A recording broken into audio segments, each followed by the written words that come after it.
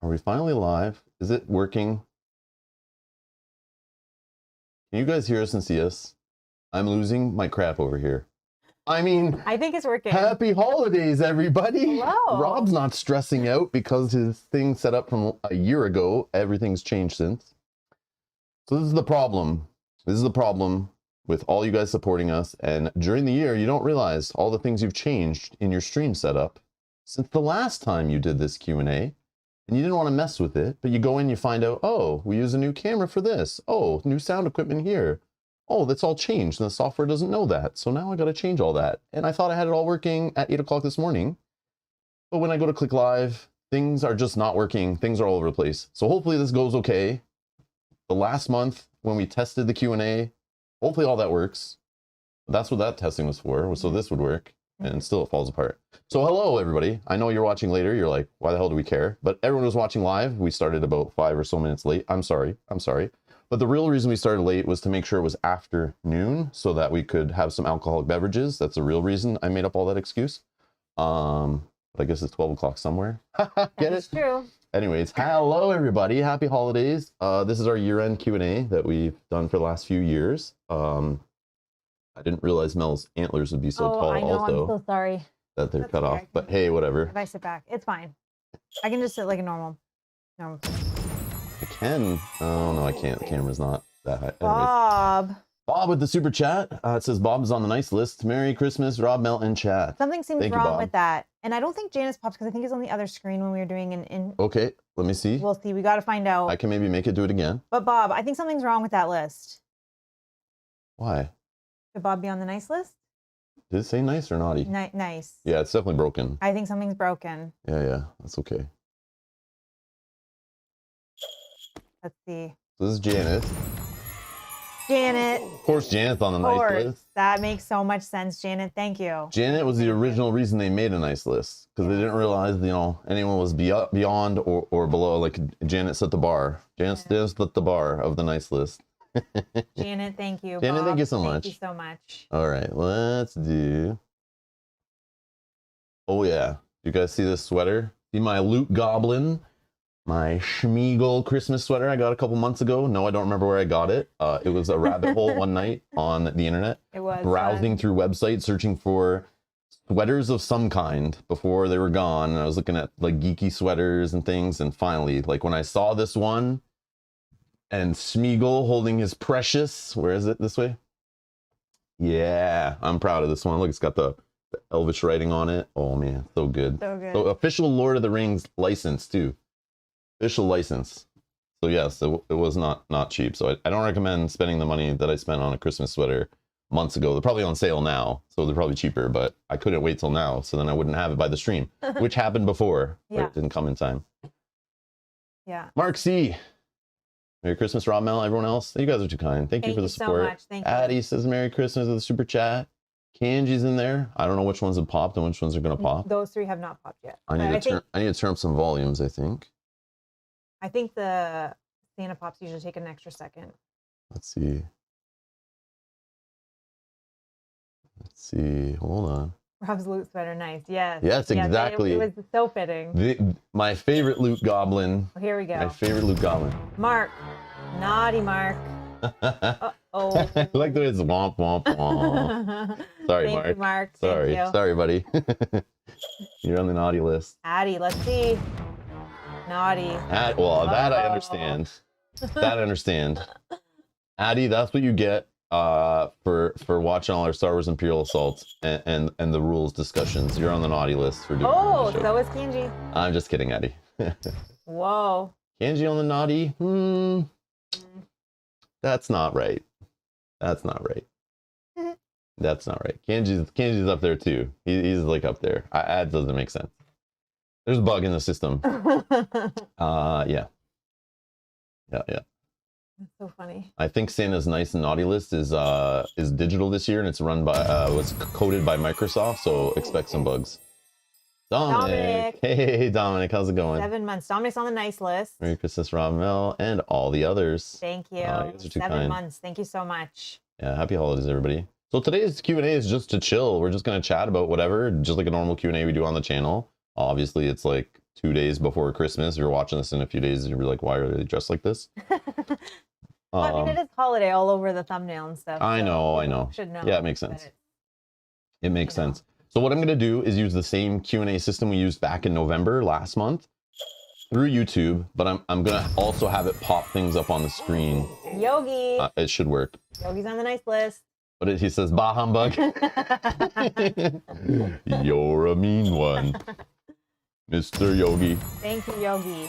Oh, Keith's Keith. on the nice list. Thank you so much, Keith. Thank you for the gifts, guys. You guys are too kind. Thank you so much. I should know how to say that. We used to say it all the time back. Oh, because it's French, right? Yeah. Joyo. I forget how to say that. Noel. Joyeux Noel? I forget. It's been a long time since I had to speak French. It was like grade 9. Mel buys something nice. Rob buys some coal. Pontus. Naughty. Buy coal. I don't need to buy coal. Bob sends me coal in a box. Bob Chapman sends me a box of coal every year. I don't know why, but we don't even have like a fireplace. But I mean, we have one at our. Okay, so for everyone who's new this year, this is your first Q&A you've seen on the channel, or first holiday or year-end Q&A. We live in Southern Ontario. It gets cold. Back there right now, there's a snowstorm, high winds. School's closed like a day early for it. It's a big deal, blah, blah, blah. It's like a bad weather day. Kate. So what we did to escape it, Kate, thank you so much. We're missing some other ones. I will get there. Yeah, we'll get there. They're on the screen. They stay on the screen for a bit, so I will go back. But thank you for all of it. But I just want to say, we traveled up very far north in Canada to our I don't know, bajillion-dollar mansion. I don't know what the current cost of it is. You know, well, it's getting inflation is probably a $1 trillion mansion. I don't know, but we travel up to this mansion to escape for one day. Literally one day we have this here for. This mansion sits empty for the rest of the year. We only travel for this stream. We bring our chairs. Actually, we have identical chairs and identical stream setup that we have there. And we travel up here and we get out of the cold and we stay warm. And this is where we chat with you guys. So yeah, this is real behind us, obviously. So of course. I don't know why you guys are all donating. Obviously, we're like super rich. So, I mean, it's fine. I guess it'll help us keep this a mansion going. Yeah, so for next year. Yeah. So I appreciate it. Yeah. Those Christmas decorations back here, those aren't cheap. Those are all like real. Oh, they're fancy. They're real crystal and gold and silver and stuff. So I don't use the fake stuff. So just so you know. Coal is a young diamond, says Steven. All right, so let's Pontus see. is where we're at here. Pontus? Yes. Pontus, member for 9 months, dropping his super chat in there. Good God Jule? God Jule? I don't know how to say it, but as we say in Sweden, Pontus. Thank you so much. Happy holidays. Happy holidays. Thank you so much. Thank you for the long-term support, Pontus. Adam Morris here with a super chat says, to bribe my way on the nice list. You were on the nice list. Was he? You're Okay. Thank you so much, Adam. Thank you. And Kate, long-term supporter, but member only on YouTube for 2 months, but Kate's been around for a while. Everyone knows Kate. Everyone knows Kate. Cultist leader Kate. Happy holidays, everyone. Thank you, Kate. Happy holidays, Kate. Thank you.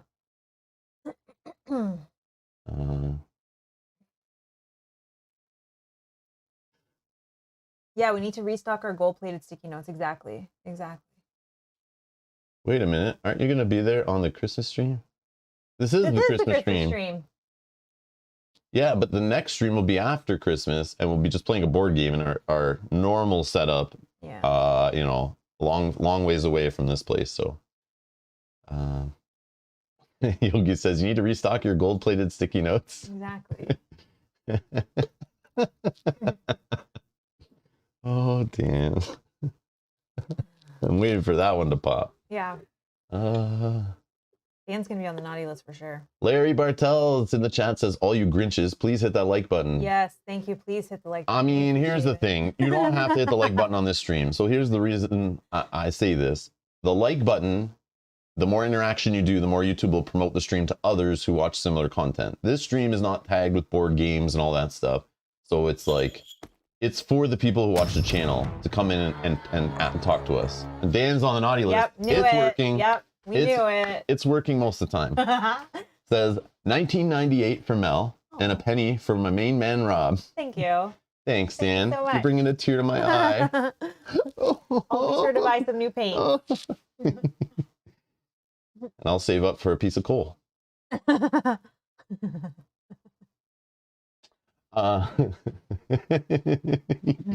Yes, Adam.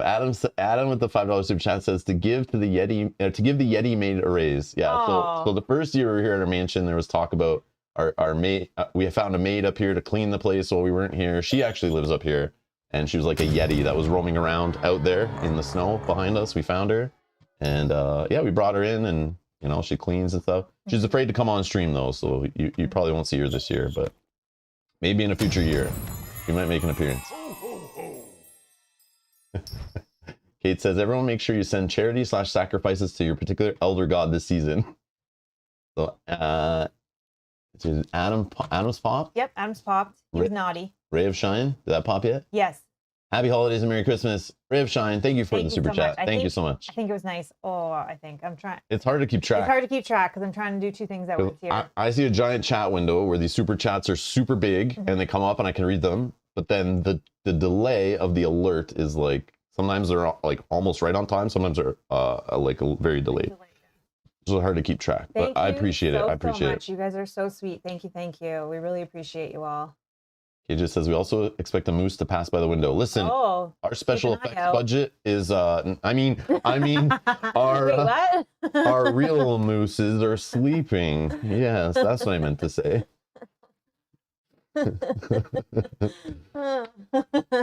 Tara says Merry Christmas with a super chat. Tara has to be on the nice list. Tara has to be on the nice list for sure.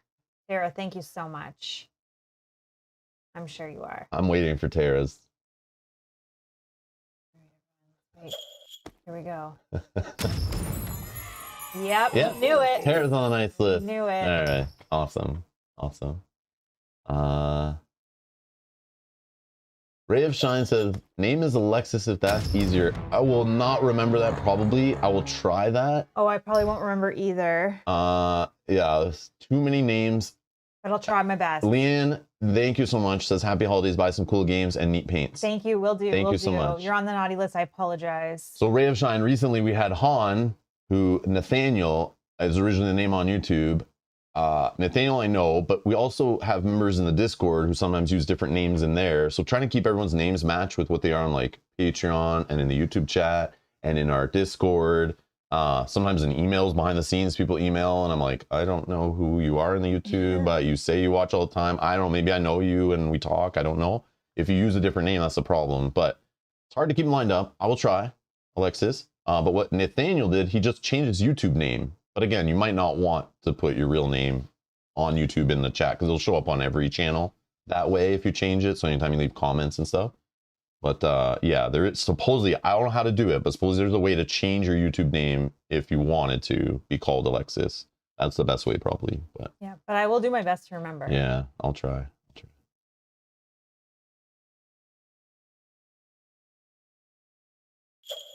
Jacko, all I have left after hashtag Robin Mel made me buy it this year. Oh, Jacko, thank you so much. Jacko's on the nice list. That's awesome. And Jacko, you know, there's some cool little upgrades you can get for games for $4.99. Let me tell you about them that you can go buy. Because I don't know how you didn't get to zero or below it. Over budget. With credit cards. But, you know, if you've been watching the channel for a while, please don't go into debt for board gaming. Please. Please don't. Or to donate to us, please. Yeah, or to donate, please. Well, please. I don't know. Yeah, you're just going to lose on interest and stuff. So don't do it. Don't do it. Save up. Save up. You don't need that game right now. There's other games on your shelf you can play in the meantime. Let's see. Leanne says, woo, naughty list for me. Oh, that was expected. Okay. This is awkward.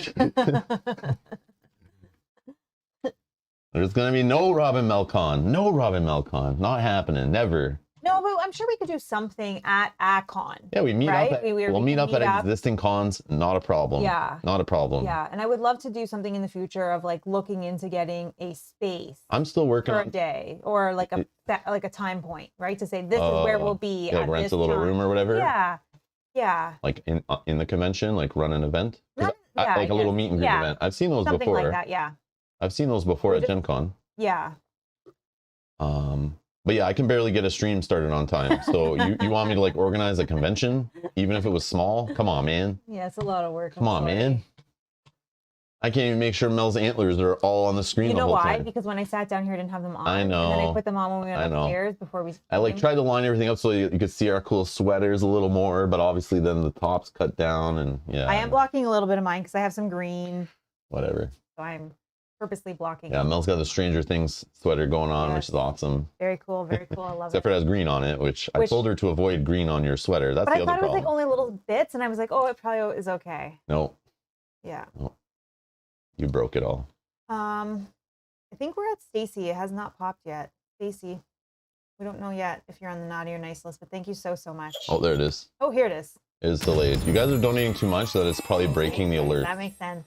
Thank you, Stacy. Thank you. Stacy, thank you so much. You're awesome. Stacy's awesome. Greg with the $10 super chat. Merry Christmas. A little something to help keep the lights on up there. Oh, thank you so much. We appreciate that. Thank you. You are on the nice list. Thank you. There's Han. Oh, there he is. Thank you, Han. Yeah.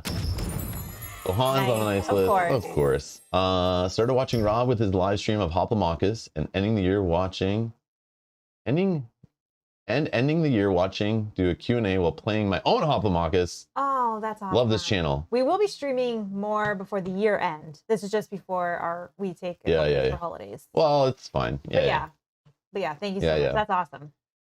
Good luck in your games. See, I always thought of doing the Q&A like more of like a New Year's thing to really be the end of the year. But then I know a lot of people take breaks and travel and stuff. And even some people can't be here for this stream because they're traveling to see family and stuff. But I'd prefer to have a holiday themed, like Christmas-ish kind of themed, winter themed Q&A rather than a year-end fireworks, champagne celebration. New Year's. Same. New Year's isn't as cool of a holiday to me as like Christmas or whatever you celebrate around that time. I feel like after you get to a certain age, AKA shopping and buying and giving gifts. Right. Whatever holiday that does that for you around this time of year. Yeah. That's after you get to a certain age, it's like New Year's is like, it's okay. Mm-hmm.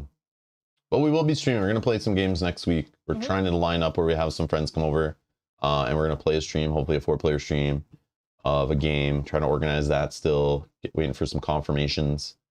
And yeah, assuming we don't get sick with something different, visiting family starting tomorrow. Yeah, we plan on just playing. I don't know if we'll just play another like ISS Vanguard, episode. I thought we'd be playing maybe an Arkham Horror Scarlet Keys episode, but that wrapped up yesterday. So if you've been waiting for that, or you've been playing yours, we're done that campaign. We completed it. So it is in the playlist section on the channel. If you're looking for completed campaigns, that's one of them we've done of many.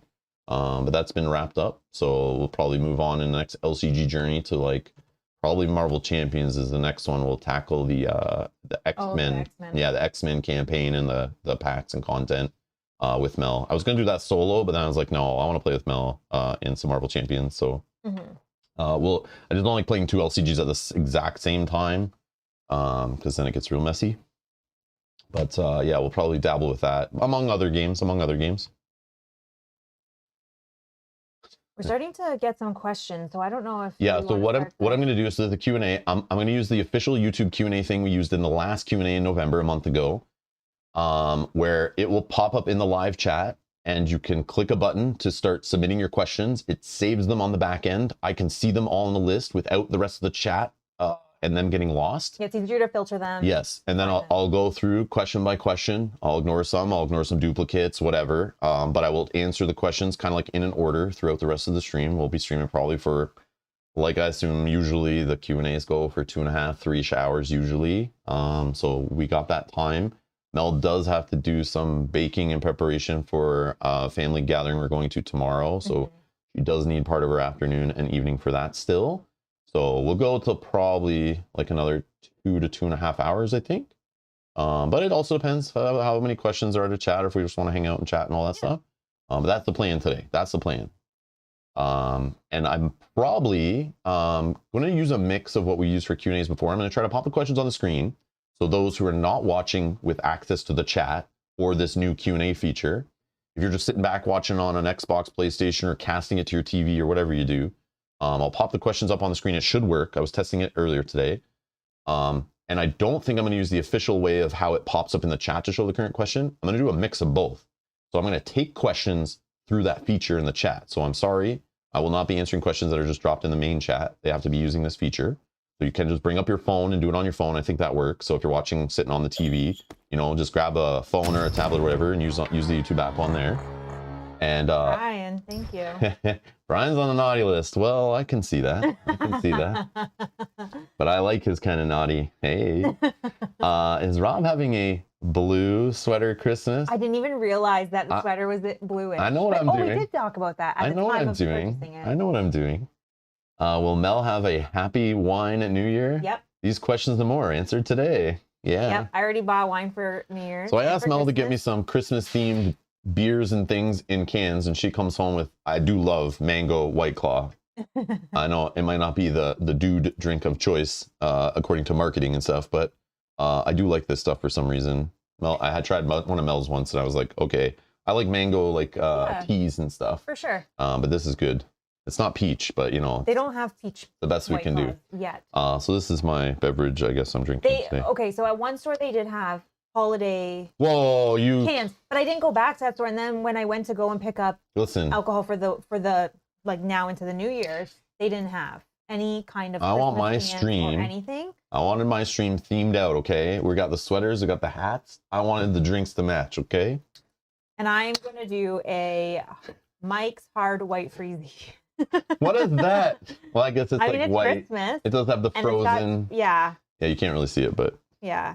Yeah, like it's the white. Okay, the white can, snowy theme. All right, I can sell it. We can make it work if we want to. All right, that's good stuff. Even a little sick. It tastes a little different, but it's still good. Oh yes, what is everyone else drinking? I see Mark's. If anyone has a drink of choice, again, if you're on the west coast of the U.S., yeah, it's only like 8:30 in the morning for you or whatever. Oh yeah, might be way too early. But maybe they're having a little bit of coffee with some some Kahlua or Bailey's. It's all good. You do what you do. You. Mark says I'm drinking peppermint bark shine. Oh, I don't know what that is. I don't know what it is, but I want to try it. But I love peppermint. Adam says I'm in to the fridge. Yes, Adam. Yeah, we're gonna chill today. Yes. The most manly White Claw equals Canadian board gamer peach tea. Yes, I know, right? With some gin. Oh, Matthew's on the nice list. Oh, Matthew's nice. Thank you, Matthew. Most of the time. Thank you. Most of the time. No, I'm just kidding. Hey, Matthew. Thank you so much. Thank you.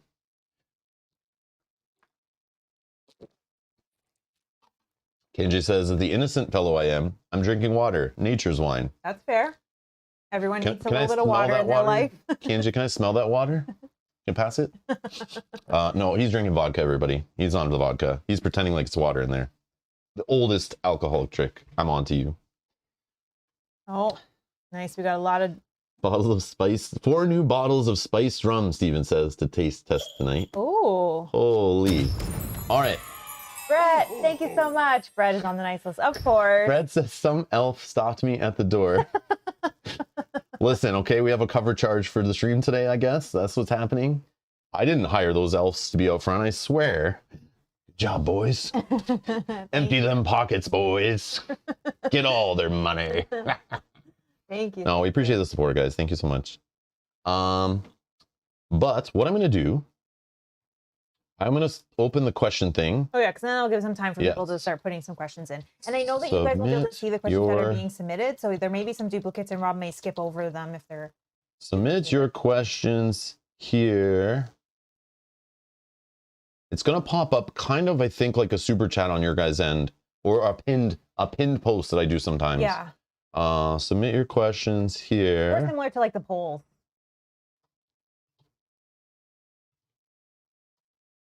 Q&A is open. I don't know. No, I'll just do submit your questions here. I don't want to be too big. I don't know how much shows up on the screen. Oh, right here. Let's see what happens. Looks like this. Oh, I can see it on your end. Ah. So now in the chat should be a message popping up, kind of like a pin post or a super chat kind of thing, that will stay at the top of the chat window. It says submit your questions here. You can click a button, and I'm assuming it gives you a little prompt where you can type in your questions. They don't show up in the chat. They get stored on a back end where I can see them populating in a list. I'm going to ignore them for now as they fill up. Ask whatever questions you want.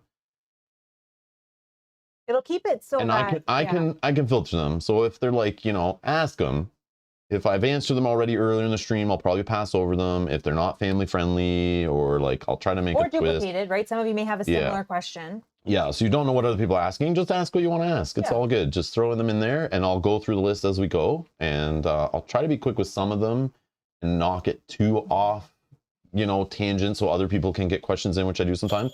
But usually we get through most of them, if not all of them by the end. So, Kanjay says, still on the nice list. This is the best thing right before a nerve-wracking flight. Oh. Thanks for doing this and being awesome. Kanjay, where are you flying? Thank you so much. Oh. Where are you flying? Yeah, I guess depending on where you're flying. I assume I know where you're flying from, but where are you flying to? Just out of curiosity. We also like this. Are you going to Michigan to visit the girl's family at all? Are you guys going there? That's the only place I know where you go. I don't know where your family are, Kenji, but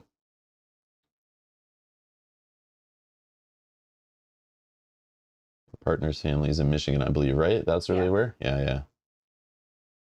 Which is closer to us.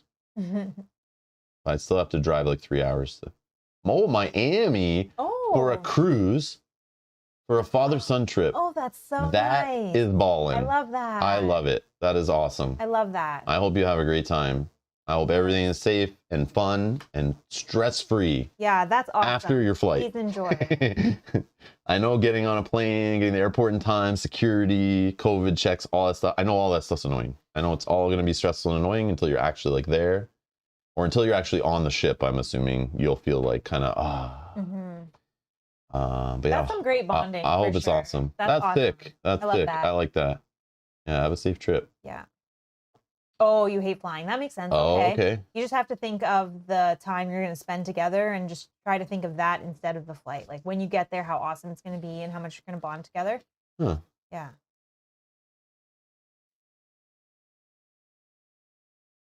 But what I was going to say is I love that we can separate these questions out, because then we can still see the chat as we're discussing a question and other questions don't get buried inside.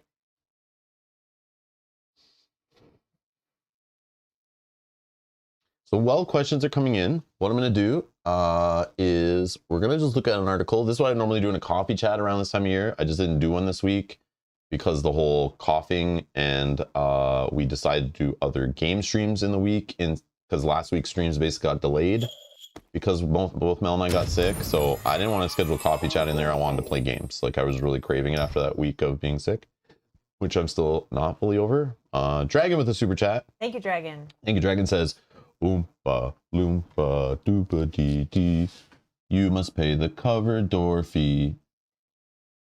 Oompa, doompa, pa. Get yourself some pineapple pizza. Definitely. Thank you so much. That will go to pineapple pizza for sure. Thank you.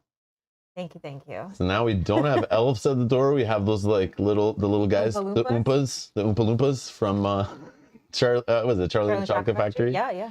Awesome movie, by the way. Yeah. Awesome movie. I like the way you worked that into the song, though, Dragon. That's awesome. Yeah. I didn't get it, like put enough Oompa Doompas in it to like make it like go along with the music, but I'm sorry. I try my best. Okay, so what we're gonna do, I have just one thing that I like to go over. This is a fun thing we did like last year on the Q&A. I do it sometimes with Mel. I've done it on streams before in past years. At the end of the year, websites, like sometimes video gaming websites, tech websites and stuff that I read, they will post a tabletop gaming best games they played this year, or games you should be looking for at the holidays. And I like going through that with like, this is like, usually it's like, there is like board games from our hobby, you know, not the mass market side, but also there is sometimes from the mass market side on there, but there's also ones from the hardcore, like hobbyist, you know, hobby game stores, you know, from the hobby gaming hobby. I don't know what you want to call it. You know what I mean? Modern board gaming hobby, the one we love, the one we're in, the games where we source our games from, right? Every now and then one of those websites, and these websites are browsed by people who aren't gamers in our hobby. And I like the way they make these articles saying, here's the best games we played this year. Here's the games you should be looking for at the holidays. Here's some games you should try. I love reading those to see what their opinions are, to know if they hired a hardcore board gamer or not, and to see what they're kind of advertising out there, and then kind of chat with you guys about it to see what you think. So we'll go over this for a couple minutes, which in Rob's streaming time means 3 hours. But I'm going to try to be quick with it. But it's on Polygon. If anyone reads Polygon, it's like kind of like a, you know, I don't know, like I guess like a entertainment website. Goes over shows, TV, video games, all that stuff. But a lot of people read the website. So let me do this. So yeah, I knew there was an article because I saw it a few weeks back, I think, in games. So they have a tabletop section, which is awesome to see tabletop gaming under gaming. I've been reading video gaming websites on the internet since like, I don't know, 1995 or something, before like, you know, I was even had images on the pages and stuff. Maybe even earlier than that, to be honest. But yeah, sometime around there. But Tabletop has its own section, which is amazing to see that on a website, right with the other video gaming, so we can pull those gamers in when they see that and go, what? What is that? I own a PlayStation, I own an Xbox, I don't own a tabletop. What is that? What system is that game for? It's for the tabletop system. So in here somewhere was an article. Yeah, best board games that we played in 2022. Okay, so this is read. I assume video gamers would see this pop up on the main page at some point back on December 14th. So it wasn't that long ago. Oh, okay. But I just want to see what they mention. And I want to hear your guys' comments on them. And there's going to be games in here I never heard of, I'm sure, because I don't pay attention to every single game. But what are they telling, you know, the mass entertainment, you know, like regular folk, not us, you know, us board gamers? What are they telling them that they should be looking at, right? It says, things felt blissfully normal this year in the land of board gaming, with groups the world over beginning to regularly gather together in person around the table once more. Yeah, like basically post-COVID, right? People are actually starting to play games in person and stuff, a load of new games, and go to conventions and things. Finally cleared customs, yeah, because of the shipping delays. Like, this person's on it, man. And made their way into the hands of eager fans. As a bonus, the annual convention circuit was back in full swing, with near normal attendance at Gen Con, not at Origins. And Essen Spiel, it all added up to a bumper crop of new board games. So yeah, these are two big conventions. You guys don't know, we go to Gen Con every year, mostly, except for COVID and 1 year when I switched jobs, but I've been going every single year I can, which will probably go next year. I don't see why not. Things are still fine. Your guys' support is keeping us able to go, so I don't see why we don't. All right. So to celebrate, Polygon asked more than a dozen writers, designers, presenters, actors, and personalities from around the world of tabletop gaming to tell us which games stood out to them this year. Here's what we found. So they actually asked people in our hobby. That's cool. Usually it's like one dude that works for them that like writes the article, and you can kind of tell whether they're a gamer or not. But this is interesting. I feel like this is different. So Heat, Pedal to the Metal. This is one that's on our list. I do want this game in my collection. I don't know if we'll ever stream it, but I do want to try it because I was wanting a racing game after we got binging on the Netflix Formula One show, which is an awesome show, by the way. Even if you don't care about racing of any kind, you become a fan of racing. Yeah, you get to know watching it. The personalities, the drama. It's just great reality TV stuff. Done very well, shot very well. It's beautiful production. But yeah, it's good stuff. But it gets you behind the scenes in that whole hobby. It's kind of neat. But yeah, Pedal to the Metal, this is the annual release, so Days of Wonder. I know they are a publisher that releases like one game a year. They work really hard on that game, try to make something of quality, more mass market-ish, but still hobby gamer. Those are the guys behind like Ticket to Ride, a little game that some of you may have heard of. But they were purchased by Asmodee. They're one of the companies or publishers under Asmodee, one of the Asmodee-owned developers. But they still come out with a game a year. It usually launches around Gen Con or Essen. It's usually a big fanfare. This year they did a game themed to Formula One, older Formula One though, I think. It's not officially licensed or anything, of course. But supposedly it's really good. I did see it on the hotness list for a bit. I did look into it. I read about it. I liked what I read from the rules. They have modules to add in and all this stuff.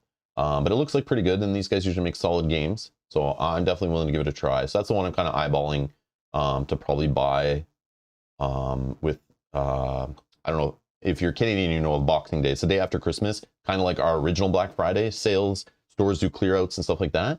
But usually I place a decent board game order, one on Black Friday, and then I place one on Boxing Day in Canada because it's usually the same kind of discounts happen. And this year I didn't place a Boxing Day order because I placed one a little bit before, and there weren't many games I was really interested in or that were in stock, and we have lots of games to play already. So, but I'll probably place one. I'm thinking of grabbing this game. So that's cool to see that on there. Yeah, I'm excited to play this. Anyone played this in the chat? Anyone mention this? I don't see. No. Nobody said that they've played it. No. Okay. Clank Catacombs. Clank Catacombs has always been one of the absolute favorites of deck building genre. I've played through countless expansions. The original Clank, it says, and Clank in Space. I've never played Clank Space. We played Clank on the channel. We've played Clank Legacy. I've played quite a few games of Clank, regular base Clank, in my gaming time.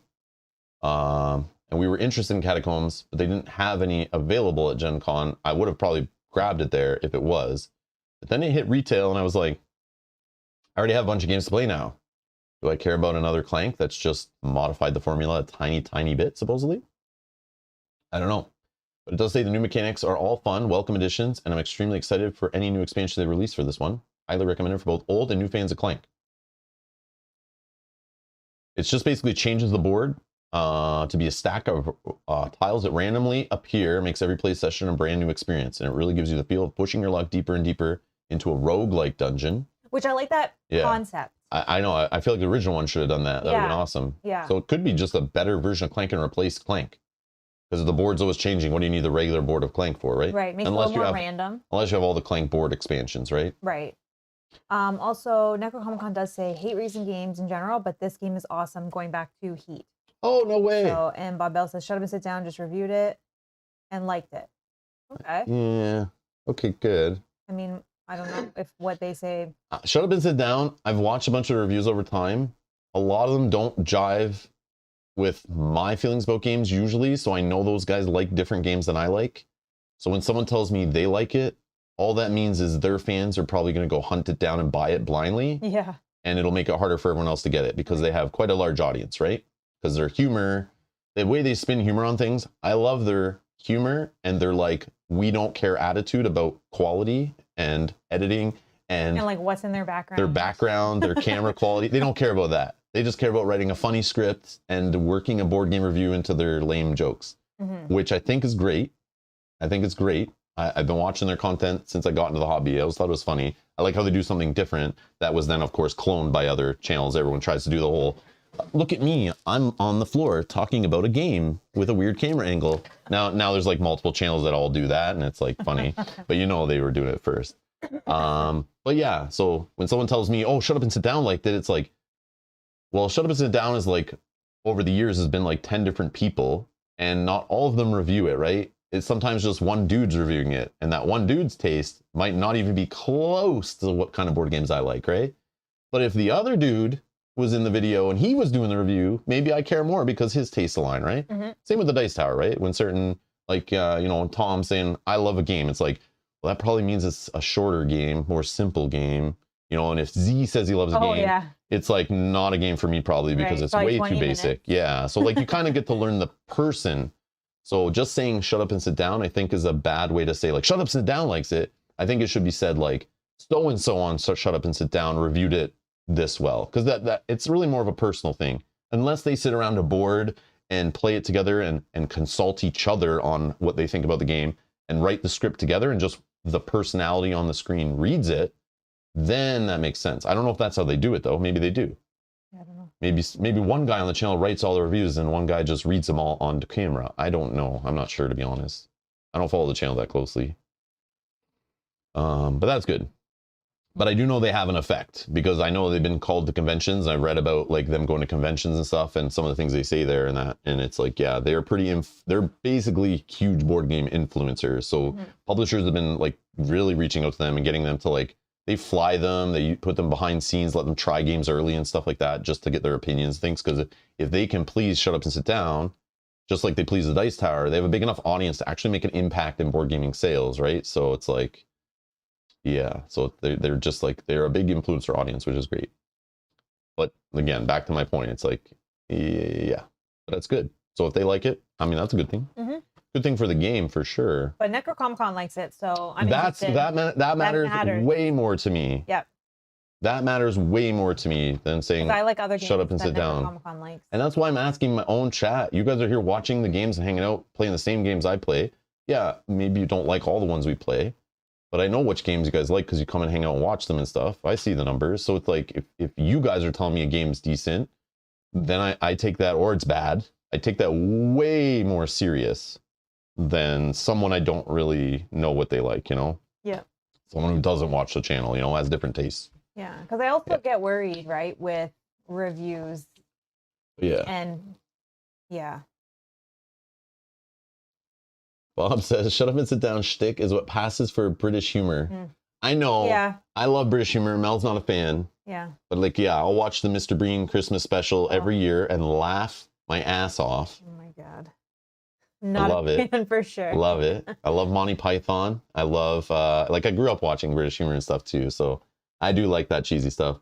But again, the best British humor was the... what's that? I know what show you're thinking. Little Britain. Nope. Yeah. Is it Little Britain? Yeah, that's what it's called. That's my favorite. I'm pretty sure. Those two actors are my favorite British comedians. Is it Little Britain? Little Britain comedy. Put something like that. Comedy type comedy. Yep. Yeah, but what's their names? It's like David something. Quick, go. Click. Wikipedia. Mel, come on, faster. The chat's going to hear me and then catch up and type before you can. Go up.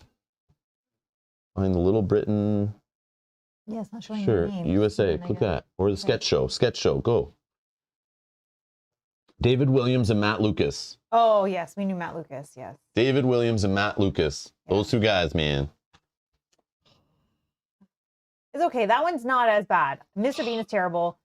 Little Britain. Yes, they caught up and put it in. Yeah, but some of them probably knew it. They didn't have to search David Williams and Matt Lucas. Oh, yeah, he loves that show. But also Rowan Atkinson, Mr. Bean. Love it. And obviously the whole Monty Python crew. Fish Called Wanda. Anybody? Anybody? Fish Called Wanda? Love that movie. Oh my God. Anyways. Oh gosh. Yeah, I like cheesy British humor. Yeah.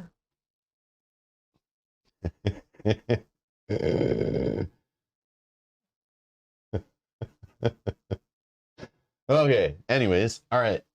So yeah, Clank Taco Cat Goat Cheese Pizza. This is what we played with oh my God, we did play this. We played this with our niece. Yes, we played this. It says age 8+, but what's she, like 5? She is 6. 6? Yeah. 6? I mean, just turned 6 though, right? Yeah. Yeah, we played this. We played this like 2 weeks ago. I suck at this game. I completely suck at this game. It was too much for me. It like for some reason, 60-page rule book I can read, understand, and master, and teach and play and present on the internet. But this game, I'm watching a 6-year-old wreck my face. I don't know, she's probably played it a ton. She has, yeah. But this whole idea of what do we have, like 6 or 8 people at the table? I don't even know.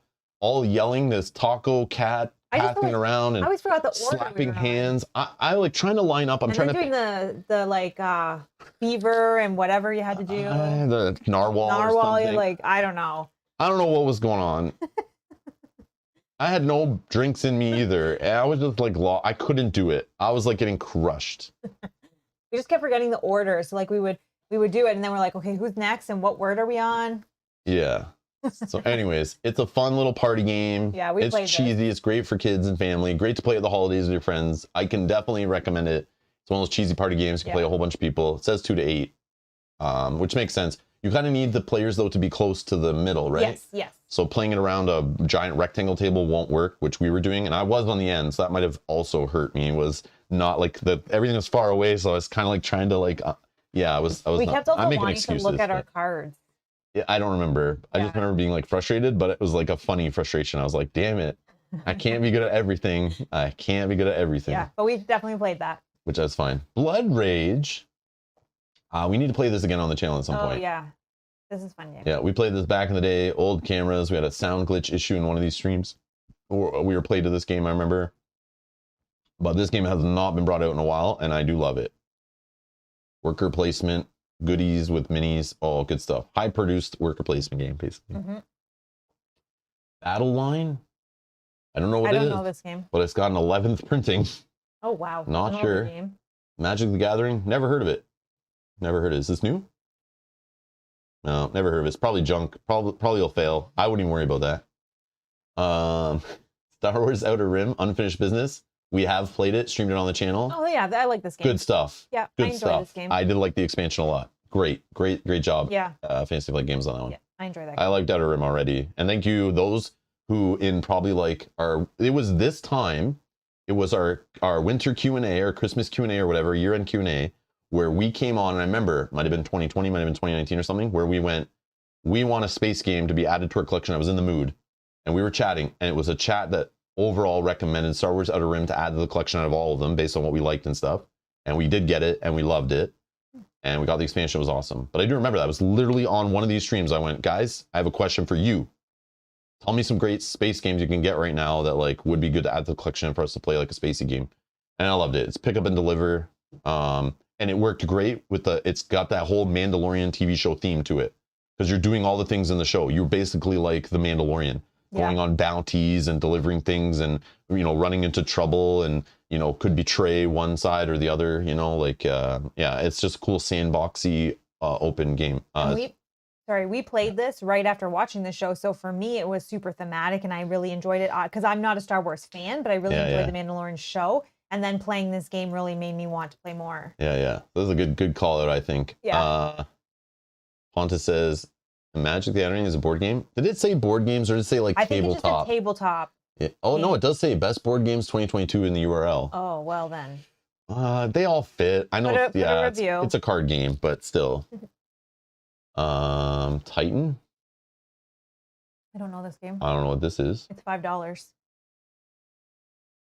Anyone who has played Titan knows it takes a good 8 to 12 hours to play. The game was designed by David A. Tampier, a famous artist that created many iconic Dungeons & Dragons images, and Jason McAllister. It was first released in 1980 by Gorgon Star Games and is absolutely gorgeous and tons of cool artwork. You start with 2 ogres, 2 centaurs, 2 gargoyles, 1 angel, who is sort of a deputy commander. Is this some kind of like kind of like one of those bluffing roll games or whatever, kind of like a werewolf? Oh, that makes sense because it is a cheap game. Your minions into stacks, roll a d6 around the board. I'm not sure. 2 players land in the same space on the map. They have to take an army to a separate battle map. Okay. It's $5? Yeah, it's only $5. What is this? I mean, for $5. At Dalba Inc. Oh, online. Oh, it's a digital. It's a digital game. Weird. Okay. Psychic pizza deliveries go to the ghost town? Is this like Taco Cat Pizza?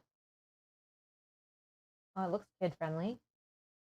It was a chaotic year at Gen Con, and not just because the marquee tabletop convention was nearly back to full attendance. Developers and publishers alike trotted out some of the most bizarre board games I've ever seen, like Cat in a Box, a combination of euchre and particle physics.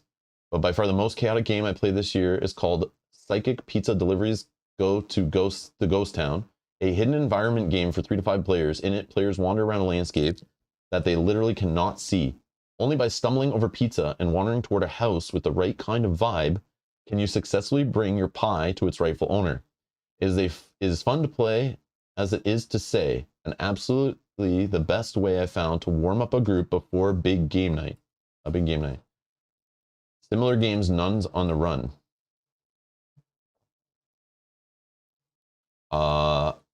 I just want to look at this. It is $44 US, I'm sure. Like, is this a game for kids? Like, that you play with, like... Age 10 plus, it says. Oh, 10 plus. 6.8 rating on BGG. But that just means hardcore gamers are like, nah. Yeah, exactly. 2.0 rate, overall weight. Yeah, so it's like a family-friendly, warm-up, fun, silly game. Okay. Looks like the perfect game to play at Halloween instead of Arkham Horror anything, right? Yeah. Yeah, everyone okay if we play this on the channel instead of like Arkham Horror LCG or Arkham Horror 3rd Edition next year? Is that okay? Or Eldritch Horror? This works, right? I mean, I'm sure. There is a thing about pizza on this channel, so maybe they'd be interested. Yeah, but I don't know, it's got pineapples. Nemesis, we don't have to talk about that. We stream a ton of this on the channel. Love it. Awesome game. Amazing production. It's on sale on Amazon if anyone... 26% off, supposedly. Well, that was actually... I mean, not... Similar games, Mansion Madness 2nd Edition. There's some similarities, but I would not put that as a similar game. I would put... You know what I'd put here? Unfathomable. Yeah. Unfathomable should be the FFG game that should be linked here as similar. Which was awesome game. We streamed, by the way, too. Go check that out if you're interested. Played some 4-player for that one. On the channel. The Night Cage. This summer, introduced to a horror board game, The Night Cage. Yeah, this sounds familiar. Yeah, like I think I looked into this. I just don't remember my... Similar games, though. Psychic Pizza Deliverers go to Ghost Town. So now I just scroll past it because I see that. I don't know if that's accurate, though. Warhammer Underworlds, Gnarlwood. No idea. Flames of War. Don't know that one. World War II. Oh, Flames of War is like a series. No, it's like a miniature. It's another game. And this is probably...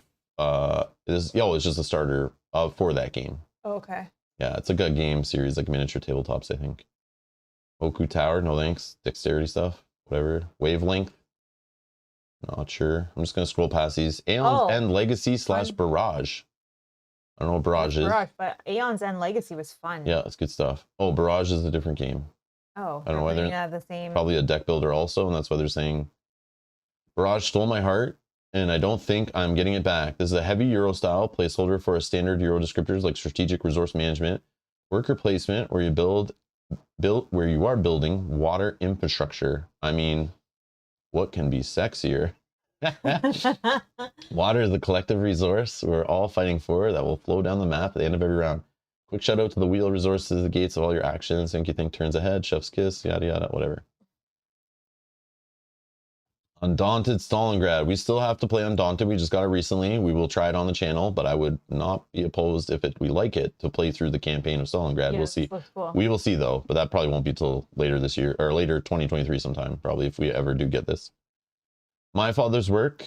We were offered a copy of this. We asked for a copy of Gen Con. They didn't have any. They ran out. And then they reached out to us after and said if we wanted a copy. We told them we couldn't play it for about a month or so. We wanted to play it around October time, but then we never received anything, so I don't know. I guess they chose not to send it. The buzz also, I feel like, died on this game. Like it was super hyped. Everyone was talking about it around the but then I think people got it and played it, and the whole idea of backers got it before the app was finished, and they were kind of upset that they couldn't even fully play it. Yeah. And then there was a lot of mess around it, and it pissed a lot of people off, and that can just kill a game. Yeah. But the production looks nice. Definitely a game you put on a table at a convention, it will sell copies just based on the looks and the components and stuff. But is the game any good? I've heard it's fine, but I wanted to try it for myself to see, but, you know, not caring about having the app first or not, you know, kind of idea. But that's it. All right, let's put up some questions. Yeah, I just want to look at that to kill some time while people put their questions in the chat. Or not in the chat, in the feature in the chat. Submit your questions in the blue bar at the top. Can you remind people that are coming in late where this list was found? Sorry, because a couple people... Oh, I should put a link in the chat. Yeah, sorry, guys. I should put it in the description also. I will just post it in the chat. Or Mel can, actually. Oh, yeah. Yeah, because for some reason, my chat window is now the Q&A window, so I don't actually have a way to type in the chat room. I don't even know what site this is. Just go to Polygon. Just Google Polygon. Mm-hmm. And then go to games and tabletop and then scroll down and you'll see it. Yeah. Yeah, it's on Polygon's website. Right there. This one? Click it. And then just grab that and paste it in the chat. So yeah, Mel will just drop the link in the chat. I will try to put it in the description too, actually. One sec. Bear with me. All right, let's see if that works. I think I can post links as a mod. I'm not sure. Oh yeah, true. You might not be able to. Oh yeah, it showed up. Okay. Oh, Kanji's flight was delayed. More time with the chat and you awesome people. Thanks, Kanji. That's making it worse, I'm sure, for you, right? Oh shoot. I can. One sec. In this stream setup, so weird. Okay, hold on. Edit. Click edit. Oh, now I can see a place to drop it in the chat. After I close the window and reopen it. I don't know what is going on with YouTube today. Oh, there we go. It's going wild.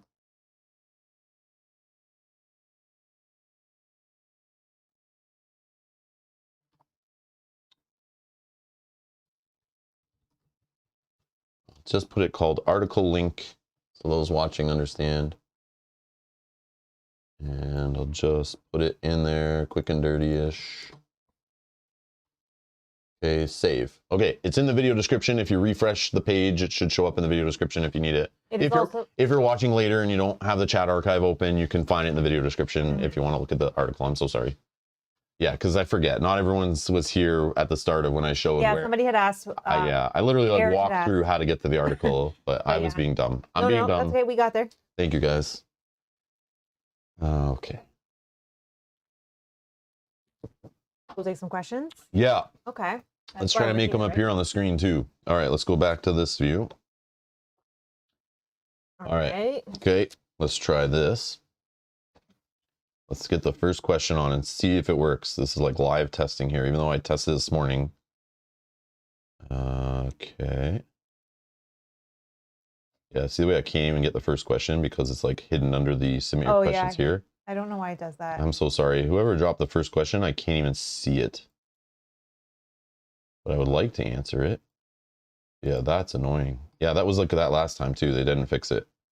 So we should I should probably just do like a couple test messages next time. So like hold on. Yeah. Yeah, I can't see it in any of my windows. That sucks. Yeah, for some reason on the administrator end of reading through questions, I also have the blue submit your questions here over top of the text, which is like, and they still haven't fixed it. Okay, anyways, yeah, that happened last time. All right, I'm sorry whoever dropped that first question. Oh, it's Patrick. I can see the bottom of it. I can tell it's Patrick C. How cold is it where you are? Oh. I looked tonight because we were debating on going out to see Christmas lights in a town that's a couple hours away, where there's a nice park. And we were going to drive up there, get hot chocolate, and go walk around and look at the Christmas lights because today it's snowing there, but I think it snowed there yesterday too. But it's like minus 14 there, minus 20 something Celsius with the wind chill. Yeah, it's minus 26 with the wind chill. And my daughter still has a cough. She got what we got that we had last week. We still kind of have. She got it a few days after us, so she's still like working through it and still coughing very often. So I know going outside, breathing in the cold air, it gets it going again where you start like coughing like crazy. So I'm debating not going there.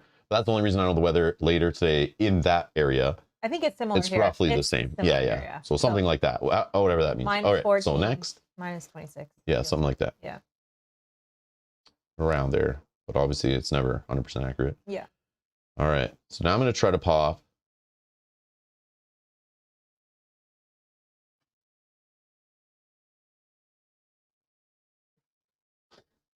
Yogi says, besides from Frosthaven, which 2022 games you're most excited to first play? Well, Frosthaven is not a 2022 game because it's not fully even in all backers' hands till probably the end of February, maybe. But I think it was supposed to be out in 2022. Maybe that's what he means. It was supposed to be out in like 2021, March or something. So don't give me this, it's a 2022 game. It's a 2023 game. Until it's like readily available in board gaming stores or people can go buy it on retail shelves, I'm going to consider it's not out yet. So yeah, some are lucky who already have a copy, but lots of people don't. And lots of people won't for weeks or months. And those who just want to buy it later can't get it. So it's not out yet. I don't care what you say. I don't care if half of the backers already have it. The game is not out. I don't have it, so I don't care. Just kidding. But no, I don't care about Frosthaven right now. I'm not a friend with Frosthaven, but we will play it when we get it. But right now, I'm just like getting salty about it. But I guess to the question, what other games are you excited to play other than that? From 2022, I don't know. I want to try Undaunted. I see that Sniper Elite we got the same day. I see that sitting in my pile. I want to play that.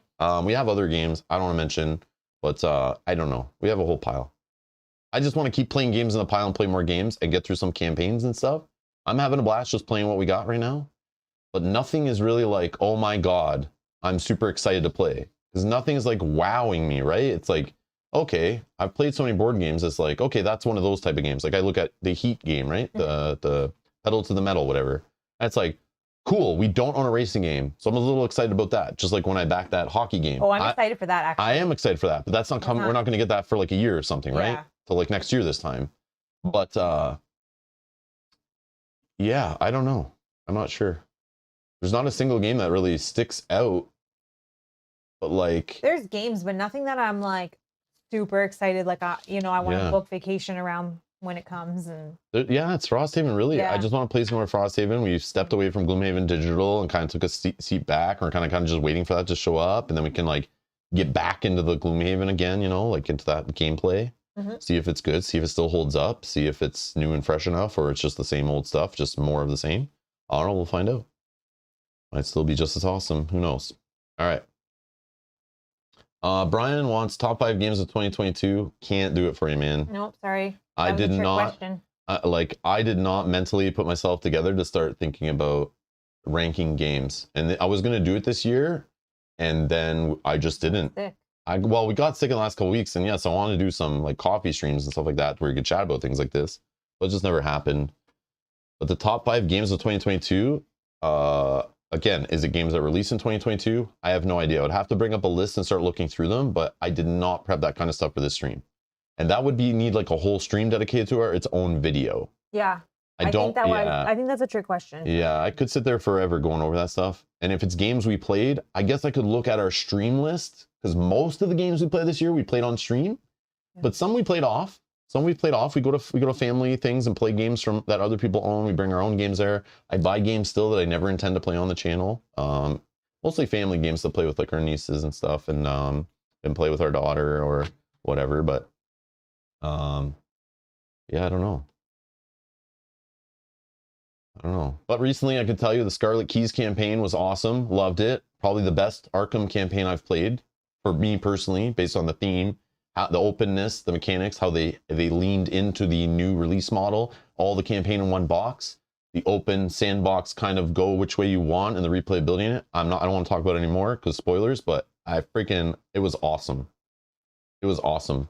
I'm having a blast with ISS Vanguard. Oathsworn turned out to be kind of meh after a bunch of playthroughs. I kind of lost interest in it. Might go back and try it again, but yeah, it just kind of the gameplay didn't hold up, and the story was neat, but it just didn't captivate me for some reason. Yeah, I just lost interest in that game. It's like a game I don't think I can play through 20 something times, to be honest.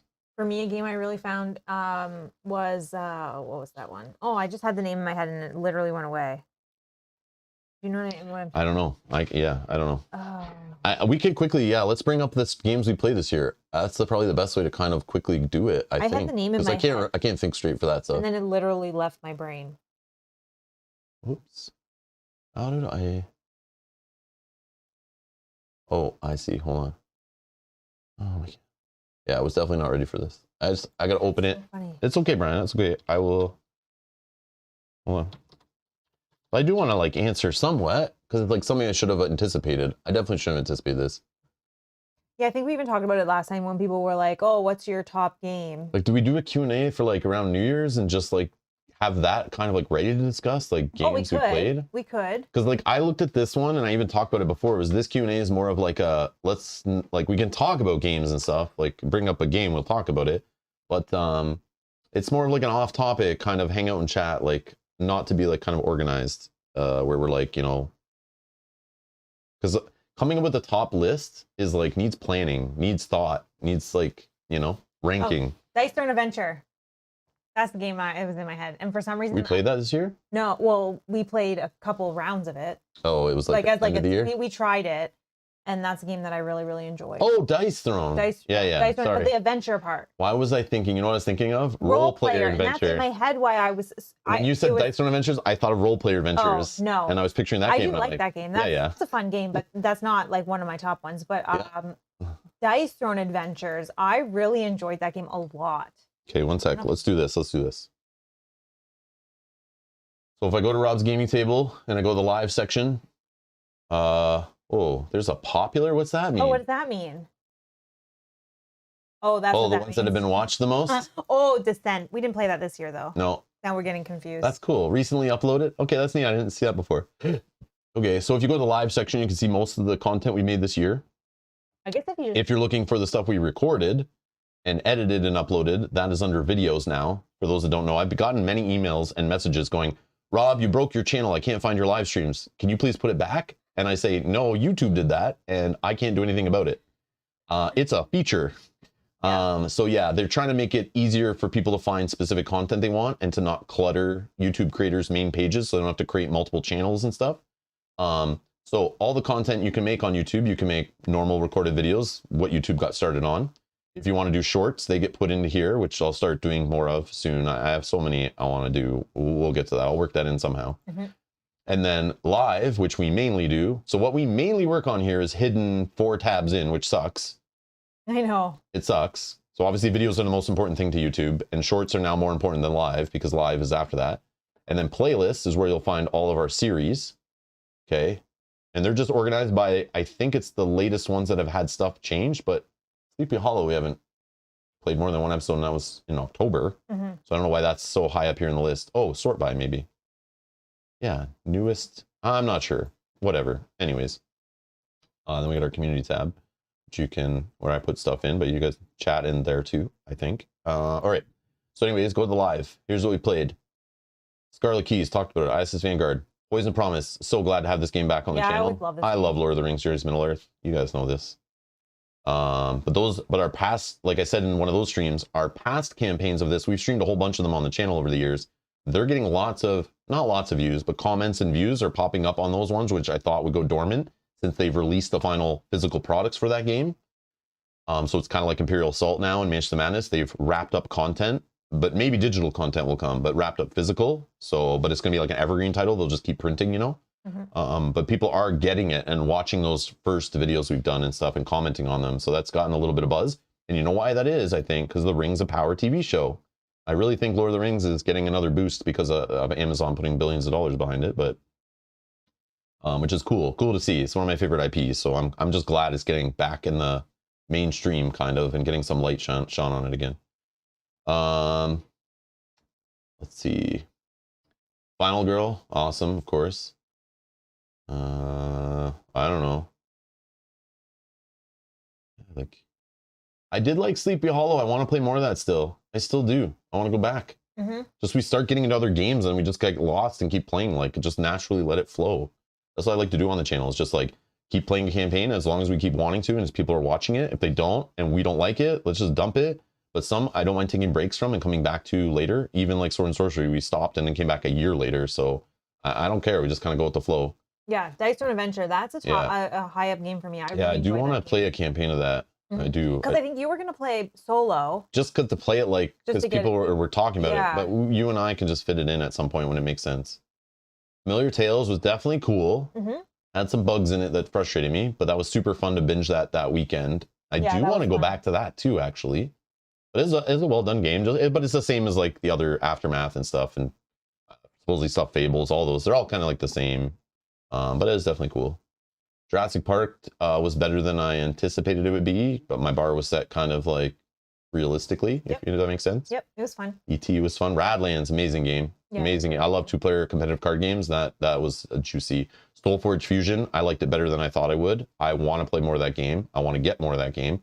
That I will definitely be looking to put some of that on our order on Boxing Day. Definitely want to grab some more of that to mix up some decks. I love that game. That was great. Great game. Surprise game for me. I like that one. War of the Ring, obviously. Yeah, that's a fun game. Competitive games, Lord of the Rings theme. Yeah. Come on, man. Sorcerer is good. I loved playing all these games. I love getting back to the 2-player across the table competitive gaming. Villainous, Radlands, you know. Yeah, that was a fun little this competitive 2 weeks that we did. We literally slid the table sideways, set up everything different in the basement to just play across the table and go at each other. Yeah. And even we play like 3-player with Kyle and played competitive across the table. Yeah. And we just did a whole week-long series of just battling each other in games. It was so fun. It was fun to check out all those games we got at Gen Con and stuff. Merchants of the Dark Road didn't hit for me. It was okay. It's not a bad game. A fine game, but they spent more time in production than they did in gameplay, I feel. It's just meh. It definitely looks beautiful, but yeah, just Massive Dark was enjoyable to me. I really enjoyed it was better than I expected. I'm not gonna put it on a top list, but it's definitely a fun game to play. To me, it's the game that replaced Zombicide for me. So it's like Zombicide, but I like it better. A lot of people don't really like how much dice. It was just the same, like kind of like gathering dice. I see lots of comments going like people didn't like the dice, like collecting dice, and it was like so much work in figuring out what dice you're rolling and rolling them and spending them and all that. And that's like the main mechanic. So if you don't like that, then it's not for you. But I would play that over Zombicide forever. Never go back. Definitely enjoyable. I really liked it. Because I got the fantasy dungeon crawling, branching paths. It had a little story, bosses, and all that stuff. I liked it. Definitely more beer and pretzel version of like a sword and sorcery, you know. Mm-hmm. I don't know. We could keep going. Gen Con, that was fun. Gen Con was awesome. It's good to be back there. Keyforge, excited for that coming back. I want to play more Marvel Champions with the X-Men stuff. I like it's killing me. Imperial Assault, our first time playing that game. Yeah, that was cool. Such an oldie, but we were playing it and loving it. People have been asking for it. Even like that last week, I got comments. When are you going to play with the app and play co-op? Please go back to it. Please, please, please. I said later next year, maybe. So stay tuned. We will play some more Imperial Assault at some point. Burn Cycle, awesome. Yeah. I loved it. Burn Cycle is a great game for me personally. Not for everybody though. Is definitely its own beast. Make sure you like stealthy games before you drop the money on this thing, because they're probably cheaper stealth games you can play instead to try it out first. But yeah, definitely awesome. Folklore was good. Fun. Yeah, Folklore was like loose, not refined, sloppy. But if you know that and you accept that, it's just fun. It's just fun. I liked it a lot. But it felt very like Kickstarter, low budget. Yeah. It kind of like what do you call that? Like independent, like kind of game, not from like a known refined publisher kind of feeling. It felt like very, I don't know, independently published kind of idea. Yeah, it just felt that way.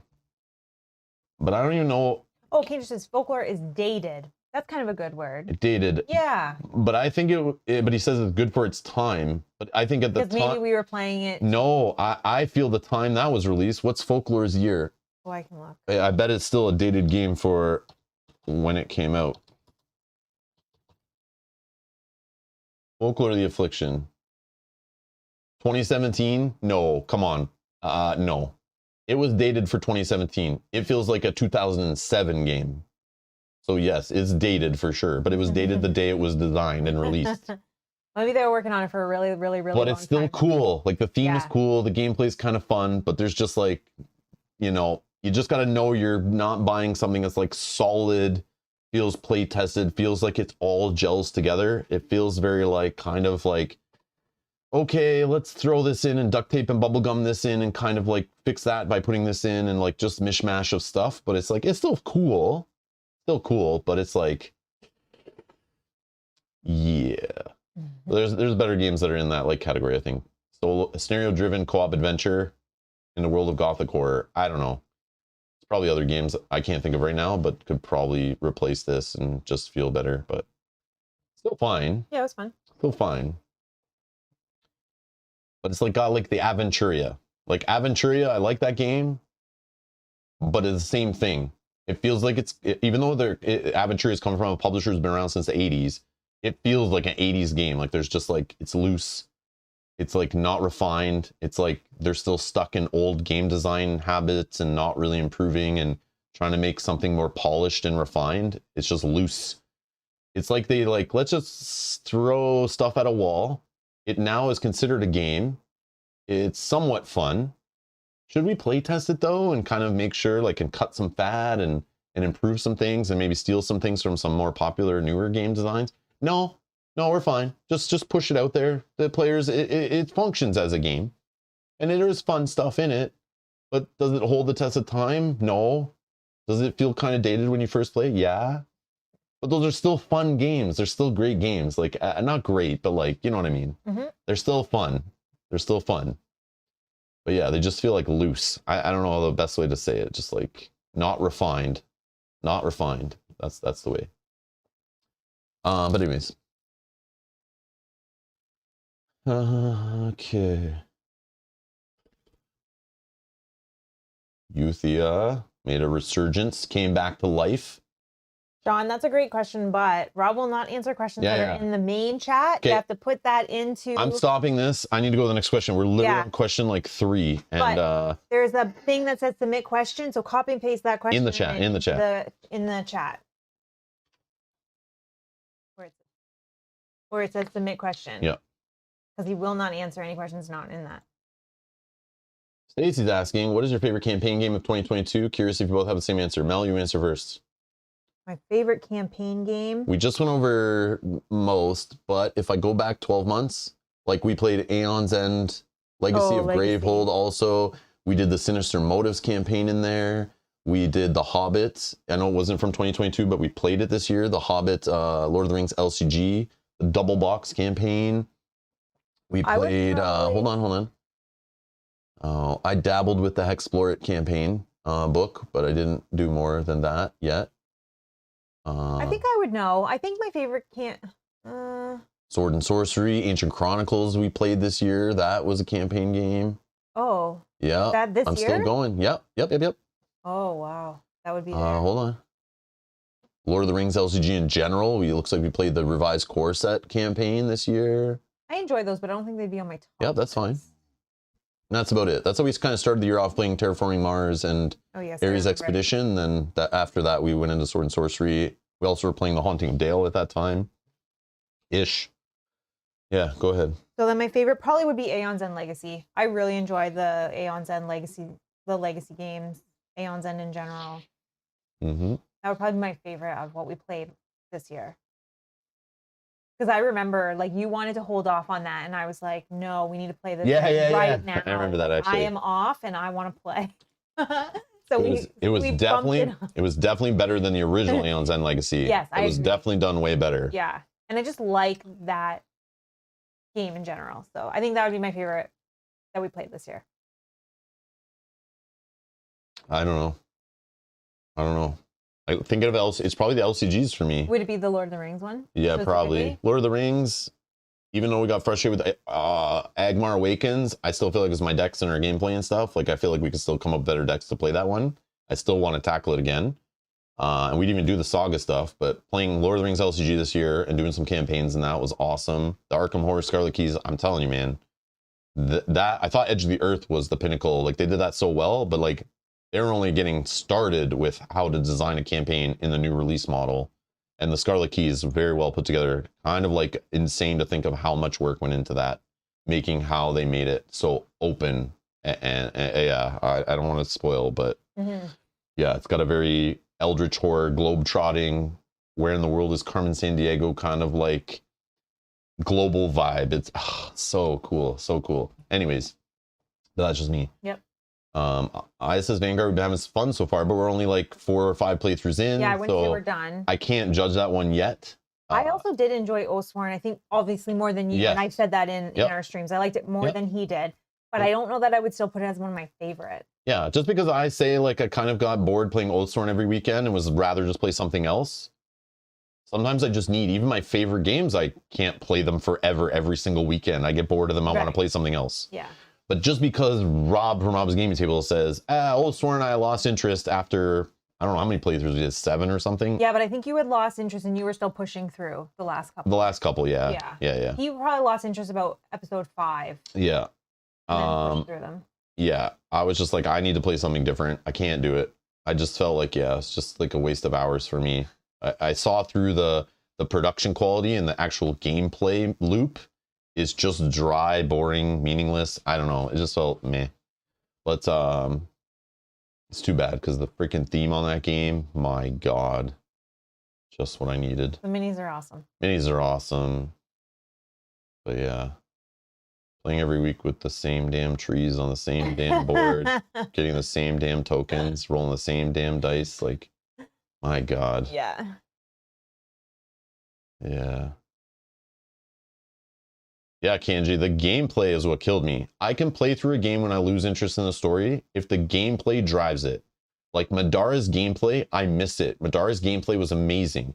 but I just lost the interest to struggle through the story that I had no care for and the theme I had no care for and the upgrade system that was actually pretty garbage in the end. Like you were getting nothing new. So a dopamine hit of new upgrades and interesting stuff. No, you were just upgrading literally the same equipment with like an increased number on it. Yeah. So the buying equipment was a big waste of time in that game. It didn't feel new, didn't feel fresh. But I love the challenges in Madara, how the missions changed and the little side achievements they would have sometime and the surprise boss fights and stuff.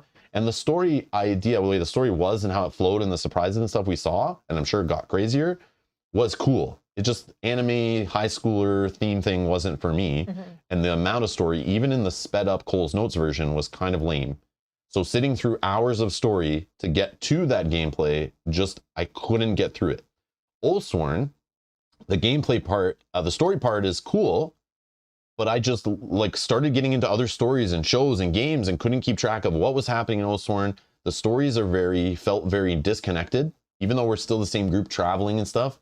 It just felt like kind of like role player adventures, where role player adventures, no matter what you do in that session, you're still starting the next session doing the same thing in its own contained session. Right. So Oathsworn, it's literally, they're like standalone things that are kind of duct taped together as a progressing campaign. But the gameplay I'm going through the story for, so I did like the story part. It was neat. Even if I did the Cole's Notes version and sped up the one-page thing, I think it's the best way to do it. If I'm going to get back in Oathsworn, I go back and I read the one-page story Cole's Notes versions, and I read every single one to get back into what's happening in the story. And maybe I would care. But then I start thinking about, what am I getting through that story to get to? And the gameplay just felt the same every time, no matter which characters I switched to. It felt very meaningless, the story part, because in the story, you literally could just flip coins, pick whatever, and all you're getting out of it is, today you're going to start with a refresh card token, or a dice reroll token, or an extra animus token. Like, I really wished it was just, they could have simplified it and just give you a bag, and you reach in, draw 3 tokens for each character, and start the effing gameplay. But then the gameplay, every time we did the same strategy, it felt like the same strategy no matter which boss came out. Yeah. I was getting bored. And I don't know if they just saved the more interesting bosses till later in the campaign, but it started feeling very repetitive, no matter if it was one boss miniature that was huge, a bunch of little boss miniatures, a bunch of minions. It felt all the damn same. It was the same thing over and over again. It got really dry, really boring, not interesting. And I just started losing interest. So I thought, why am I sitting here for hours through the story? And then why am I sitting through hours of playing the game? I just need to play something different. To the point where I wasn't feeling well that day, I think. Yeah. I was very down, but I just had to stop a stream. I was like, Mel, I cannot sit here. Knowing we have other games to play, I could be doing anything else today. I literally scheduled a stream and literally sat down in the stream and just said, I can't do this stream today. Yeah, it's never happened like that before. I've never seen that before from you. Because I knew like it's going to be 5 or 6 hours of streaming and I just can't do it. I don't want to do it. Like I do not want to get into YouTube burnout. I do not want to be forced to play something I don't like. Something that I literally like I feel like I should have loved it more because the theme, the Dark Souls ripoff theme, you got the actor from Game of Thrones reading narration to me. This is like, sounds like a dream come true. It's like, boss fighting on the board, miniatures and all that. Maybe I don't like boss battlers. I don't know. But I freaking love the boss fights in Dark Souls, the board game. That was my favorite part. Yeah. And even the dungeon crawling was fine. Even that game being as meh as it was and it's kind of busted and needed house rules, I would have rather started playing Dark Souls, the board game on my table than Oathsworn. If you told me what game would you want to play right now, I'd pick that over the other one. I do like Dark Souls. Dark Souls, the board game, is awesome. I love it. It is just what I need. It's cheesy. My game group loves it with the dice rolling, the movement system. And supposedly they fixed the rules with some house ruling from fans with the new version of Dark Souls. I want to try it at some point. But yeah, I don't know. And I think you would look at me while I was like sitting and painting the boss for the next one, and you're just like, I don't even want to play this, and you're painting this, and it's like a waste for everyone. Yeah. So, the problem with Oathsworn, it was trying to be, hi, look at us. We're trying to take everything from all the popular Kickstarters, put them all into one game. Like we're trying to be, we're taking boss battling, which everyone loves from Kingdom Death Monster. We got some Gloomhaven mechanics in there. We got all the check boxes for a giant box with tons of miniatures Kickstarter game. A fantasy theme, Dark Souls. Let's put it all in there. Check, check, check, check, check. Let's put it all together as a game. Put every system in there. So people, if they want to roll dice, they can roll dice. If they want to draw cards, they can draw cards. You know, we got beautiful miniatures for people who just love buying Kickstarters, because the miniatures at the top of the Kickstarter page, they'll just click buy. They have that. They have the, you know, the free gift. They have the hidden things in boxes that people love, you know, from Gloomhaven. Check, check, check. But when it all was put together, it was just the magic was missing. There was a missing magic. It's very like, I don't know. That's just me. This is how I feel. This is how I feel. I know. Ranting in a Santa hat. I know. I know. I see the comments. Ranting in a Santa hat with my Golem ugly Christmas sweater on. Yeah. I know you can't take me that serious right now. I'm not trying to. Oathsworn might be the best game for you. I've ranted about this on that stream.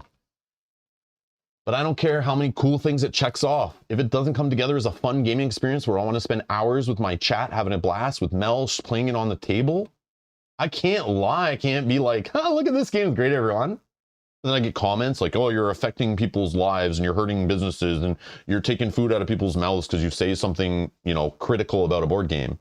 And it's like, oh, yeah, I can't say anything critical about something I spent money on. Get out of here. Yeah, get out of here. It. I'm a person. Like, you don't buy something and complain about it and return it to the store?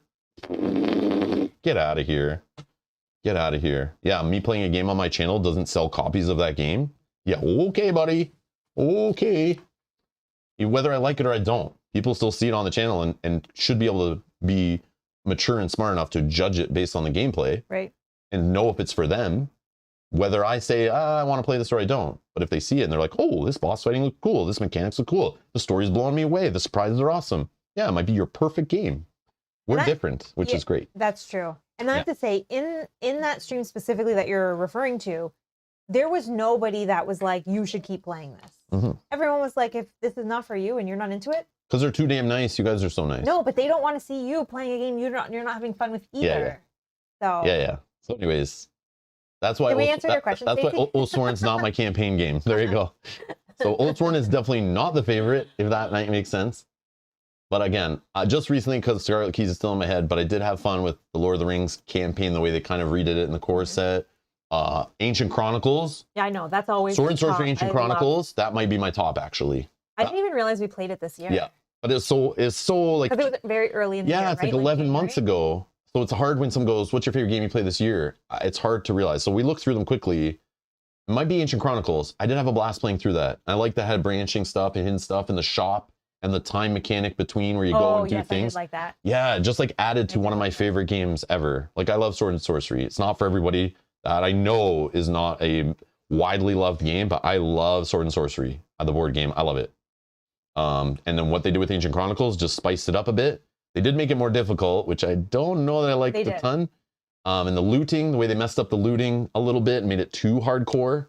The way you can't equip stuff, you know, and you find... Oh, you find stuff that's not for your levels and stuff. But I know that's like acceptable from the Dark Souls universe. Like you're going to find armor, it's not for your build and stuff. But I didn't want that in my Sword and Sorcery.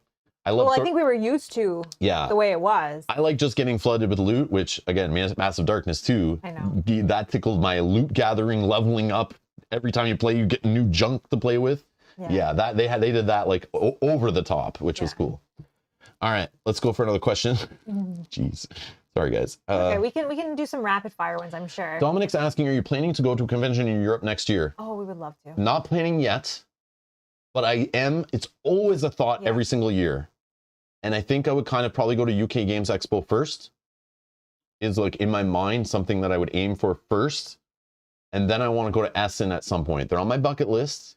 Again, the channel probably still has a little bit more to grow before I can just bomb that kind of money on hotels and flights from Canada and stuff. Yeah. Plus the amount of games I want to buy, plus all the empty suitcases I need to bring, or all the shipping costs of shipping games back to myself and stuff. And I would love to join, and that's like a huge cost. Like maybe you do go by yourself to make it. Yeah.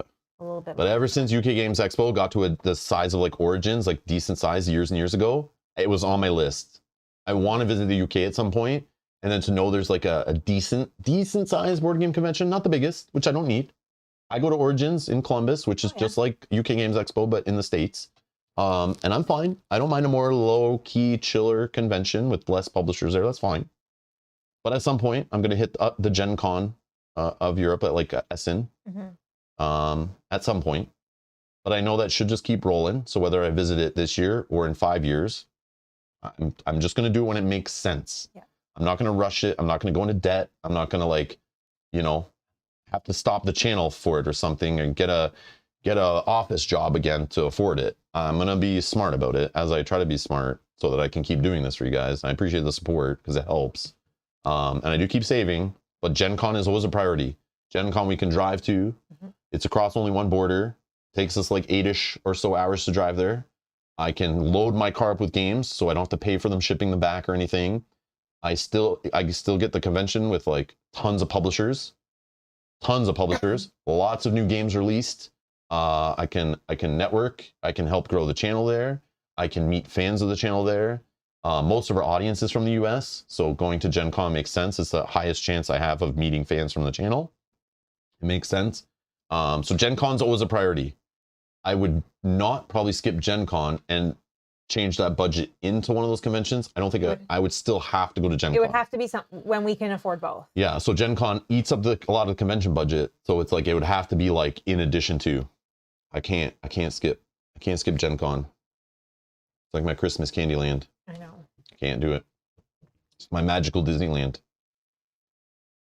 But yeah. All right, next question. Brett asks an interesting one. If any publishers reached out to you for feedback on back cover rules? No. Not necessarily, but I think we've given feedback to publishers, and they have taken that into account when we've played games. Yeah. Yeah. Any ones I've gotten Kickstarter previews for, you know, they usually ask like, okay, you've played it once or twice off camera. Any thoughts, you know? And I'm like, well, I'm gonna like hit you and it might hurt, but here's the God's honest truth how I feel. But again, I'm just one gamer, but here's what I think. Yep. And sometimes they make changes based on that. Sometimes they don't. Totally fine. It's free advice. Here you go. Have a good time. But not specifically where they say, can you read this? And no, I've been offered to be paid for my opinions and reading over things and helping with tutorials and stuff like that. I've been offered by specific publishers who have said, would you kind of like, if I sent you something, would you kind of go through it or like meet me on calls and work to come up with a tutorial or, you know, teach me about how you learn games so I can try to make my intro. But I just say to dedicate that kind of time, I'd have to back off from, I'd have to like stop streaming as much and do other things. And like, that's my passion. So it can't like interrupt that. And so it's like kind of like I would be dedicating too much of my time, no matter the payment. It's just like, that's how I got to go. But I do give tips. I still give tips. I'm still like, yeah, I'm not trying to be an ass, but here's what I recommend. Just some quick point form. You can see me ranting about this, you know, on your last game you made. Just go watch how I ranted about that. Like, you know, take some of that into a consideration. You know.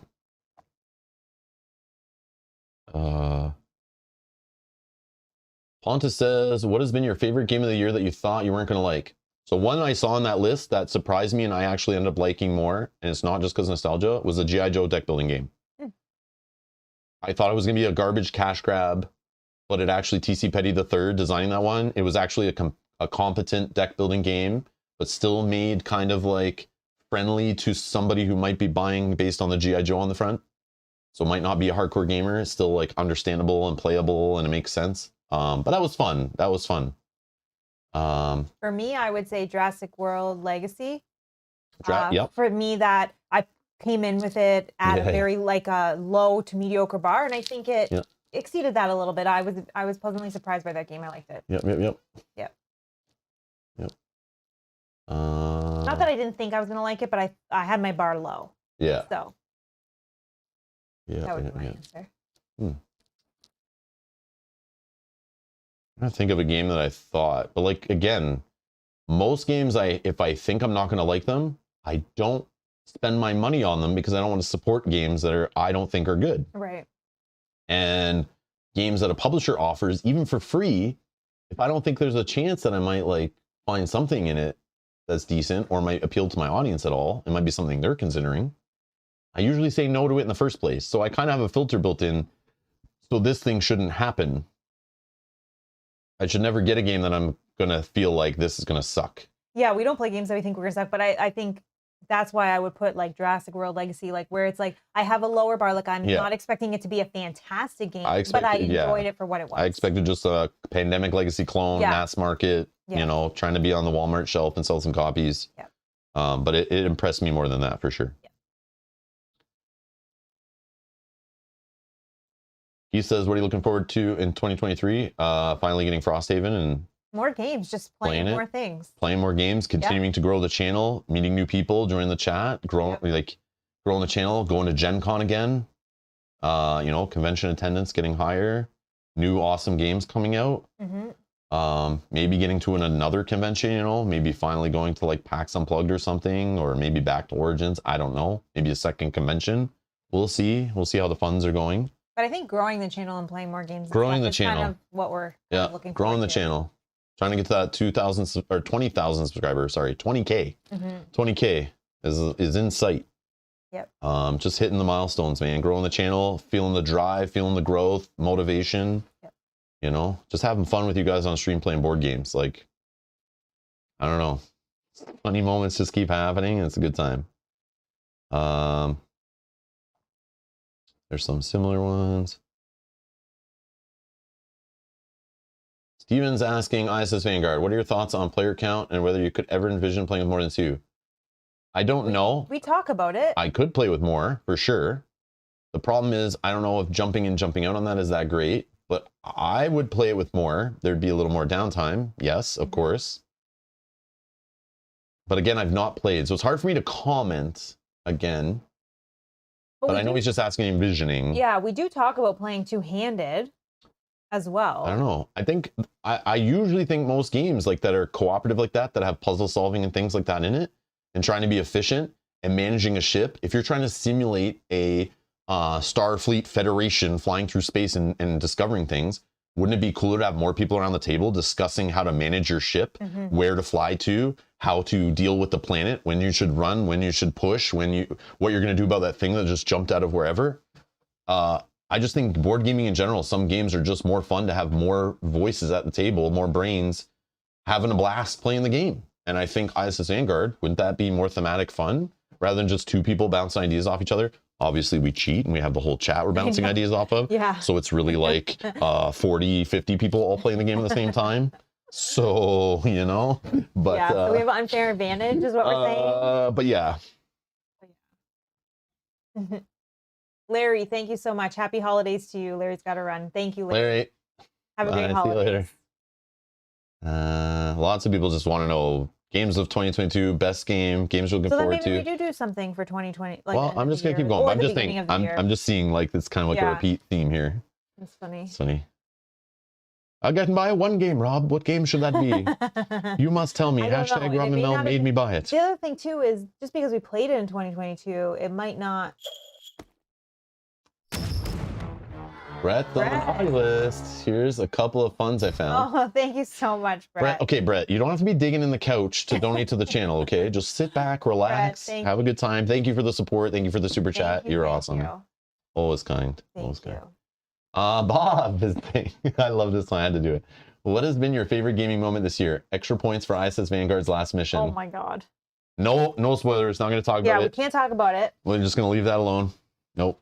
That's a tough one because you know what? So many times, and I think I might be a cop-out answer, but some of my favorite moments are just random funny things that happen. Something that the chat says, something that just happened randomly, you know? I'm going to say those moments in that episode, last episode, ISS Vanguard, I think were trumped by yesterday's finale of Scarlet Keith. Oh, yeah. On the good and the bad. There are some moments there that should not, the luck of the universe or the bad luck of the universe should not have been possible, and they happened. That's all I'm going to say. Yes, I agree. Again, I don't know. Is it an Arkham Horror, the card game thing, where just these crazy moments happen because Cthulhu is watching? I don't know. I don't know. But these things happen where I'm like literally still in shock today, where I'm like, no way. The one that I did, I don't even think you even noticed that it even happened. One thing that happened. I don't know. So. But there are things that have happened in Arkham Horror playthroughs that I still remember that I'm like, what are the odds that that happened? Thankfully, it was on stream and recorded, or no one would believe us. Like it was live. Like, you know, you could see our hands. Like we didn't mess with anything. It's fully random. Chat voted or we rolled dice. Like it was all random and things just like, man, at the right moment, sometimes things just come through. It's crazy. I'm just like, no way that happened. But I'm a pessimist basically. So, or a realist. I don't know how you want to say it, but when those moments happen, I'm like just in disbelief. I'm like, I did not expect that. But oh, but Brian does say best moment, New Year's Eve and Mel's colorful language. I don't remember what I said, but I apologize if I said a curse word. I remember what I said. But sometimes, yeah, sometimes if the alcohol is flowing, things may come out because the filter is has holes in it. Kate also has to get going. So Kate, thank you so much. Kate. Happy holidays, Kate. Hope you and your family have a wonderful holiday. Bob's asking, what is the schedule of board game streams for early part of the new year? I don't know. Bob wants to know the future. I don't know. What I want to do is kind of, I still want to keep playing ISS Vanguard. Keep that going for now. There's games that I want to get into soon. I want to, like I said, Marvel Champions could be in there. The X-Men campaign. But yeah, I want to get Undaunted play. There's some other games we have that I'm just thinking that because I was just looking at them, but there are other ones that are in the pile that I'm not even thinking of. Like multiple piles at this point now. Yep. So I don't know. Oh, Steven also has to get going. Steven, happy holidays. Bye, Steven. Thank you so much. Thank you, everybody. Yeah, you guys can run. You don't have to say it. It's all good. Yeah, we know the times. Busy time for everyone. Han says, will you play Hoplomachus Remaster with Mel, either co-op or competitive? Yes. Yes. Yeah. Oh, for sure. Maybe both. I don't know. But yes. Yep. So that could be considered. I don't know when that's actually going to hit. I don't know when we're going to get our copy. I'm assuming sometime between January and March, probably. But that is a game. There's one for Bob's question. Hoplomachus Remastered when it shows up. That's one.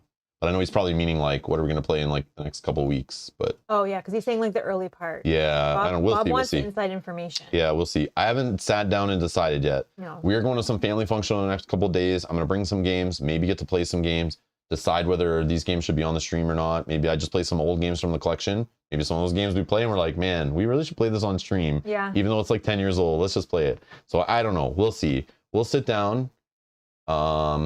Probably like around New Year's and kind of just go like, okay, we're done this campaign, we're done that campaign. Like, is there a campaign we start? Do we go on a binge of just one-off games and not start any campaigns for a bit? Oh yeah, that's awesome. You know, and just have ISS Vanguard as our campaign kind of going, and the Poison Promise we're still playing in the campaign for Journeys in Middle Earth. Like we have 2 campaigns going right now. We just finished Scarlet Keys yesterday, so I don't know. Maybe we take a backseat from some adding new campaigns for a bit. I don't know.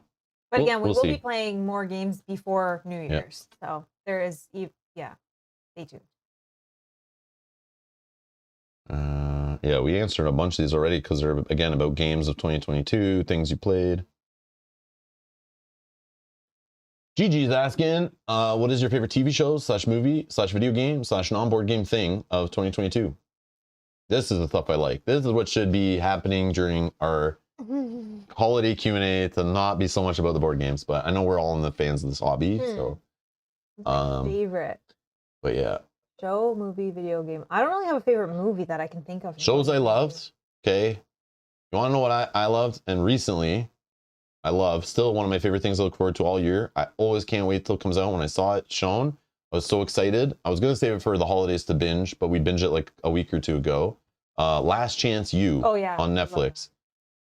I played sports when I was younger. I'm not really a sports guy anymore. I'm into more video games and board games and stuff. I don't really follow sports, but it's just like the Netflix Formula One. It's like the Netflix documentary style, behind the scenes.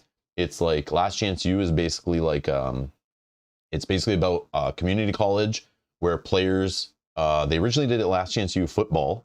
Now they do Last Chance U basketball, but they basically follow a team for the season. And it's all players who've like, maybe committed a crime, maybe ran out of money, whatever. Not doing well in school. Yeah, not doing well in school. And they were in like a D1 college, like a high level university. And they were on a sports scholarship and they lost the scholarship. They had nowhere to go. So they go to some place. It's like basically a community college, a junior college, they call it. And they have a coach who runs a program to try to get these guys back into shape, to become men, to like get their life correct. Maybe they have children. Maybe they're like, you know, teenage parents kind of idea, or like maybe to try to get their life back on track. You know, they committed a crime or something. and they're trying to get them to become men and work together as a team and win a championship and work their way to get scholarships to get back on teams again.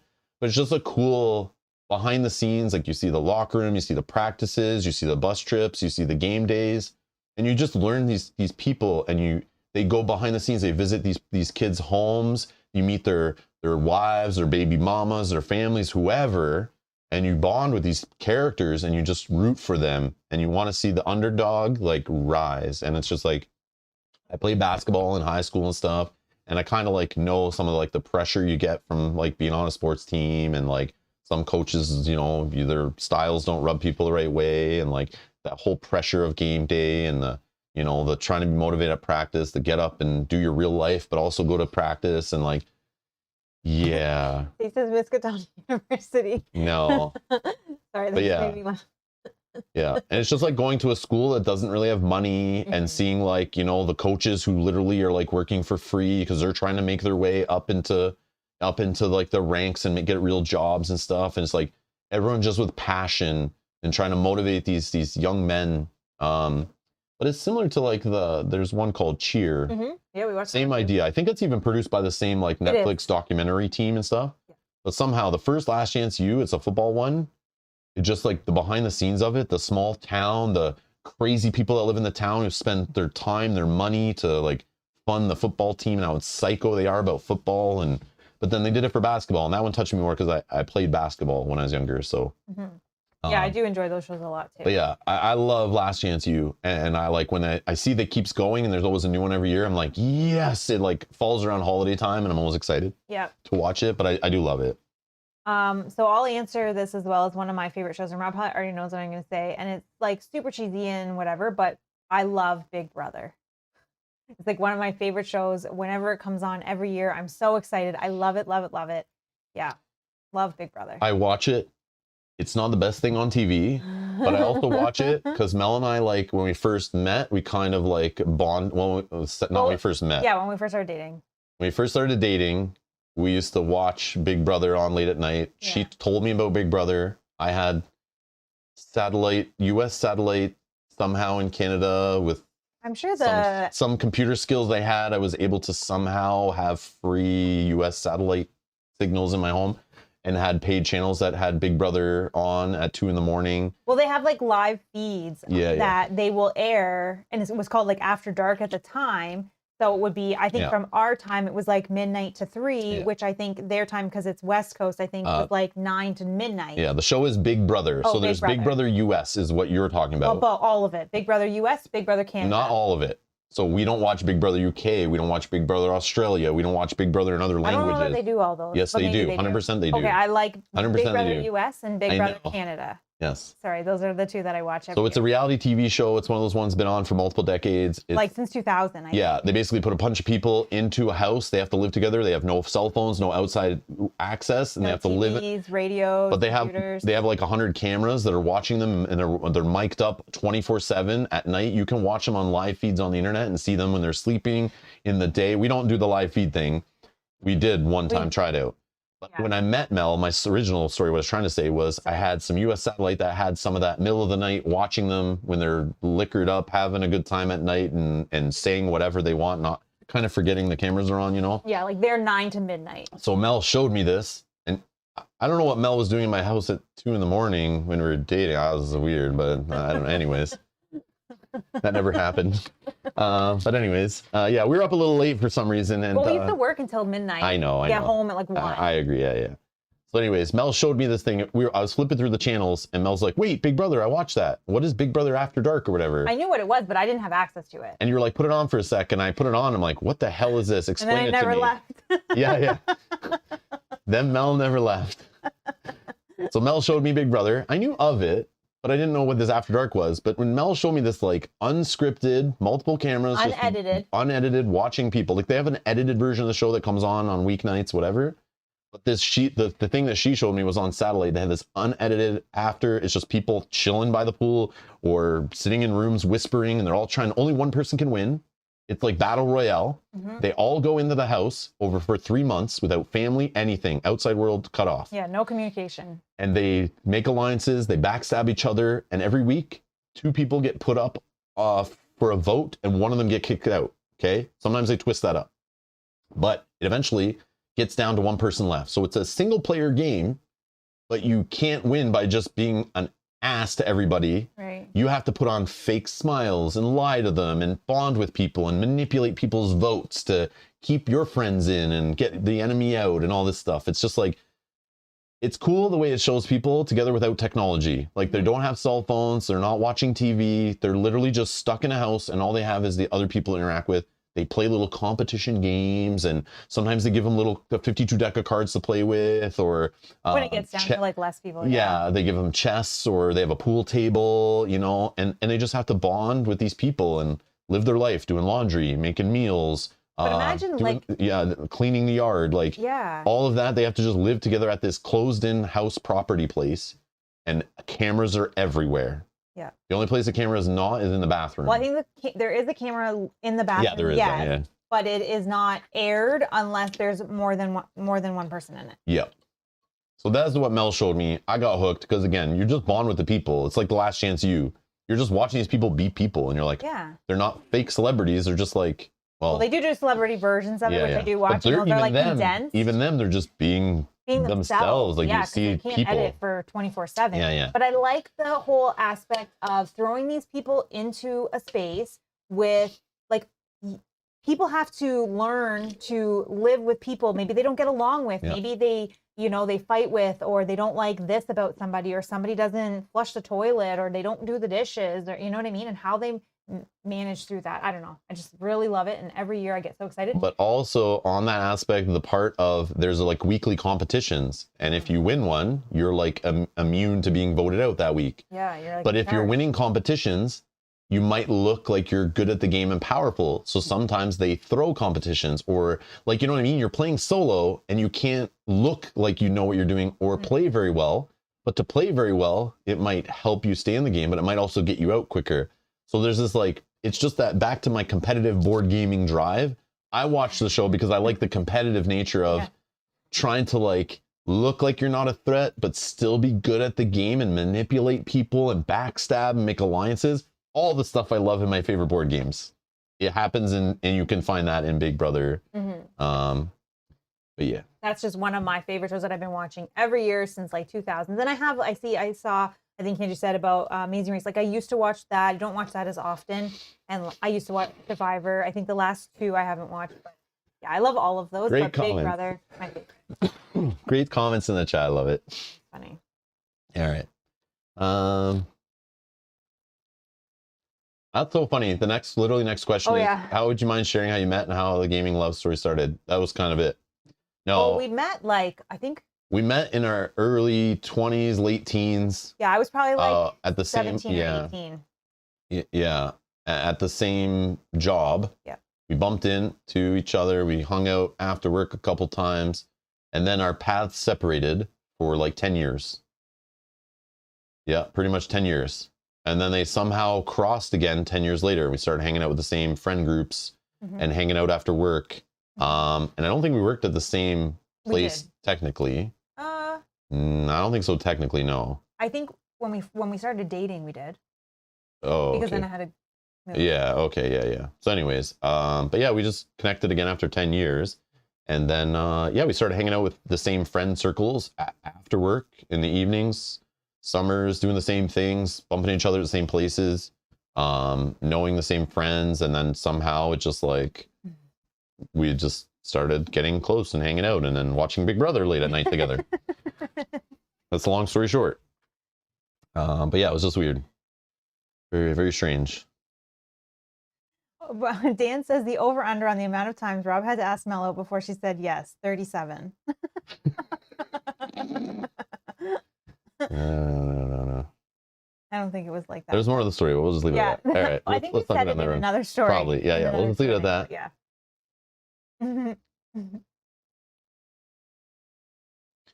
What is your favorite holiday snack or meal or beverage? Eggnog? ? Spencer? For me, it's always like the traditional, I guess, I don't know if you call it like American traditional, like turkey, snack, gravy. Like that's just like a meal. So I love turkey dinner. Love. And I do love eggnog. Yeah, I like eggnog. I don't know, man.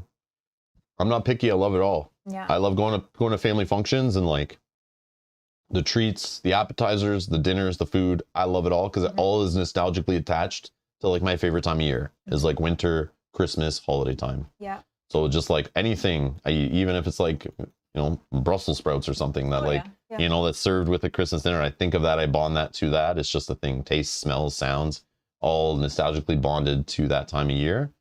So I can't think of anything I can complain about, but yeah, I mean, I love it all. I don't know. But my favorite holiday snack. I'm trying to think of something that's around the holidays. Yeah, that we don't have any other time. So like obviously eggnog started showing up in stores. Love that, of course. One thing that showed up again after multiple years of not being able to, we haven't gone to the States much, obviously COVID and all that lately. Right. But one thing I found around holiday time in the States many years ago, and they started showing up on shelves in Canada a couple months ago for holiday time, is white chocolate covered Oreos. Yep. That's a favorite. And I kind of like, they left my mind and I forgot about them, but they are like my favorite Oreo, I think. And they showed up on Canadian shelves, and we don't usually get crazy kinds of Oreos here. And they showed up in little boxes, holiday themed, and they're like basically Oreos, but dipped and wrapped in like a white chocolate shell. So you bite in it, it's just a regular Oreo inside, but man, something with that white chocolate mixed with the chocolate cookie with the sugar paste inside, whatever it is. My God, I love those things. And they are attached to the holiday time because we found them when we used to go to the States. We drive across the border to the US to find, in the US, they have more stores, more brands, and you find more toys. So I used to love going down there for my daughter and finding her like My Little Pony toys that didn't come to Canada, or like whatever favorite show she was watching or whatever favorite cartoon. I loved going to the States to find different toys that her friends or her family or whoever didn't have so that I could spoil my daughter. But when we're down there, we also truck on to the treat aisle, which is 10 times bigger. Gotta have a peek. Yeah. And I always loved buying weird Oreo flavors that we don't have in Canada. So that's like kind of like a hobby of mine, I guess. So when we go down to the US, but I remember one time we found these white chocolate dipped Oreos, and then we never saw them again. And they were a holiday thing. So I don't know how often they're gonna appear, but yeah, that's something that we only have on holidays. You're right. I can't think of anything Stacey else. says I'm about to get a case of holiday-induced diabetes. Yeah, I shouldn't talk about that stuff, but I do love the turkey, the stuffing. I love stuffing. Yeah, stuffing is my I love stuffing. My grandpa used to make a mean stuffing.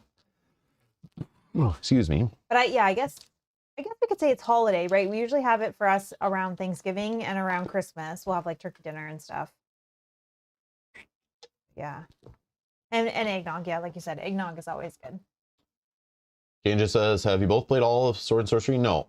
So the second wave of Sword and Sorcery, we've only played the base box, but there are 3 expansions that continue the campaign we haven't touched.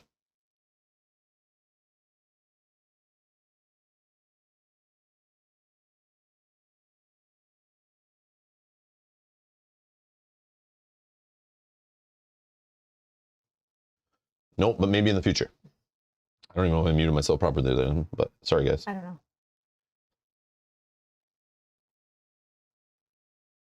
Brian says, not game related, but still fun. Are you excited for what will replace Top Thrill Dragster at Cedar Point? Do we know what that is? No, I don't think they've said it yet. Oh, they're still just building their boardwalk thing out, I saw. Okay. They're doing construction on that. But I forget what was finally decided for Top Thrill. I think the way they said it is Top Thrill will not be back the same. So as you know it. Okay. I don't know if you can consider it being fully replaced, but it will be something new-ish. What I think is that damn thing's going to still be there, but they're going to replace things on it and make it more safe, friendly, more cost-effective. I don't know if they're tearing it down. I don't know if that was finally decided. Osiris, hello, is on the nice list. Producer for 4 months. Merry Christmas, Robin Mel. Love all your content this year and looking forward to another great year of gaming. Thank you so much. You're too kind. Thank you.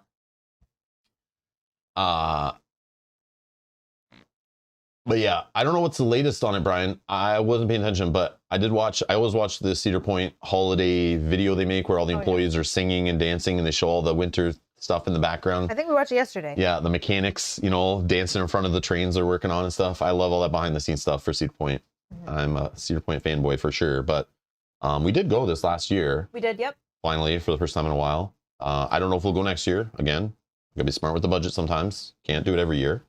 But what was I gonna say? But yeah, I don't know what was fully decided for that. I know they kind of were saying it, and the kind of the way they worded it, it sounded like the same way they kind of said about when Mean Streak was dying and they had the funeral, the big wooden roller coaster, the record-setting wooden roller coaster they had. And I was like, man, they're getting rid of that already? Really, they were just redesigning it to be one of those RMC designs. But it didn't really disappear. But it did turn into something basically completely different. But so I can see that where they're going to like rework it. But supposedly Top Thrills cost so much to maintain. It breaks down so much. Kind of an embarrassment. But man, it's a draw. It brings people there still. So it's kind of sad that it went down. Because like I wanted my daughter to ride that this year. Yeah, she was excited to hopefully ride it. I was literally crushed when I was like, no way we're finally going back there after many, many years. And she's older now and actually can remember going there. And it's like, she doesn't even get to ride this thing that scares the hell out of her just seeing it on YouTube, you know? I was super upset about that. Going there and seeing it in person, I showed her and she's like, holy crap. I'm like, yeah, man, but I don't know if we'll ever be able to ride it ever again in that capacity, but we'll see. But I think they're going to replace the launch engine for sure into something new that's more cost efficient, more reliable. I don't know. I'm not sure. But yeah, I'm always excited for changes at Cedar Point. It's a reason for people to go back and me to experience new things there and build more memories. I love that place. Yep. Love that place. So much fun there this year. Stacey wants to know, Mel, what are you baking this afternoon? Oh, well, I will be baking magic bars. I don't know if everything relates in every country what they're called, but I'll be baking magic bars. I'll be baking cookies, brownies. I make these like toffee, like almost like a score bar, but made with crackers. Maybe I'll post some pictures of some of the things after, and if anybody wants any links to what I actually used, I can definitely put them in the Discord. But yeah, so just that kind of stuff: cookies, brownies, cookie bars, things like that. Bob's asking, what game mechanic throws you or Mel into a rage? I know my answer to this. Mechanic that throws me into a rage. I don't know if it's a specific mechanic or a lack of a mechanic, but any game that is heavily luck based, that involves some kind of luck mechanic, either dice rolling, card drawing, whatever, and it's just so plain and that's all it is.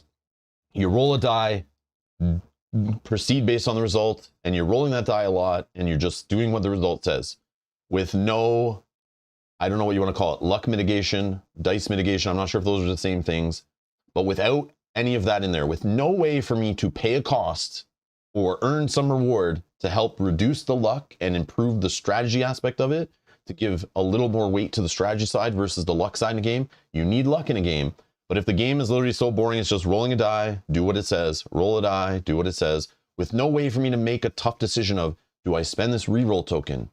Do I grind this thing to earn more ways to manipulate that die? Do I have a way to roll an additional die with it? And should I do that this time? Like, there has to be something to spice up the basic luck mechanic of a game. And it throws me into a rage when I realize that's all the game boils down to, is just literally rolling a die and you have no say for it. If a game doesn't have that in there and I feel handcuffed by the game with no cost, like, give me a cost, give me something to do, give me a decision point, give me a stress, give me something.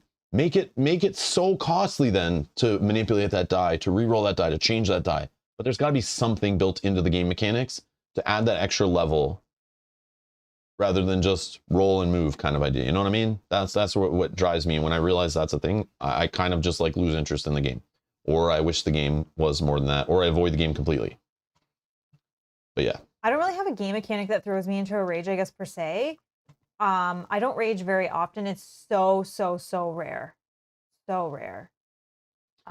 What about the mechanic of drawing a token from a bag that literally auto fails you your whole check, no matter how many cards you put in, no matter how perfect planning you did, no matter how extra bonuses you have on cards in play, giving you all the benefits in the world. You've built up, you've made it so there is no way this check can fail because it's the most important check in the game. And you pull a token from the bag and it says, sorry, bro, auto fail, you get punishments, you suck. So it usually doesn't put me into a rage the first 1 or 2 times that's pulled. But if it's being pulled 4 times in a playthrough, that maybe does start to put me into a rage. And even when I'm losing in said game, I'm still kind of optimistic that we might pull it out. So it is rare. It is rare. Yeah, exactly, Yogi. Yeah. Yogi helps me out and stuff like this, right? So the autofill token doesn't necessarily put me in a rage the first 1 or 2 times.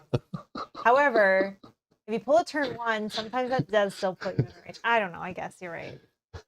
They know the feels. Everyone knows. Everyone knows. I don't even have to say the name of the game. Everyone knows. Everyone knows. Dissonant voices. Yeah, that was annoying. That's annoying. Frederick's asking, so far this year, which is your most memorable stream? Oh, memorable stream. I mean, would you say it's like streams like this? I don't know. Well, I love these kind of streams. The problem is my memory, like remembering what happened this year, what happened last week. New Year's was fun. I remember our New Year's stream being like our New Year's Eve stream. Oh, I guess that would be last year then. There was a stream. It was so fun. And I hope it doesn't come off I sound like, oh my God, greedy or whatever, or this is what I need to have a great stream. But there was a stream where you guys realized you could do gifted memberships. Oh, yeah. I don't remember what game it was because it told... Was it Hopamakas? Yeah. It threw me off so bad. I was flustered. I still think about that day. And they were trying to bust me to tears. And I was holding it in so much. But to feel like I watch streams, I watch big streamers on Twitch my life. Even Justin.tv, I was watching streamers and being a streamer. And it's been a thing for decades I've always wanted to do.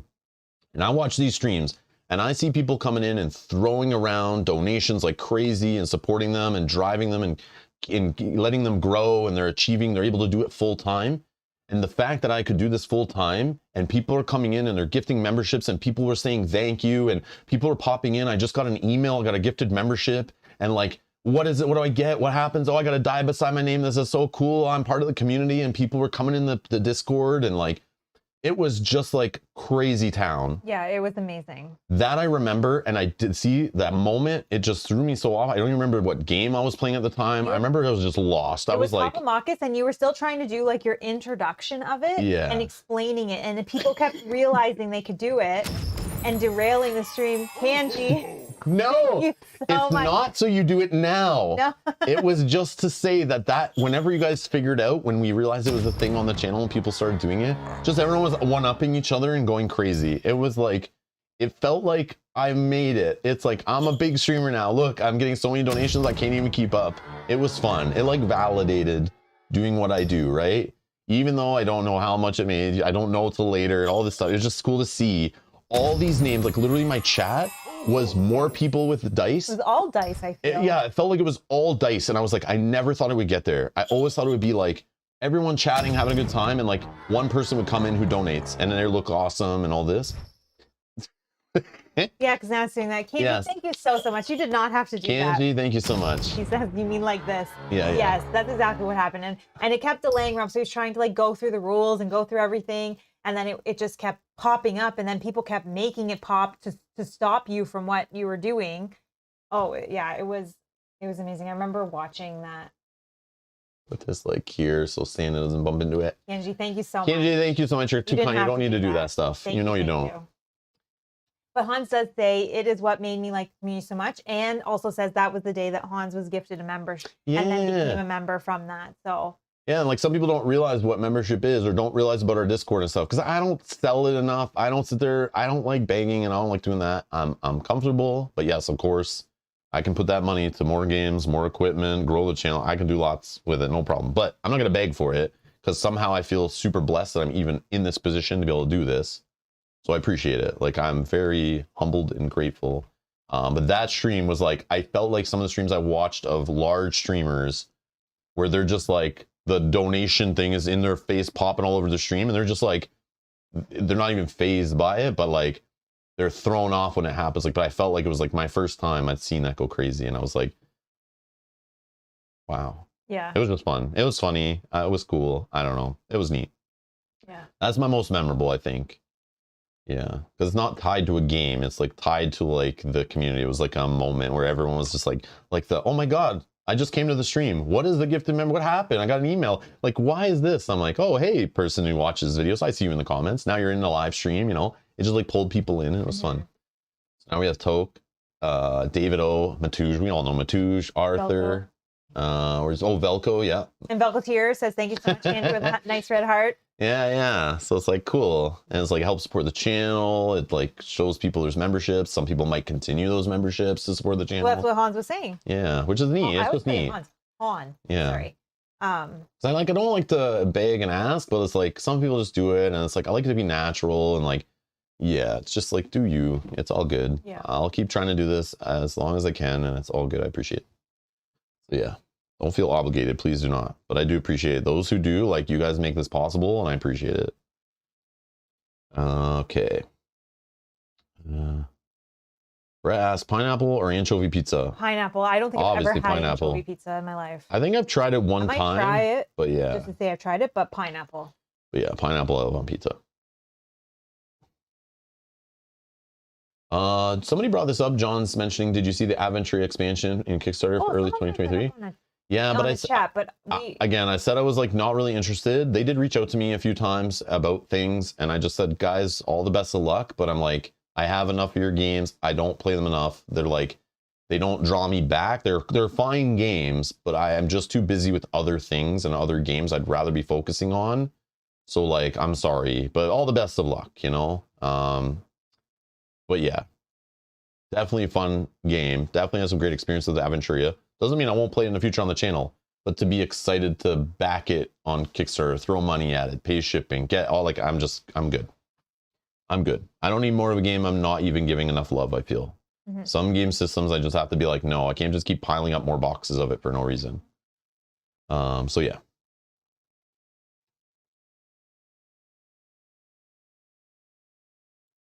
And the same reason, almost 100% the same thing. I think you said this in our Aeon's End, yeah. I need to stop with Aeon's End. I need to stop. Okay. Unless they come out with a legacy. Maybe. That would be when they'll do another one. Yeah. They'll keep doing it as long as people keep buying it. Yeah. But I don't need to buy all the expansions. Yeah. I have enough Aeon's End cards to build. Setup and teardown has become a nightmare to even do it that I don't even want to play the game because of that almost. I will. We will play Aeon's End on the channel again, of course. Mm-hmm. But not buying another expansion is not going to make it better or worse. It'll make it probably worse, actually, in my opinion. I have enough cards that I can make enough combos in Aeon's End. I could play against enough bosses and minion combos and all that stuff. Mage combos. That game has an endless amount of replayability content with what is out there, and you don't even need all of what is out there. Right. They're just doing it because it's a cycle that funds the company. It takes very little work to literally make the same game again with a tweak. So I don't like that when a company just keeps literally making the same game again with no, like, it's just an evolution, not a revolution. Like, and then the whole idea that they were trying to double dip by taking the exact same game and doing that something Knights, Astro Knights or something. Oh yeah. That turned me right off, that they weren't just like, and they're still doing Aeon's End. So it's like, make some different games, make some new things, like, you know, I don't know. It's just like, I don't need more, but it could be the perfect, Aeon's End could be the perfect entry point. Their newest set could be the perfect entry point for someone new. Please don't let me turn that off from you. Aeon's End is one of my favorite games, probably my favorite deck builder of all time. Amazing game. But anyone who's ever collected the deck builder has been around for years. All of a sudden you've got storage cases and boxes and boxes and shelves, and those games are like infinitely expandable. So it's like, even though you can expand it infinitely, I don't think you should. Yeah, it's true. It shouldn't, because it just gets, the setup and teardown just becomes so stupid that it's just dumb. But I know part of the replayability of being able to see this giant collection, some people love that. They love the idea of the randomizer. Put in 1,000 expansions, click randomize, and boom, it comes out with something crazy at the end. That is awesome. It's cool to do it. But I don't need more Aeon's End cards on my shelf. I am just a regular gamer. Yes, I YouTube stream, but it's like, I just can't. So I'm voting with my wallet to say stop. There's enough out there for your game. For me, I don't want any more. So yeah. KJ saying, but isn't that just like Marvel Champions or Arkham Horror LCG or Lord of the Rings LCG? Yes. Yes. Yes. We can't do it all with all of them, is what you're saying. Yep. So at Arkham Horror, some point, I'm going to just stop with Arkham Horror, even if they keep making it for years. But the crazy part is right now they're making some of the best content for that game. But I can't say that for Aeon's End. I play it. It feels the same as the last one I played. It's still great. It's still great. Don't get me wrong. You go buy the latest box of Aeon's End, it probably is the most refined, and it's going to be the most solid box you buy for it, most likely, unless they put some mechanic in it that totally busts the game and makes it not fun. But yeah, I don't know. I don't know how to say it. No, I think you've answered. But Marvel Champions, at some point, I'm going to just stop buying Marvel Champions. The same reason. I just haven't got there for Marvel Champions yet. But the X-Men stuff, just like Arkham Horror has done with the campaigns in a single box and started breaking out of their shell and that refined, that tried and true little pack drip linear campaign BS. The fact that they finally took Arkham Horror and were able to break off their training wheels and bust into full campaign boxes and be able to work outside of that. They're just finally making the proper Arkham Horror, how Arkham Horror should have been when it first came out. They're just making that into a great game, in my opinion. Like, the best campaigns are the last two, I think. But I haven't played two of the other ones. But again, they were still restricted by that. You need to have all the packs, and it's all has to be played in a row. You have to make people feel like the pack they bought has to be played. Yeah, I like when they're not restricted by that. I like when there's stuff in a campaign box that may never get touched in your playthrough. I think that's amazing. Mm-hmm. That opens gameplay design, that opens adventure, that makes the campaign feel less linear and more open. So Arkham Horror is totally like, okay, cool. It's just getting good, I think. Marvel Champions is seeming like it could be stale.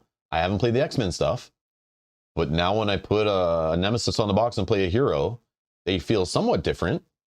But I can see how that game is going to lose my interest probably pretty quickly in the future. But it still is a great game to just plop on the table and probably play pretty quickly. Here's the thing, actually. To set up a game of Aeon's End that turns me off, I don't know if it's easy. Marvel Champions is similar to set up, though, if you think about it, especially if you have a big collection.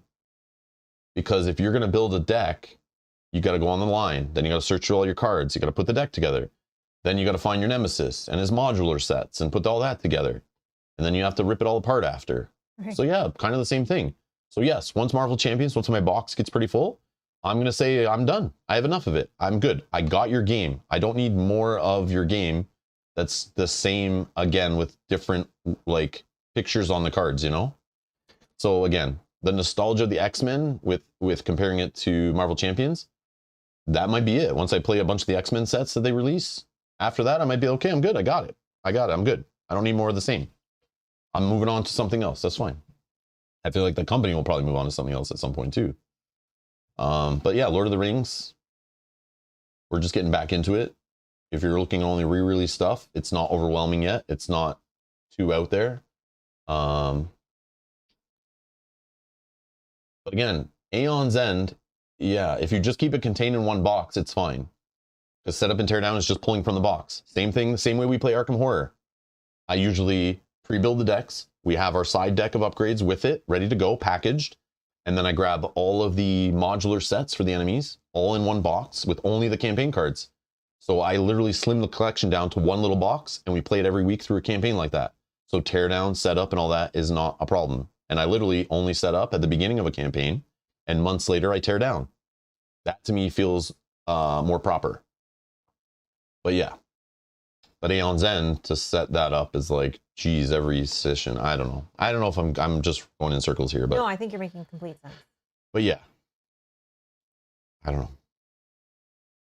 I need to use the washroom. Do you need to take a break? Or no, I'm good. I'm good.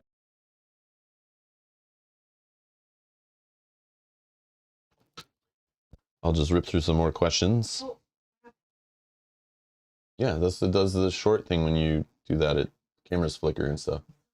You're wearing a sweater that's got static. I don't know. I don't know what does it.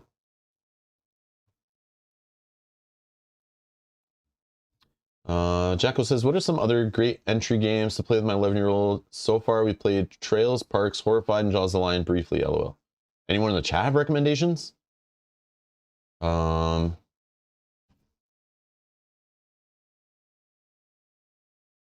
I'm not sure. Not sure to think of that. Like, man, Jacko, again, like yeah, if those games all worked for your group, I've not played Trails, I've not played Parks, we played Horrified, great family game. Jaws of the Lion, that's cool, but briefly, so that means you just either started or it wasn't for you. Azul Kanji puts. Azul I've never played, but I recommended it for some family members, and they got it and pulled in some gamers into the hobby with it. Because I saw it was rated so well and it looked like a game they might like. Azul was a hit, but I've never played it. I'm seeing Cascadia, Blockus, Ticket to Ride.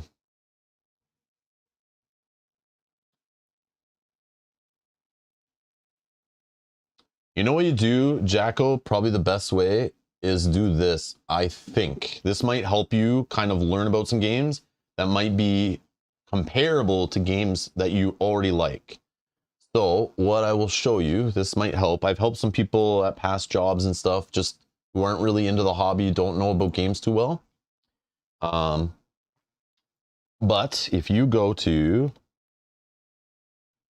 boardgamegeek.com, okay, the largest board gaming database, community, whatever online, rate and rank games and stuff. Okay, behind my head is a search box, and I search parks, okay?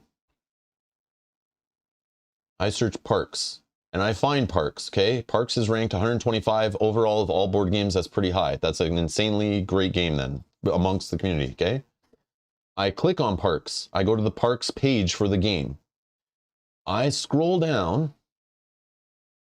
and I will find, after going through all this fluff, I also find, because people rate and rank games, and because all this data is collected, people who rate parks very highly also rate the Isle of Cats very highly. Are you in? They also rate the Isle of Cats very highly. They rate Wingspan very highly, which if you've not played Wingspan, as long as the whole birds and eggs on your table don't turn you off, it is a very well-designed game with a very unique theme and looks beautiful. But that is a winner. That game has definitely, I've recommended a family, played with family. They then played with extended family, hook them into it, start showing up to play it. Yeah, that game is definitely a quality game to pull people into the hobby with. Calico, Cascadia, Point Salad. Cascadia was mentioned in the chat. My City, okay? You can click see all also. So what you're gonna do is do this for whatever games you like, okay? And just start looking at these games. Don't go buy them all, just buy these pictures and rankings. And yes, you can sort it by rank, I think. Oh, maybe not. Maybe it is by rank already. No, it's not. But look at all the likes on them and stuff like that, right? Just start clicking on these and read about them. So Cascadia, you're like, what the hell is that? Just click on here. I don't know if you're familiar with the Geek website, but this boardgamegeek.com. Anyone who's new, this should help you, okay? This is the basics. Just start down this rabbit hole this way. On the right here, you'll see classifications, categories and stuff, and mechanisms. So you're like, wait, what I really love about this is the hexagonal grid system or the open drafting. That's what I really love about the game that I looked up originally, and I also might like about this game, and read the description. You can also go in the forums and read reviews from people who've played it. So go to forums, go to reviews. You can read some regular Joes that who've played the game and how they described it and how it worked with their family or their friends or what they liked. And some people are very good at writing these reviews. Some people just throw some words in there, but they're all helpful. They're all helpful. Okay. Don't just go by the rating of the game. Don't just go by this number here. Okay. Actually read some people who've played it and what they think, what they compare it to, because they might say something about the game that you're like, oh yeah, I don't really like that about games. And they do like it. Okay. Maybe I should stay away, you know? But the other thing is, oh, see you later, Brian. Bye, Brian. See you later, Brian. Take care. Merry Christmas to you and your family. But yeah, so go in here and you can see the weight of the game, the age recommendation, the community rates it. You know, players will rate it what they think it's good for. So even though the box says 10 plus, maybe people rate it 8 plus, whatever. But yeah, just go read about the game. But the cool part, like I was saying with the mechanic, so let's say you really love the open drafting in the game. You click on open drafting. What games are linked to open drafting? And then you can sort them by rank. Boom. The highest ranked game on the whole website that has open drafting in it is Ark Nova. So just an example, if you were like, man, the open drafting is the real thing I love about whatever game, or the deck building, you can click that mechanic, filter by it, and then go read about that game. Click on it. What is this game? It's build a modern scientifically managed zoo and support conservation projects. You know, read the write-up. What does it do? Cards allow you to do this. You build, there's animals, whatever, blah, blah, blah. Has end game bonuses. You know, it's got the ecology theme, the science theme. Oh, you really like the zoos theme of this game? What other zoo theme games are there? Okay, so hopefully this helps all of you out who are like, I don't know what game to buy for my family, or what game I should recommend, or what gift I should buy for my friends. Do your own research. I can't tell you. I don't know the playgroup. I don't know what mechanics you like. I don't know what you own. I don't know how much funds you have available. I don't know what you can easily get your hands on. I don't know what games are published in your country. I don't know what's on sale. I don't know how much space you have in your home to store games. I don't know how big of a rule book it is before it's too big and you don't even want to touch it. I don't know if you hate miniatures, love standees. I know none of this stuff. There's way too many variables involved in you putting the proper game in your collection that I have no control over, okay? But what I can do is teach you how to fish instead of just handing you a damn fish, because the fish I give you might taste awful because I didn't know you were allergic to whatever fish. I don't know, you know what I mean? Hopefully all this makes sense. I'm rambling. All right. That means next question. Next question. But hopefully that helps more than just Jacko. Hopefully that helps, you know, in general answers that question for people. And hopefully somebody watching is like, oh, damn, I could find grandma's next favorite game. Hold on, let me go dig around this website for an hour.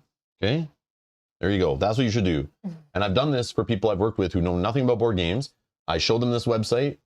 They go home, they sit with their wife, they dig through the website, boom, they buy a game. That weekend they play it. They come back on Monday and tell me that I just improved their marriage. And now they're board gamers. Now they're asking me about what's this convention you go to, and where's the board game stores around here, and what's board game night, and oh, how do I find more than 2 players to play with? And boom, and then I hook those suckers, and they're into the hobby. Anyways.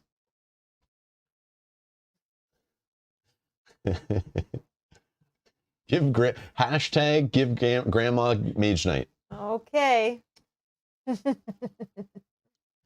Grandma might not have enough time left in her life to learn Mage Knight through that horrible tutorial and rule book, okay? It takes years to study and learn Mage Knight before you can even play it. Years. More than a university degree is required to actually understand and get Mage Knight to the table. And once you do, oh man, it feels so worth it, but that process is not for everybody. Do you have any pets? No. No. No. I'm allergic to a bunch of different animals. Mel's afraid of a bunch of different animals and allergic to them. We rent our home. Yes. Our landlord would prefer we don't have pets. We can have certain pets. We can't have furry pets. That's in our contract. But we have none.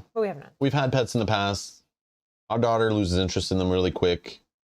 I love pets. I grew up with tons in my house. I've owned like many pets. But no, we currently do not have any pets. No. But when I had pets recently, the last pets and my favorite pets, my top 3 pets that I've owned, living on my own or living with Mel that I owned, my favorite pets over the years, parrots. Like, I mean, full like Amazon parrots that can talk, fly around the house, land on you, chill with you, watch TV with you,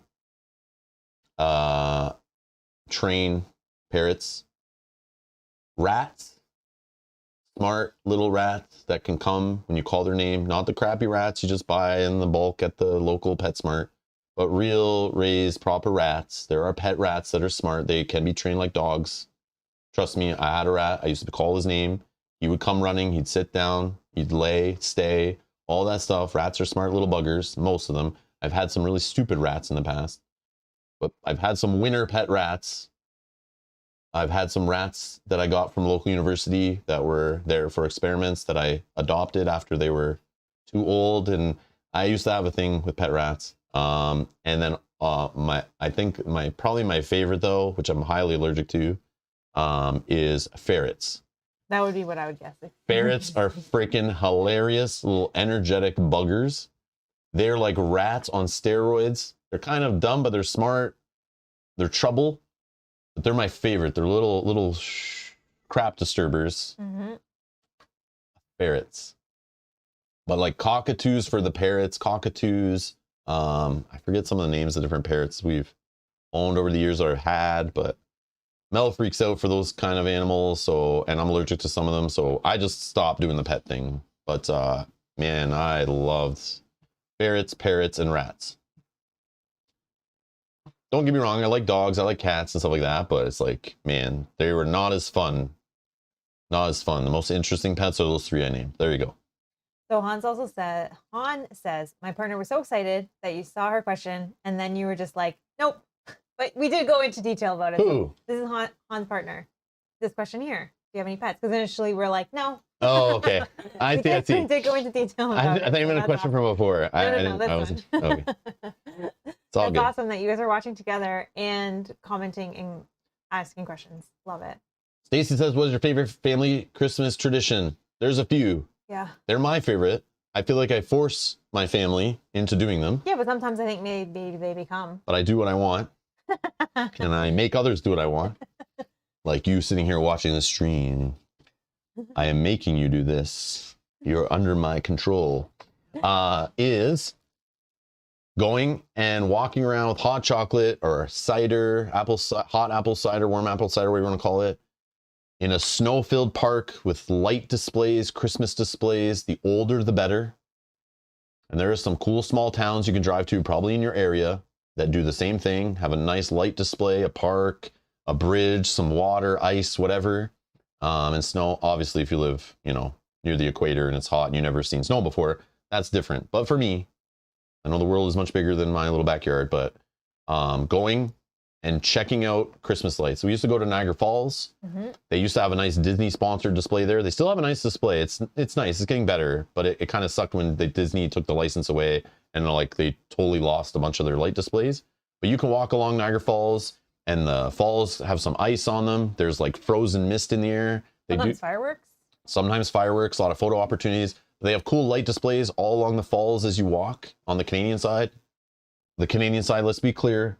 When I say Niagara Falls, we're not talking about the American side, Niagara Falls, New York, okay? I've been there. It's not the same, okay? Cross the border, walk across if you're US. Don't just go to the falls and think you did it. You got to cross. Come to the Canadian side. That's the good side. That's the better side. That's the more commercialized side. Hotels, casinos, lights, tourists, shops, arcades, a cool Tim Hortons. That I actually worked with the guy who designed that and the Ferris wheel. He's a cool dude. But yeah.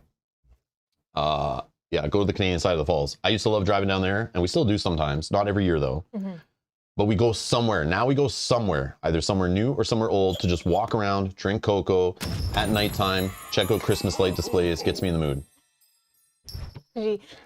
Thank you so much. Kanji, you can stop donating now. You don't need to keep donating. This is not the donation you're looking for. Thank you. Thank you so much. You're too kind. Or just driving around the neighborhood. Sometimes online on social media, you can find people's neighborhoods in your area that put up light displays. A whole neighborhood will all try to outdo each other with light displays, cheesy Christmas decorations and stuff. I love going to those places and walking around down the street or driving by. You can find people on YouTube who go by those and film them if you want to see what we're talking about if they don't have that in your area.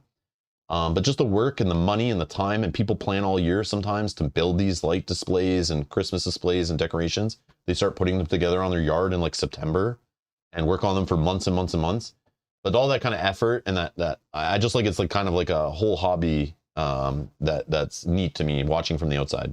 Yeah, crazy. But Yogi does say, my dad's house wins the street Christmas light prize like 8 out of the last 9 So Yogi knows what I'm talking about. That is awesome. That's cool. Love that. That's cool. I love that. No, but that's something that I love to do as well, is going and looking at the lights. The other one is watching A Christmas Story. Yep.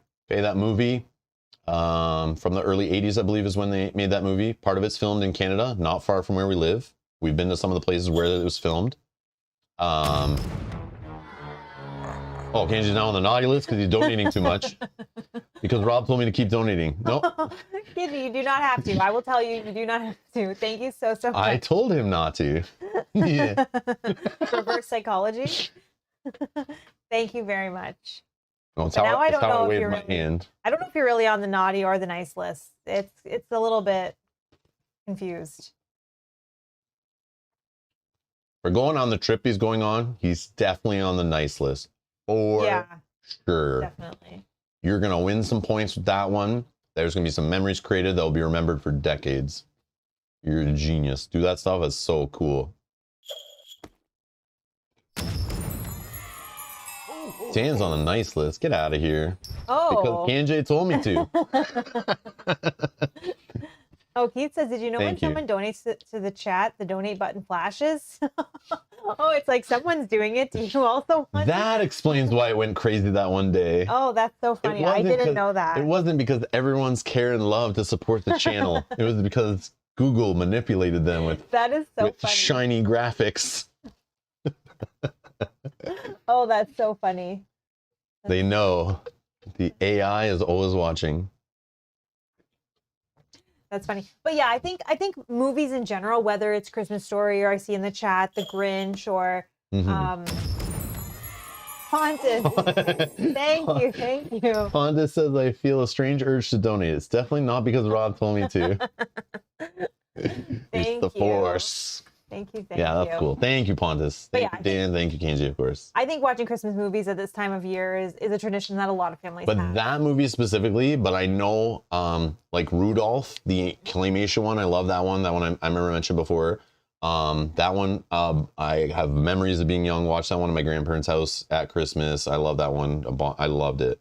I love the claymation. It's just so cool. The idea of how much work went into it and how clever it looks. I love that stuff. For anyone who has kids, I did see that Disney is trying to do that same thing. Brett, thank you for the super chat. Thank you so much. Dan from HR showed me the policy. Brett, thank you. But I did see when I was looking up Christmas movies this year, I always kind of look around the holidays, like any new Christmas movies or any that came out in the last few years that are kind of like classic worthy that should be watched. And I always try to watch a couple new ones to see. Most of them are just cheesy or suck or they're not timeless.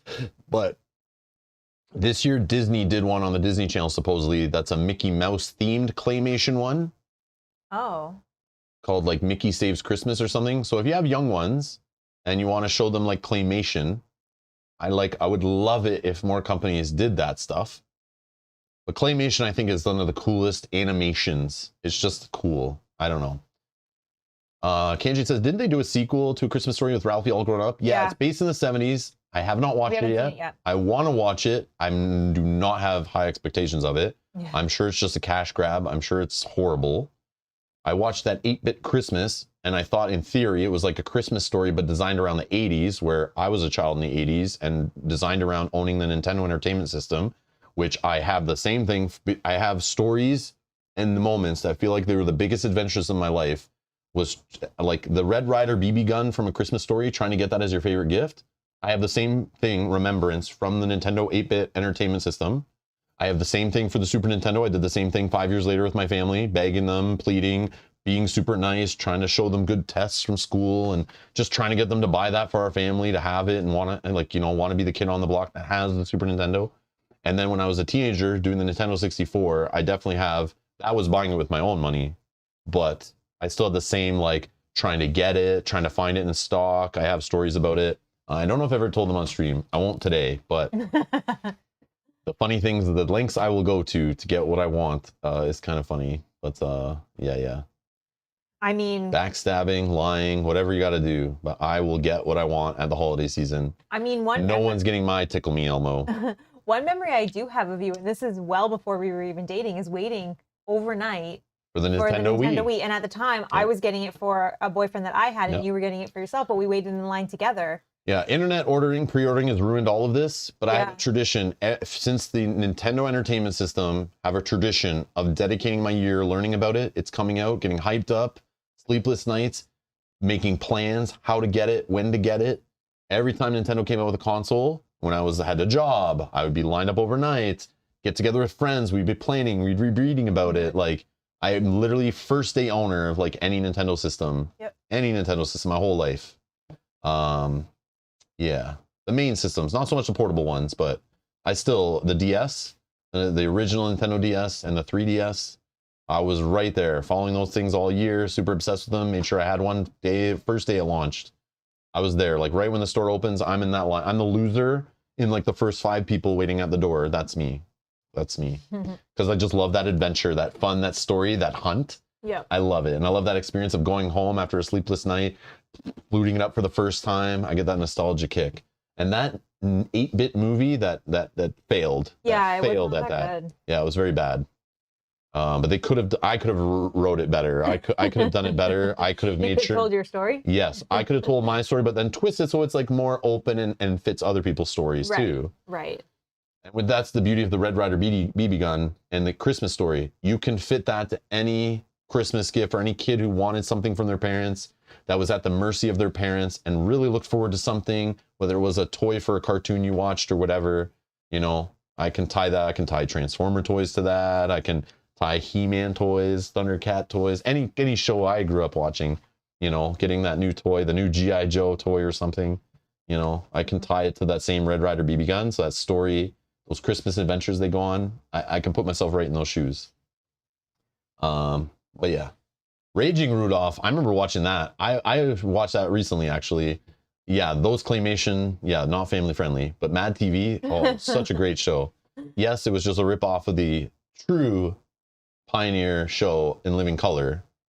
Was the real, it was just basically a rip off in living color, but still had its moments and great actors and fun skits. But yes, Raging Rudolph was awesome. It's basically like mixing The Sopranos or like Casino or whatever with claymation. So it's like violent stuff. It's kind of cheesy, but it's hilarious. I remember watching that and over again with friends. Okay. But yeah, so watching Christmas Story, going and checking out Holiday Lights. And then, you know what my favorite tradition is, honestly, it's not even, it's more rare for us, I guess more new for us, is just staying home. Like, we don't do anything with anyone else on Christmas, and I love that. Like, we've been doing that the last couple of years, where we'll go see everyone else before that. So Christmas Day is literally just for our family. Yeah. And I love that. And like, I'll cook dinner and cook a big breakfast and all that stuff. And that's, I think the last like 2 years or 3 years where we kind of plan everything around Christmas Day being just us. And I love that. So growing up, I had basically like a father and a stepfather, and then I had my mom. So it's like basically 3 different families. And then so Christmas morning we wake up, and I lived in a house with 6 children. Okay. People can relate, I'm sure. So. Yeah. But literally you get up and it was like, all right, we're going down to your grandparents on your stepfather's side. Okay. We're going down there, and then we're going to see all that extended family.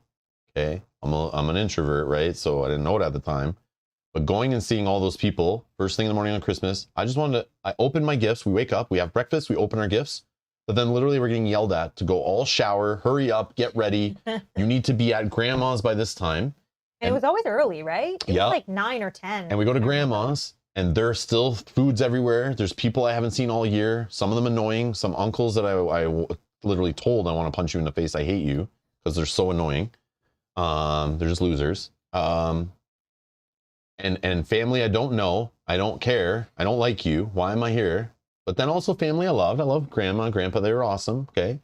But then at noon, okay, by noon, my then dad, who doesn't live with us, needs to come and pick us up so he can see us. But he only picks up 4 of the kids because 2 of the other kids are from the stepfather. So they're my half whatever brothers. And then my half sister and my other half brothers, we all go with the other dad, and we go and visit those grandparents and see that family and our other half sisters and our other family at that place. And we open gifts, and we go through the same process and the same, how was your year and how is school? And I haven't seen you in a year, blah, blah, blah. I don't care about you because you're not part of my regular life, yada, yada. This is what I think. I know I'm bad. And then we go there for literally a scheduled like 2-hour visit. But then we have to get dropped off at my other grandparents, who I really wanted to see. Those are my favorite. Okay, don't tell anybody, but those are my favorite grandparents. That's my favorite part of Christmas. It was not my family I lived with, but was going to my grandparents and seeing them was my favorite. My mom's parents. Okay, those are my favorite. They raised me when my mom had me. She was still in college, so I used to live with my grandparents. So they were like raised me for the first couple of years. But yeah, I loved going there. That was what I looked forward to. But that was at night, so we would go there for like dinner and after.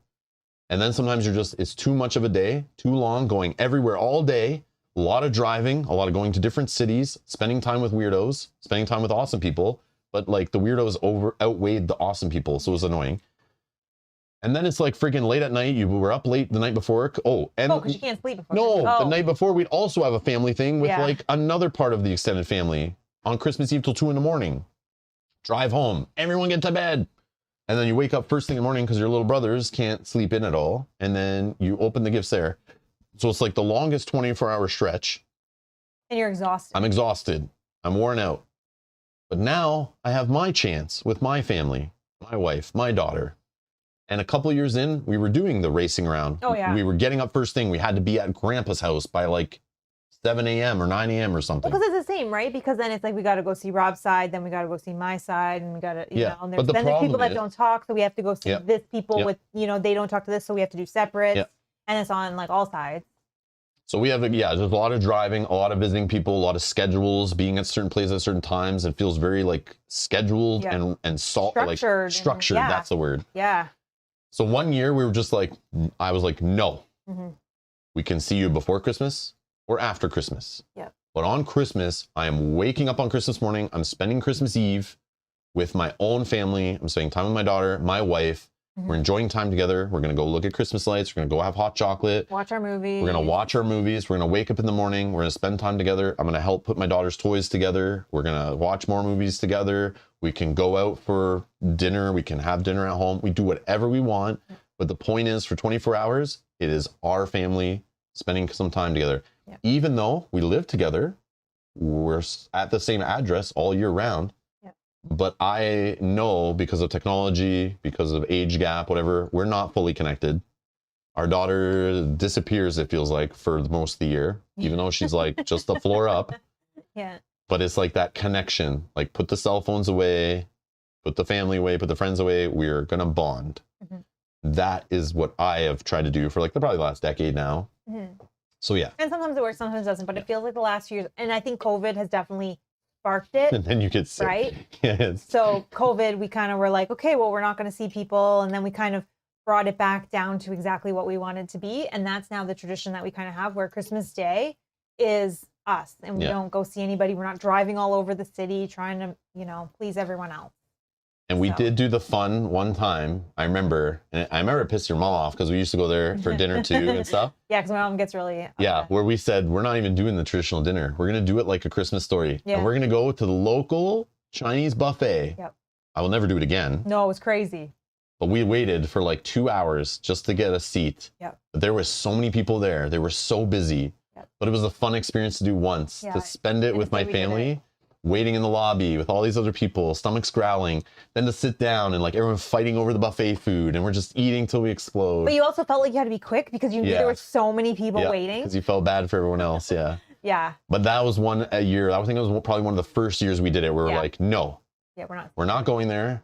Don't worry, you don't have to make dinner or anything. We're just not seeing family. We're going to spend it together, our family, the whole day. Yep. And it's stress-free, no work calls, no nothing really to work, just family time. And that's the way it's kind of been. Yeah. Well, that's now become one of my favorite, more recent traditions that we're doing. And I love it. Yeah. And I love to get up and like I'm making breakfast while like he's putting together toys or electronics or whatever. And then, That's the thing. All right. There you go. That was a great question. Whoops. Clear. I accidentally clicked that one, but hold on.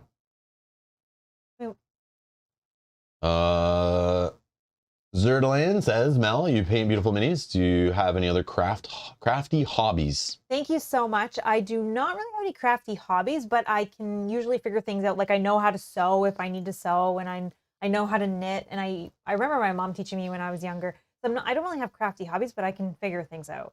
But thank you so much for the kind words. I do really enjoy painting minis. I'm excited to continue that and see where that goes this year. Thank you. Brett wants to know, first board game ever played, Rob and Mel? I mean, not going back to our like childhood, but would you say it's when we played Risk?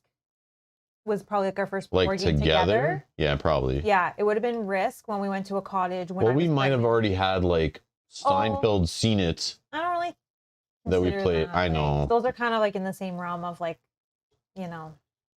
But our first game that we played that like was memorable to us was when I was pregnant. We went to a cottage with a bunch of friends. It was raining. We pulled out this game off the shelf because there wasn't really much to do. There was no internet, no TV or anything. We started playing Risk.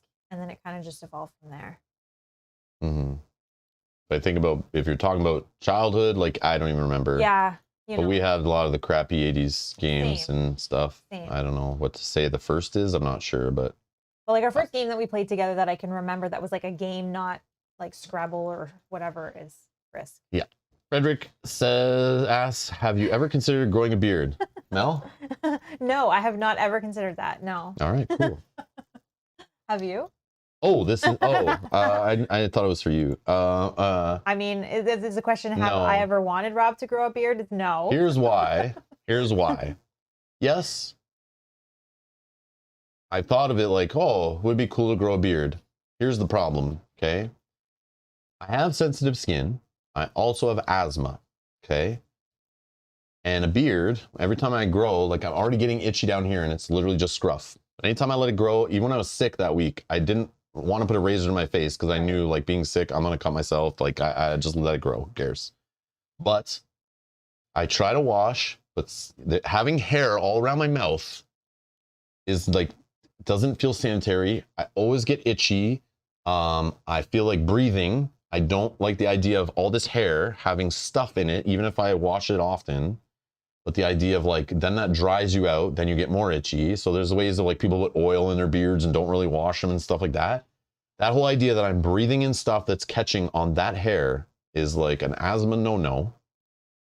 And I feel it. Like, I feel on a fresh shaven face, I feel clean. I feel like I breathe better. My skin isn't crawling. I can clean it more. Nothing sticks. But when I have facial hair, and I have done it in the past, had like facial hair, it's just like, no. There's a difference. I don't know how I feel it. Maybe it's subconscious, but I just feel it doesn't jive. And you can grow a beard all you want. Yeah, I might look at you like maybe you're a little more dirty. You don't feel like you are, but you are. Okay, you are. They've done tests. Go read it. If you want to get grossed out, go read about some of the studies they've done where they've actually found out in most men's beard, during the beard trend that started a few years back, that's kind of dead, but some people still do it. That beard trend, go read what they've found in men's beards, who clean them, but what gets stored and captured in there and how disgusting and dirty they are. Okay? Just so you know. Just so you know. I don't even want to look that up. Beards and sanitary. Yes, maybe I'm a germaphobe at heart. I don't know. But that whole idea of a beard and sanitary and me breathing and my allergies and my sensitive skin, beards go against that. Comic-Con says, I hope Kyle isn't watching. Yes. That's why Kyle used to sit further from me, and I've worked my way through germaphobe meetings so that Kyle can sit closer to me, okay? Oh, that is so funny. So we've switched. Funny. I'm working on it, okay? But I will not grow a beard, but I'm going to be fine if others want to grow a beard. Yeah, and I don't want him to grow a beard. But yeah. Oh gosh. Mark C says, I wash my beard with shampoo every day. You think shampoo kills all germs and cleans it all up? Okay. I don't know. Sure. We don't want to offend anybody that has a beard. So if you have a beard, we're not trying to offend you. I'm just saying why I don't have it. Not everyone suffers from the same twisted mind that I possess. Frederick, look what you started. All our bearded friends are going to leave us. Oh, we just lost viewers and subscribers. What happened? No. But some people grow them and they're fine. Like, they know. The soup strainer, right? It's like, well, I guess that's a mustache, but.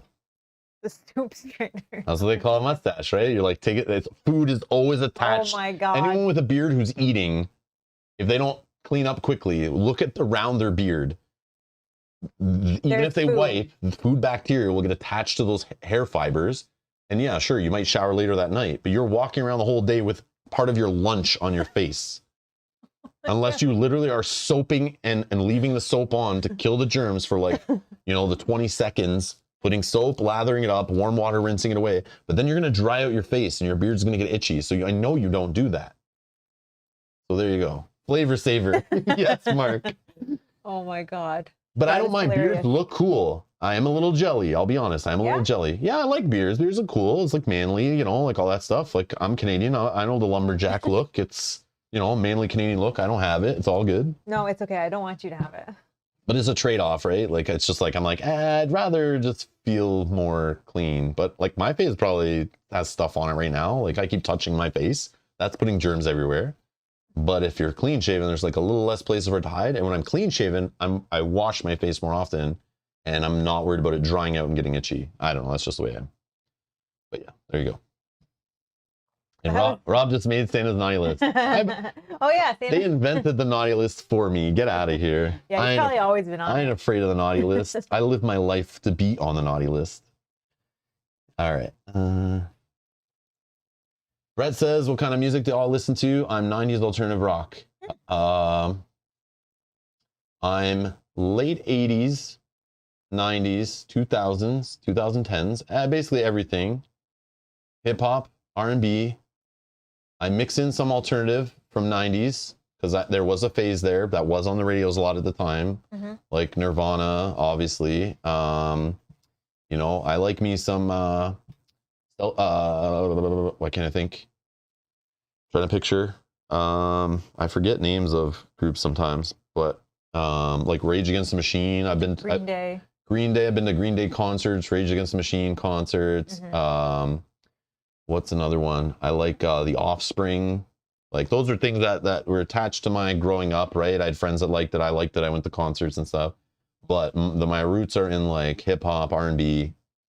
That's my jam. I always fall back to. So yeah. For me, I don't really listen to music like regularly by choice. I usually listen to podcasts. However, I am not opposed to any kind of music except for the screaming music. Just don't like that. Stone Temple Pilots used to be my jam, Brett. They were like my favorite back in the day. I love Stone Temple Pilots. Yeah, their first couple albums. Later, they weren't so good. But their first couple albums were awesome. Yeah, I love Stone Temple Pilots. Good one. I forgot about them, but they used to be like my favorite, like for alternative music. You know what I do love? Like, just because it's the time of year, I love when you go somewhere and there's Christmas music playing. I love that too. But hip hop groups, going back to like my favorites in the 90s and beyond, you know, Cypress Hill, House of Pain, Wu-Tang Clan, you know, but I like all of it, man. Kanye's early stuff, like I'm into Drake to this day, like Canadian, come on, man. You know, like I'll listen to it all. But yeah, The Game, Dr. Dre, Eminem, of course, Snoop Dogg. Not a fan of Tupac, though. Not a fan of any Tupac, really. Never been. I've tried. Not a fan of NWA, really. Not a fan. That music didn't speak to me, even when it was new. It didn't speak to me then, obviously. It's definitely, well, let's not get into why it probably didn't speak to me, but yeah, I don't know. But yeah, maybe it was a little early for me. I was a little younger when the NWA stuff was like hitting. But post NWA, you know, like Death Row Records and stuff, that definitely pulled me in. But yeah, I like me some, I don't know, man, anything, so much. Sam, if you're looking to submit a question, I probably won't get to all of them. I'm going to start skipping some and try to just answer some interesting ones. But there should be a blue bar at the top if you're watching on a phone or PC. It might not be supported on every platform, but there should be a pinned chat post that says submit your questions there. If you click enter on it, you should be able to type in your question, and they are not showing up in chat. They are on a special screen that I see on the back end. Oh, I liked Vanilla Ice for real. When I was a kid, no joke, my mom bought me, when Vanilla Ice was popular, like one-hit wonder stuff, I had the cassette tape. I got it as like an Easter gift. Beastie Boys, I love Beastie Boys. I had a bunch of Beastie Boys growing up. My parents used to buy me Beastie Boys because they thought they were like a better influence. So I'm sitting here listening to more vulgar hip hop, and they would be like, no, here, listen to Beastie Boys. Come on, it's a little more tame. And I still would like it. But yeah, I could go on all day about music and stuff. Like when I need to set up for a stream and spend hours in the basement rearranging cameras and lights, setting up for a new setup for a certain game, to get me through that tedious work of unplugging things, replugging them in, testing them, setting up monitors, all this stuff in the right spots, making the lighting, no glare and the sound, all that stuff. I will just put on some playlists, and it's usually like hip hop, a mix of hip hop and R&B. I love me some Mariah Carey. I love me some Destiny's Child. Yeah, Cypress Hill, Temples of Boom. Oh my God, Matthew. Yes. My God. opposed to any of the music you play. Like, it's all good. Even Cypress Hill 4, man, so that Cypress Hill time, love it. LL Cool J's okay. He had his ups and downs in my life. But I'll tell you, when Mama's Knock You Out or Mama's Knock You Out or whatever that song is, when that first hit the radio, that song changed my life. Like, even listening to it now, something about that song is like timeless, gets me hyped up, just reminds me of being like late 80s or whatever that was. And listening to it on repeat over and over again, like, oh my God, yeah. But then LL Cool J started leaning into like, you know, his looks and the women, and kind of went soft and like basically turned into like, you know, following the selling out basically. But I like the way it's more hardcore. That's just me. Yes, don't call it a comeback. Yes. Yes. Boyz II Men, yeah, for real. Boyz II Men was good. Belle Biv DeVoe, I used to listen to them, you know, early 90s. Fresh Prince was on the TV. Yeah, man. Boyz II Men, Belle Biv DeVoe, yeah. What else? Oh, man, yeah. I was always a fan of Usher. Yeah, Usher's cool. Ludacris? Yeah. Oh, I love Ludacris.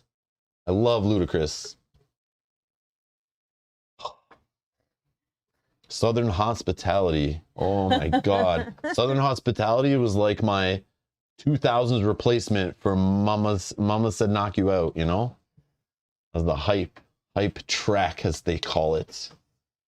Yeah, get me pumped up. Just get me in the zone, in the flow, right? You play like going in the flow when you just lose track of time and you're doing monotonous work or something you don't want to do, and you put on some kind of music that just lets you forget about time and time just flies and you get things done.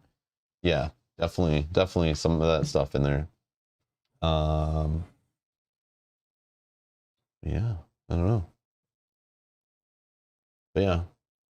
But if it's got a good producer and a nice beat, a good hook with it, you know, a good flow, I'm in. I don't care the subject matter, but really the production side of hip hop is what fascinates me.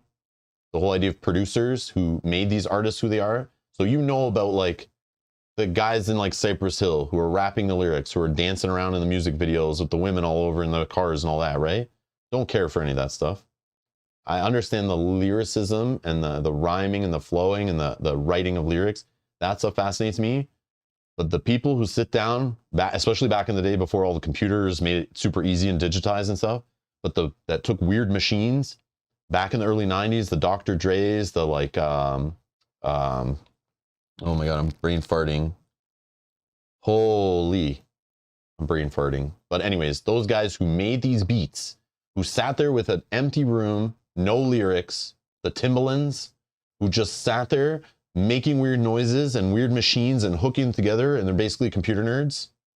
The nerds of it, the geeks, who sit there and make the cool hooks and beats and sounds, and then present it to an artist, and then the artist just comes up with the words over top usually. That's what I find the coolest thing, the way they come up with a catchy song and beat. Those guys are the real stars in my mind. In my mind, those are what I find fascinating. I've probably seen that, KJ. There's a documentary called History of Rap, and it's fantastic. I've watched a bunch of the documentaries on rap music and stuff, but the production side of it, the like the Scott Storches, you know, all these guys that like, you know, you listen to Dr. Dre 2001, you know, those catchy songs that they were just at the Super Bowl they did, right? With the Snoop Dogg and the Eminem and, you know, Ice Cube and all this stuff rapping over Dr. Dre beats. They're not really Dr. Dre beats. They're like Scott Storch beats and Melman and these guys that are really coming up with the catchy tunes and the hooks and the science of coming up with something, a rhythm and the notes and the hits and the switches between, you know, the chorus and the hook and the stuff to keep you wanting to not change the song and to keep you bobbing and to work with the human psyche to make it catchy and make it flow and make, I don't know, and then mesh it to the artist and stuff. The producer is the star, and that part of the hip hop is what I love.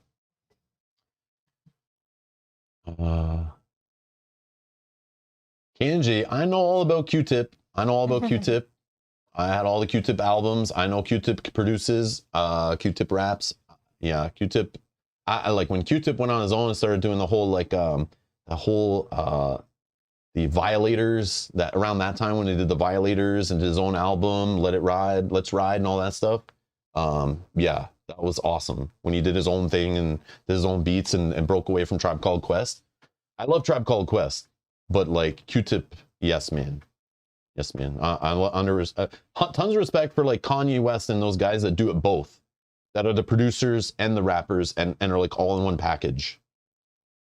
The RZA from the Wu-Tang Clan, you know, those kind of guys. Those are who I looked up to. Those are who are awesome. Yeah. Anyways.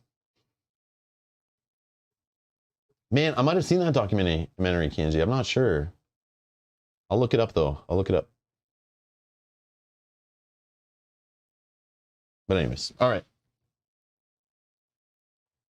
Let's just pick a few last couple questions because we are past the time. I need to let Mel break free. And that's fine. I'm fine right now. Oh, okay.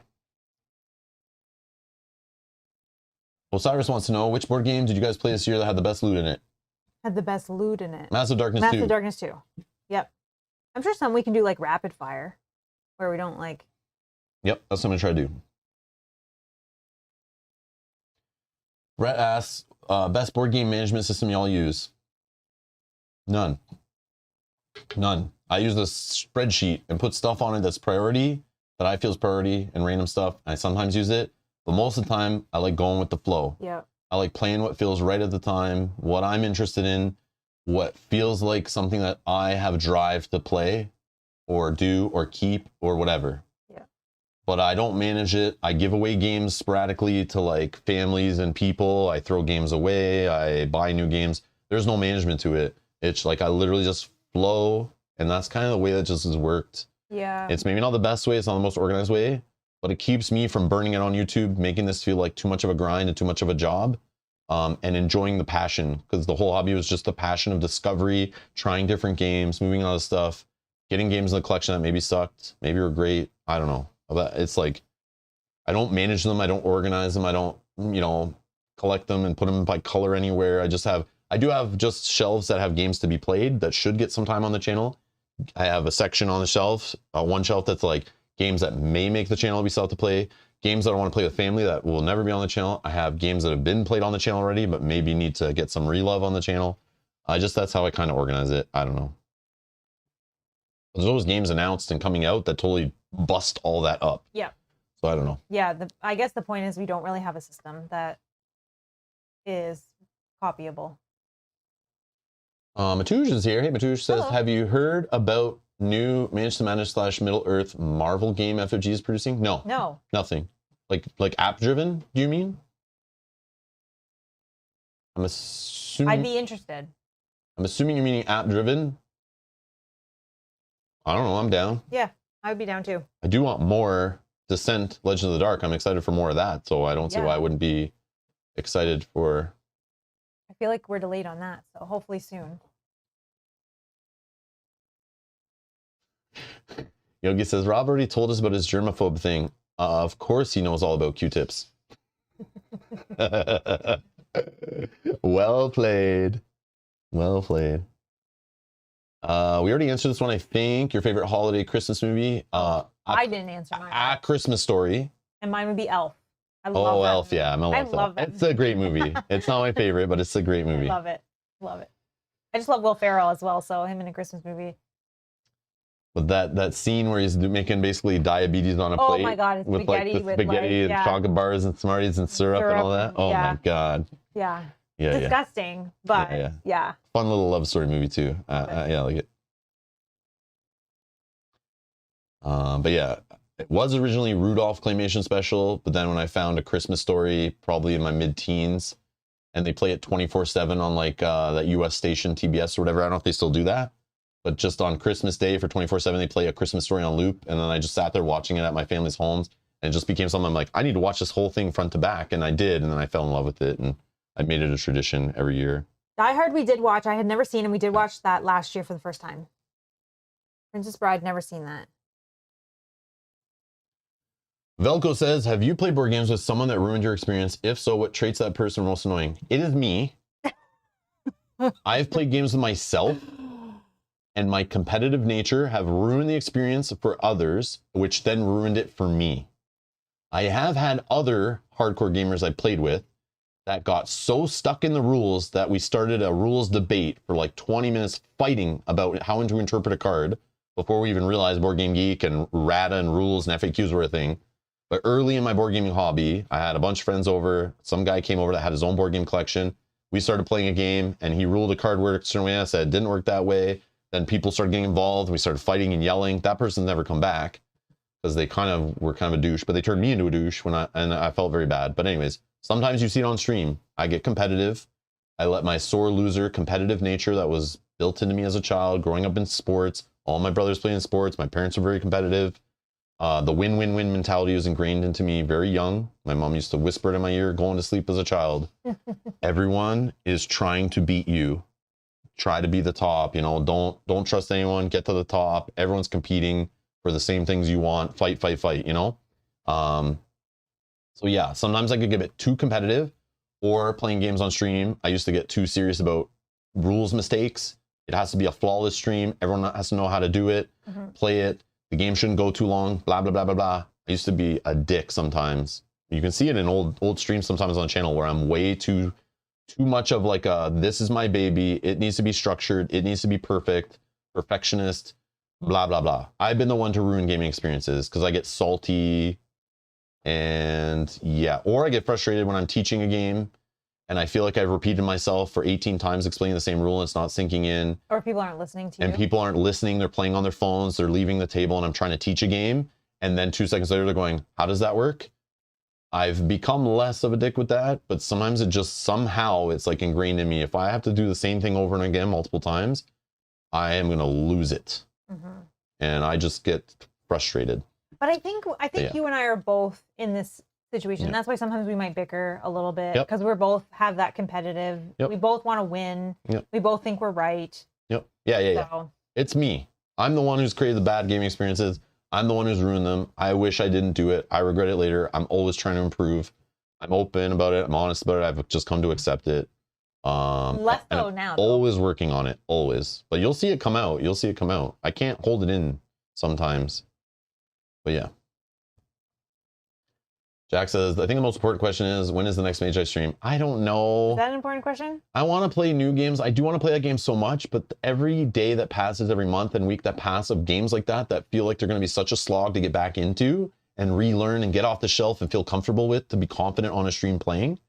If somehow I could instantly snap my fingers and insert the cartridge of Mage Knight rules and experiences and somehow pull those out of my memory and become fresh and feel confident, and be able to play Mage Knight on the table in 5 minutes from now, I would give anything to do that because I miss doing those streams and playing Mage Knight and having all day streams. We're just playing Mage Knight and getting thinky and my brain's hurting and frying. I love that experience. That game is amazing. But the work to put in for me to get that off the shelf, relearn it, feel confident, learn some expansion content to make sure I'm playing a stream that, because some people are going to watch the last stream I did years ago and watch the new one and wonder why I'm not remembering rules and why I'm not playing anything different. Why aren't you playing with expansions? I've already watched you play with the base game. But it's like, dude, I need to start over sometimes and get back into it. And some games are just hard to get off the shelf, get back into. They're lifestyle games that aren't meant to be put on the shelf and pull out once a year. I can't do that with Mage Knight. I didn't build it up enough. It's not like riding a bike. I can't do it. But I want to, and I will at one point. But yeah. Yes, Mage Knight was supposedly in development from Direwolf Digital. I found posts about it. They've been working on it for years. I don't know if the funding fell apart. I don't know if they are still working on it. I don't know what happened. But there was rumors, and well, not rumors. They said they were working on it. People were asking about it. But the guys at Direwolf Digital, who make some of the best board game apps ever, were supposedly, probably, I assume, contracted by WizKids. But WizKids, I don't feel like is the most solid company. And maybe the funding fell apart. Maybe they didn't sign enough checks. Maybe I don't know what's been happening with that. It's probably dead in the water, like vaporware or whatever. But supposedly there was an official Mage Knight Digital being made by Direwolf Digital at some point. I don't know if that will ever happen again. They're still working on it. Asmodee Digital needs to step in and make that happen. However they're going to organize that with whatever publisher and the publisher and designers and all that. Asmodee Digital can help, even if it's not their property. Asmodee Digital has been really good at reaching out and working with other companies and bringing out quality digital games. So maybe even that could happen. I don't know. But yeah, they need to make Mage Knight. a freaking structured official game. So like, if you don't know a rule, like Gloomhaven, I could just boot up Gloomhaven Digital right now, and based on my memory and all the hours I played in it, the game will hold my hand and make sure I don't accidentally move a monster wrong. Right. Which I would do if I played the physical board game right now, you know? There's some hand holding there so that you don't have to take the burden of understanding all the systems on you, right? And that's a beautiful thing. So you can just focus on managing your cards, playing your character, playing your turn, working on with your group, table talk, co-op, strategizing, whatever, and not have to worry about, should the monster move this direction? Or is the monster not moving at all? Yeah. I forget. How does it work in this case when there's 75 other variables that are different from the rule book? How does the monster move now? You know, Mage Knight needs kind of that. It needs something to take the math and all that off of you and make sure you're not buying the wrong card, playing the wrong card, killing the enemy, kind of cheating. You did, you know, you spent this the wrong way. If Mage Knight had a way to just get Mage Knight set up at the click of a button and play through it digitally, I think that'd be a game that would benefit from that greatly. But yeah, there you go.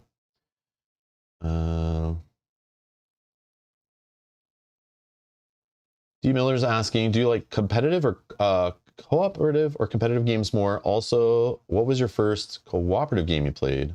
Oh, I don't even know that answer. What was the first cooperative game we played? That I have no idea. Well, we did play Pandemic early in when we got into the hobby, 2012-ish. I remember looking up I was trying to build a collection of all games that were the best at what they did or unique to something I didn't have in my collection. Obviously, when you search up co-ops, Pandemic is like the one that blew it up. Not the first, but the one that blew it up. And I remember I said I had to have it in my collection. But we might have before that. Zombicide, right? Probably Zombicide. Probably Zombicide. Probably Zombicide. The original Zombicide, modern Zombicide, whatever.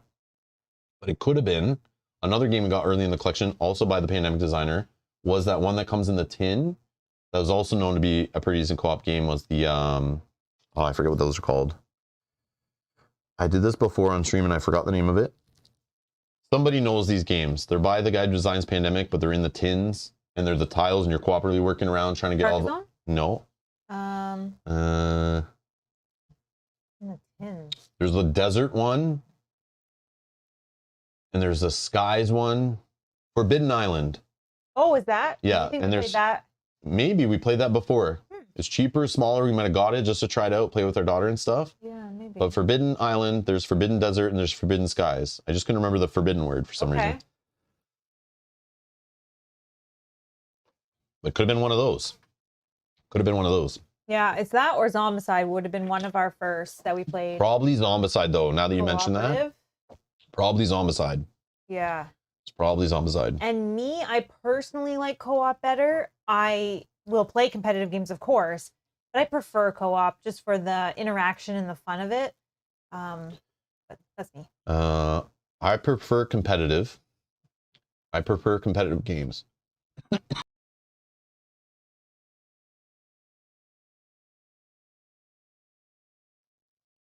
I prefer competitive.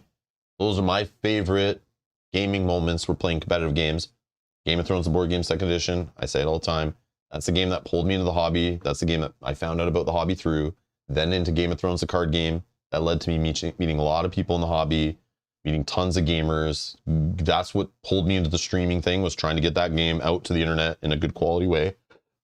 So yeah, those are competitive games. But again, we did that series this year of playing all those competitive games for that week. Yeah.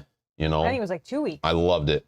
Yeah. Yeah, you did love it. I loved it. I loved going to Keyforge tournaments. I loved, again, playing Soulforge Fusion this year, experiencing that. Radlands, you know, all the competitive games. I love competing.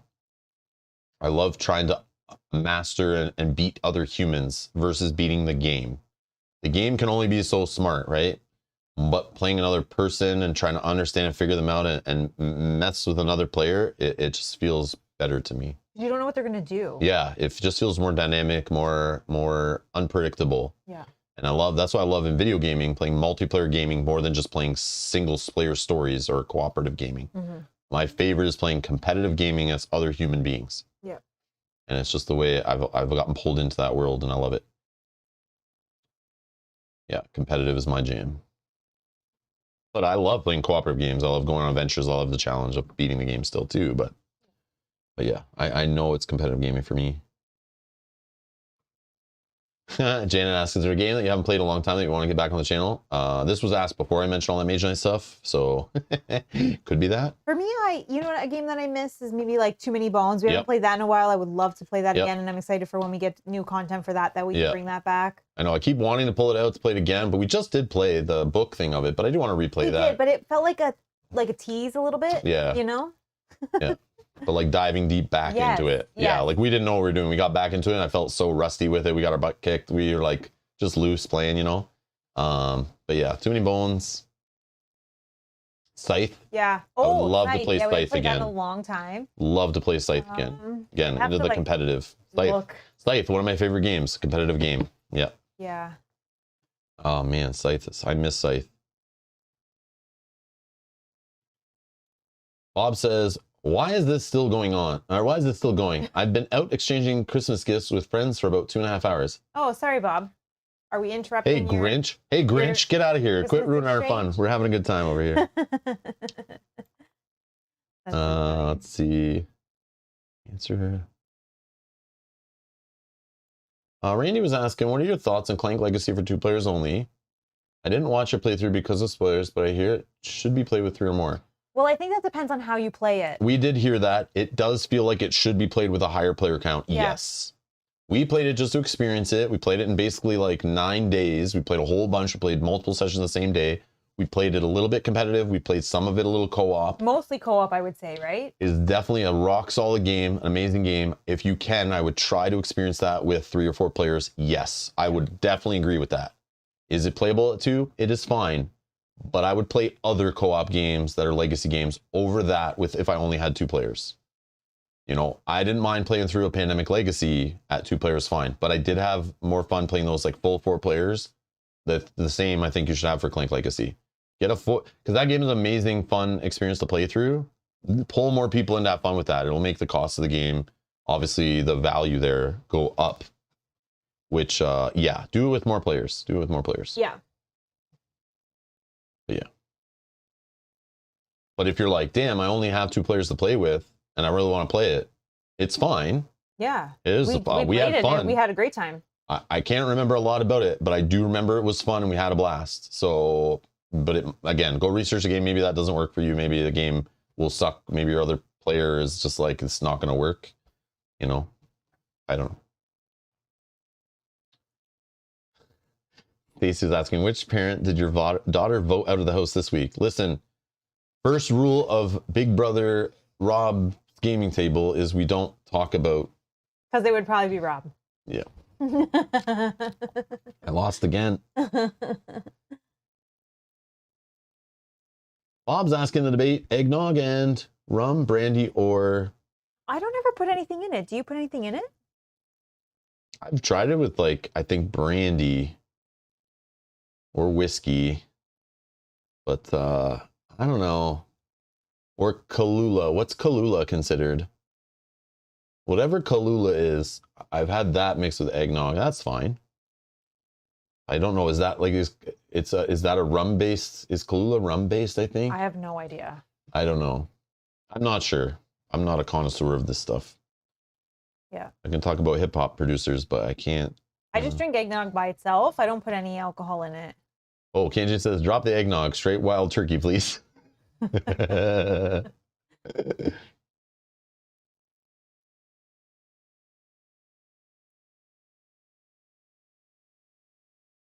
Oh, they're laughing at the way you said that. What did I say? Did I pronounce Kahlua wrong? Is it something different? I think... Kaluha? Kaluha? But now I don't know how to say it. Kahlua. Kahlua? I think. What did I call it? Kahlula? Kalili?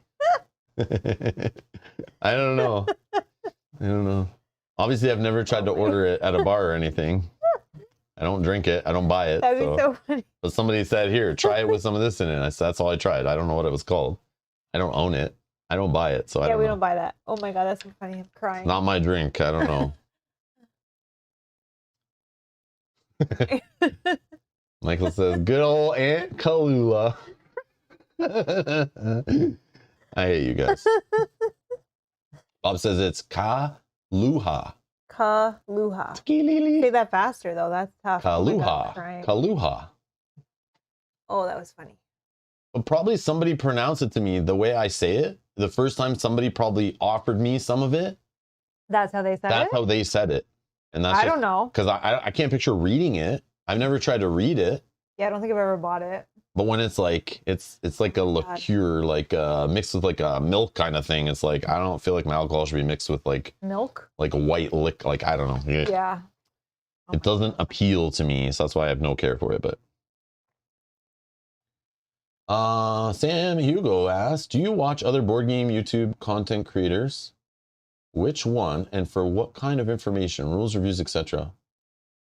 I don't anymore. I probably watch zero. I know I talked about this before.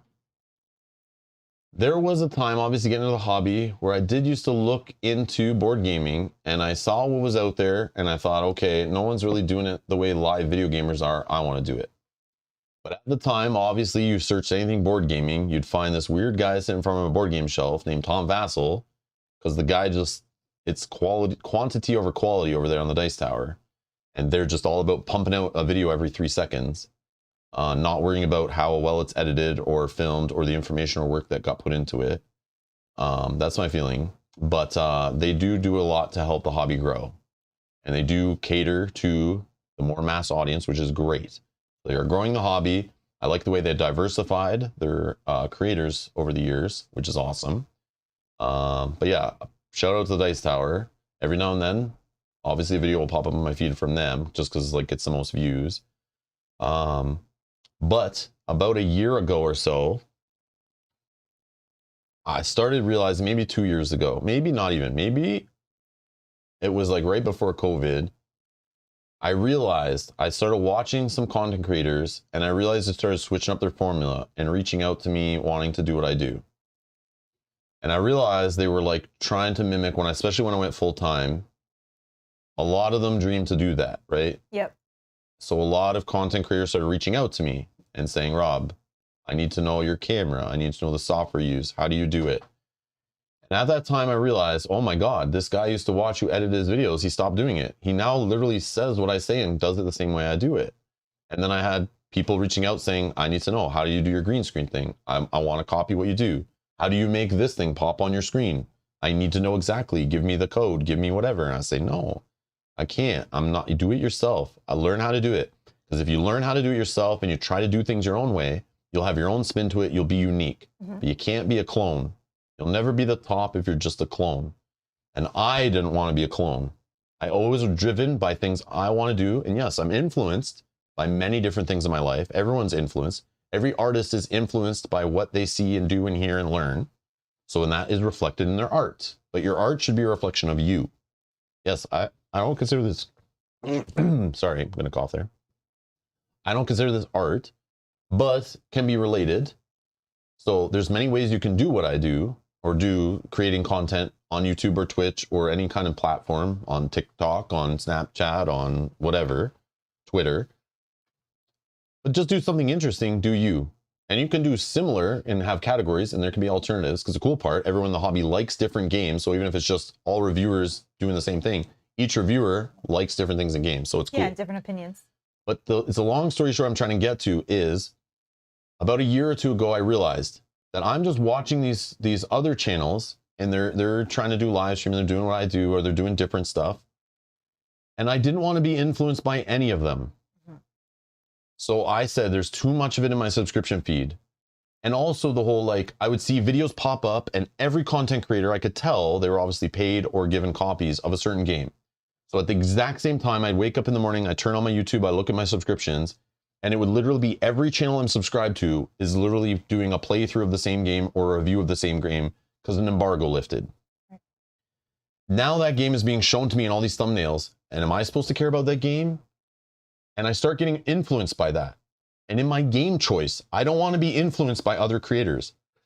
I don't want to be influenced by what they were influenced by, whether it was a check to play that game, whether it was a free copy, whether it was because they were friends with the designer. I don't want to be influenced. I want to get back to doing what I do, and I don't want me to feel the pressure. So there's this pressure around the end of every year. People come in the comments and the chat and start saying, Rob, where's your top games of 2022? Rob, where's your list? Where's your obligatory, your mandatory, your scripted list of your favorite games this year that every other channel does at the exact same time? Why isn't yours on the internet? I said, because I'm not every other channel. I don't want to be every other channel. I like doing things that I want to do and coming up with interesting little things and tweaks and changes, trying things, not working, changing them, getting bored of things, changing up things. I don't know. Doing with what makes me want to enjoy this. Because it has to be a reflection of me. There's a reason why it's Rob's Gaming Table and not general board game review channel or general playthrough channel. It has to be my thing. And if that evolves in me doing rants and being more open and playing funny games and playing hardcore games and skipping Kickstarters and skipping games I should like, who cares? I don't want to be the same. And that's why I love, and it feels good, when someone comes in and say, Rob, where's your video of this game? All the other content creators are playing it right now. Where is yours? Oh yeah, we had one recently. Yep. And I say, dude, why do you need me to play it if you just told me that every other channel's playing it? Yeah. Did you watch all of them now and you need more? Go watch them again. You don't need the same content over and again. We need different. So when I go and pull out Star Wars Imperial Assault and play a whole campaign in the year of 2022, and nobody's doing that, maybe people are, I don't know, because I removed all the subscriptions from Tabletop Gaming. I had to. So when I go to my YouTube feed, it is stuff that is not board gaming showing up. It is stuff streaming related. There is stuff about streaming technology and video technology and editing and video games and maybe even conventions, Gen Con stuff. You know, sometimes I have stuff like that in there that show up. But I tried to remove all the generic board gaming review and playthrough channels. I don't want to see anything on their streams. I don't want to feel like I'm copying them. I want everything to be my own choice. Yes, by accident, if all of a sudden, and I had someone come in and say, oh, you say your intro the same way as this thing. I'm like, well, if I go back and see their intros before they found my channel and they were in my chat, their intros were different. So I didn't copy them. It's like, it's funny because they think, and I don't even watch that channel, it's just funny.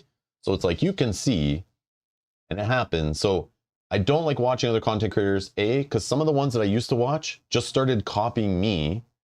And it's like, well, now I'm just watching them do what I do. And that's like, why do I want to watch that? And I could just play that game myself. So like, I don't care, but I don't want to be influenced by the marketing machine. If that makes any sense to you.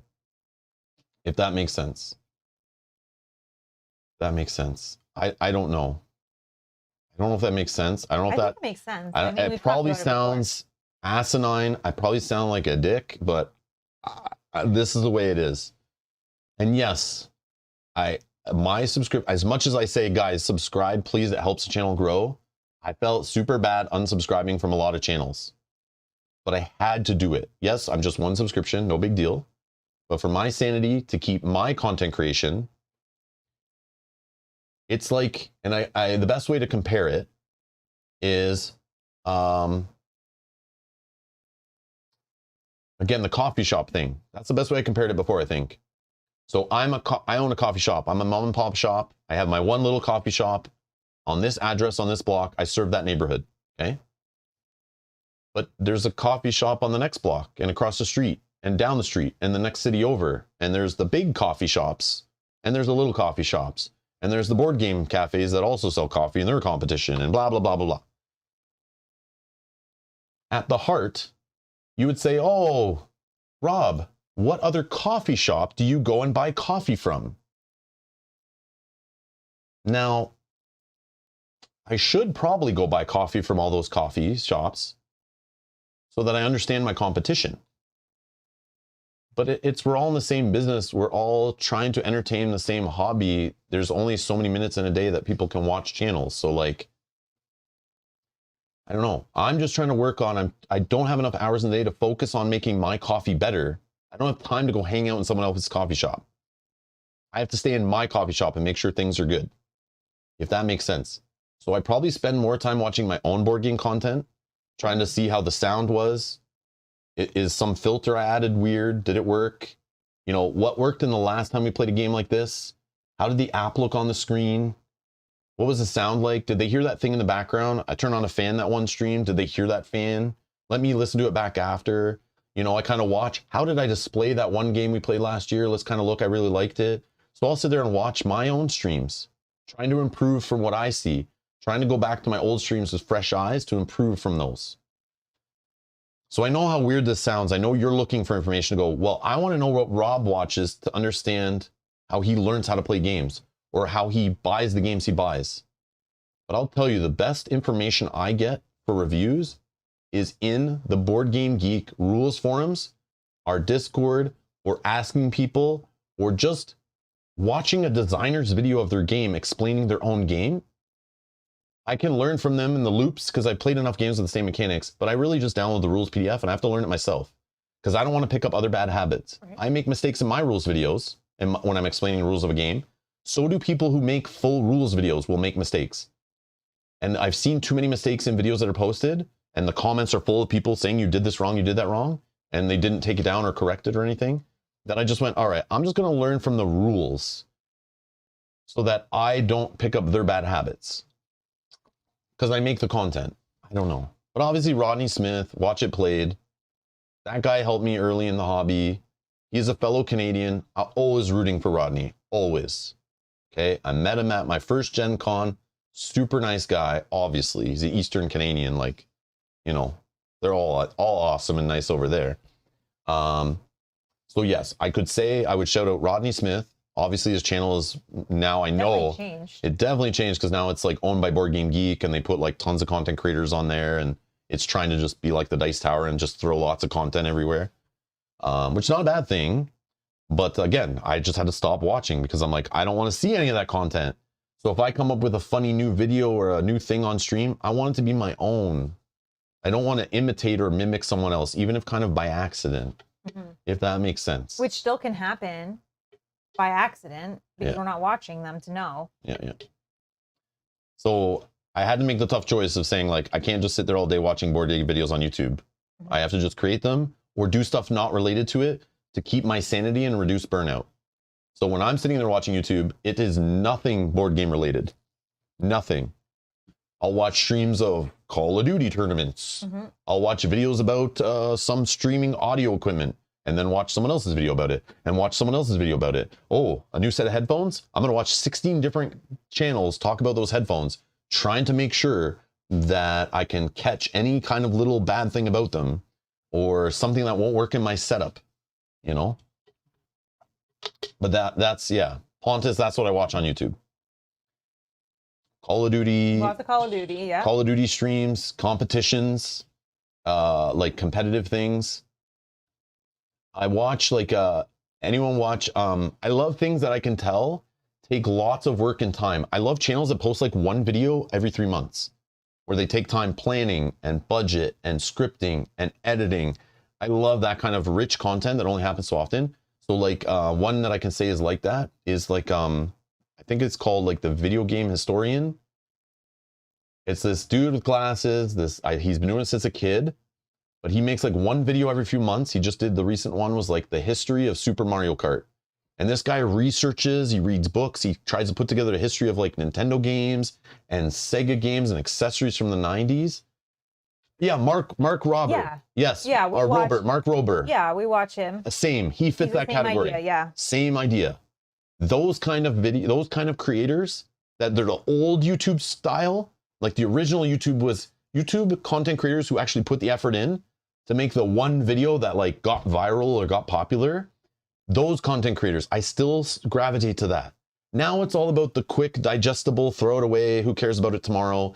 You got to be like 20 seconds and next. I love the ones that actually take the time and they're spending like months planning.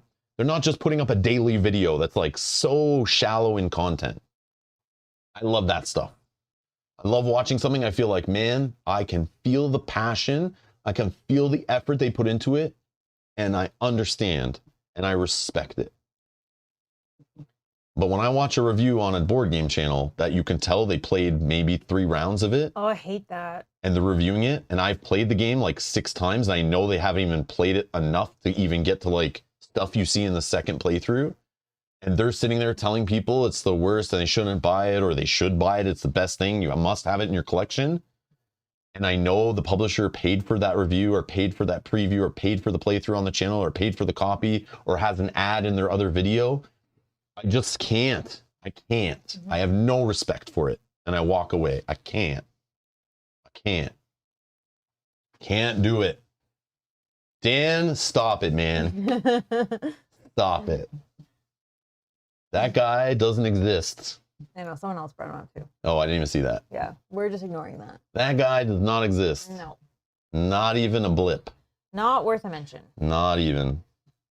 Waste of time. I'll never get that time back. Oh my God. Such a waste of time, that guy. Anyways. This turned into a TED Talk. I'm sorry, Jacko. I'm not allowed to use the term TED Talk here. It's copyright. I'm allowed to say Rob's Rants. Rob's Rants. But they love it. The Rob's Rants with the Santa hat is even better. I know. I'm supposed to take this off. It's getting really hot. But yeah, I just forgot. It was actually comfortable, I think. It does bottle in the heat, though.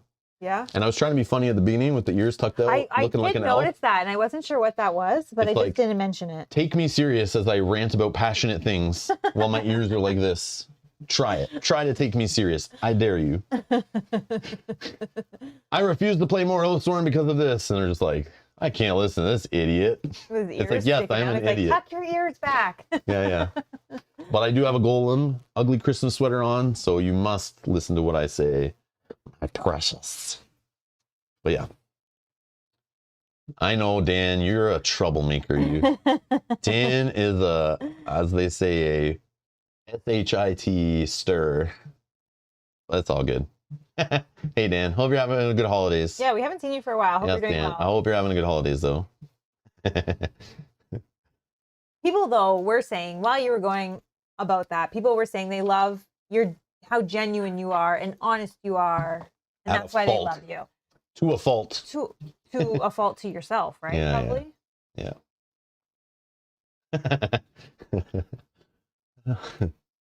Necro Comic-Con says, not to worry, we'll never take you serious. Okay, good. As long as we're all on the same page, please do not take what I say serious. It's me in my own head, but yeah. Everything you said, I think, makes sense. So. Oh, Edward says, oversimplified. Great YouTube cartoons about history. Like that kind of stuff. It's just like unique and neat and different. So that's the thing. Like, again, to the question about watching other board game channels, it's like, I already spend enough time with board games and streaming, and I don't have enough time to do it all, or I could put more time into it, but I might burn out, that I need to escape from it. So again, yeah, that's all. So that's all. But nothing against those channels, like watch whatever, but it's like, I don't know. But again, like the only ones I could think of that definitely, like Dice Tower and Tom Vassal early in the hobby, it was like the only place to get some of the games that I liked. But then there are other small creators that came and went that played games that I liked that disappeared or didn't have great quality, didn't know what they were doing, and they weren't able to just continue, or they gave up too early. But they inspired me. But yeah, and Rodney Smith, seeing this guy in his basement with his kids playing games, I was like, damn. Canadian, bro. Canadian, bro. I love it. And he's just so nice and genuine and like trying his best. And the whole idea of him being like, I think it was like a pharmacist, and his wife supporting him and allowing him to do it full time, you know, and he's sitting in the basement trying to figure out how to film and worry about sound and camera and stuff. I was going through it at the same time when I found him, and it's like, yeah. So yeah. And he's a nice dude. Like meeting him in person, the guy stopped, we chatted like back in, I think it was like 2013 Gen Con, and like I could tell. And like, you know, he's Canadian. I know people that live where he lives, and yeah, it's just like, they're just nice people, and he's a nice guy and stuff. I don't know. But yeah. Yeah, Dale the Casual Gamer, man. Yeah. I think he'll be back. He has to. Yeah, he might just had some burnout. Yeah. I know I don't know. I didn't talk to him about what's going on, but like, yeah, I sent messages, but he still stops by the channel and hangs out in the chat, and, you know, hasn't given up gaming, which is good. Mm-hmm. Now, is a question for you, I guess, from me is burnout something that you think about? Yeah. We don't talk about it a ton. Yep. And that's why I've struggled. Like I thought of leaning in back, like many years ago, I leaned into like, we're the channel who's going to play the game more than once. Yeah, like all the way through. We're going to play the whole campaign. We're going to play the intended designed amount of play sessions to really experience a game. If a game has a solo mode, a co-op mode, a 4-player competitive mode, I want to try them all at least once to see what they put in this box. If they made a campaign mode, I want to try it. Jam a few sessions together, play and fight a boss at the end. Let's do the whole thing. Because every channel I look at was only playing the first 3 turns and moving on. It's like a one and done for a lot of channels, right? Like, so I said, I want to make content that's not being made. Let's play all of Dark Souls all the way through to a boss. I'll stream it. Let's do it. Having 2 viewers, let's do it. I don't care. It doesn't exist. Let's do it. And that's what drove me. And people started loving it. And it was that whole Netflix started doing the binging TV shows. I said, damn, that's exactly what I'm doing. It's creating bingeable content. You can just watch all in a row, playlists full of full playthroughs. Not 3 turns of a session or just 1 session rush to get in an hour. I'm playing the full game. It's long form content. Not long form content is a niche thing. It's not for everybody, but I am heavy into long form content. That is my bread and butter. That's where I focus. It's not where all the riches are, but I feel proud in doing it. So I'm going to lean into it. I'm going to play the big games nobody wants to learn the rules for. I'm going to stream them, even though they don't work well on a stream. I'm going to try to make them entertaining to watch and teach and make people feel comfortable buying these big ass, heavy rules games and learning them and playing them and having fun with a group and showing them not be intimidated. Because I did it, you can do it. That's what drove me. And that's where I need to stay. And I need to keep that in my mind all the time. But I forget where I was going with that. But you also don't have to feel forced to finish. That's it, the burnout thing, right? We're talking about the burnout. Yeah. But then I then realized to avoid burnout, you keep doing the same thing and pushing it too much. I'm gonna start hating it, and it'll feel too much like a job.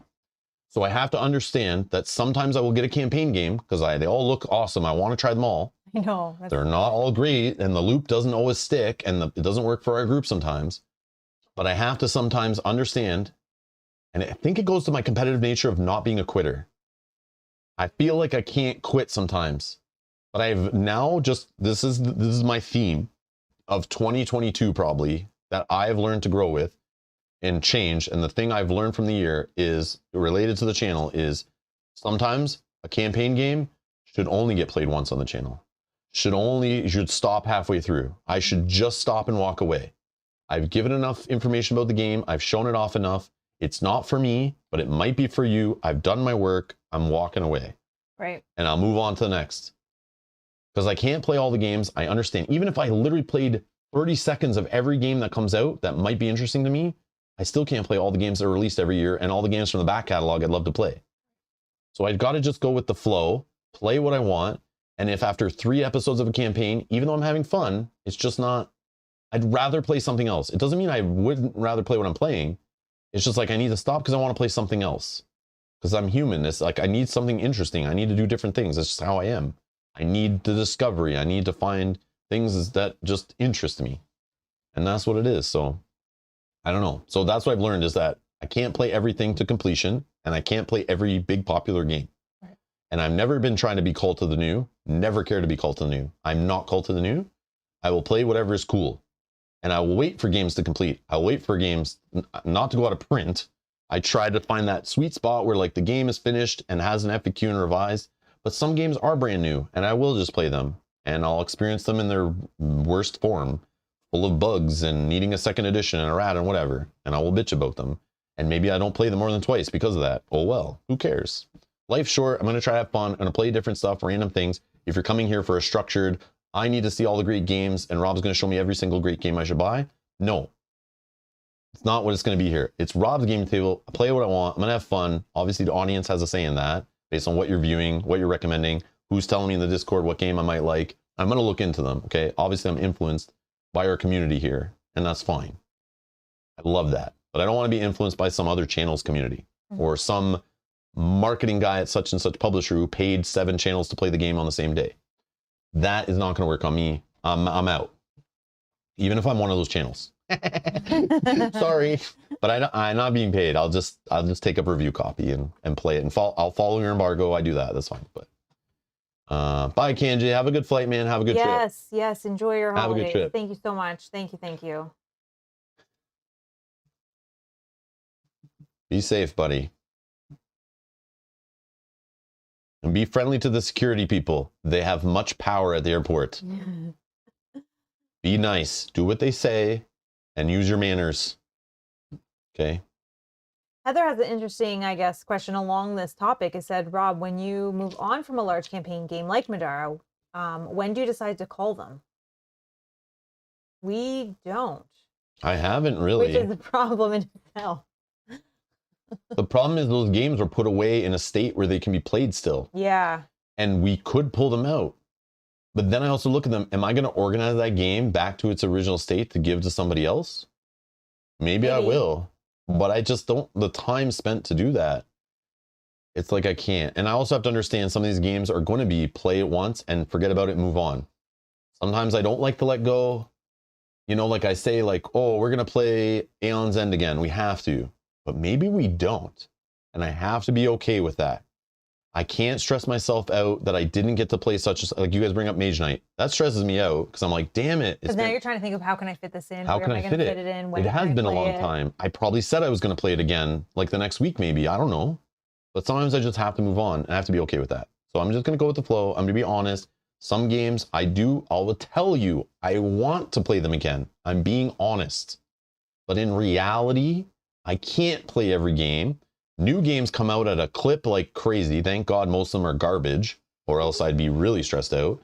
And I'm okay missing out on a whole bunch, because even 5 years later, if they're still great, I can probably go find them and play them.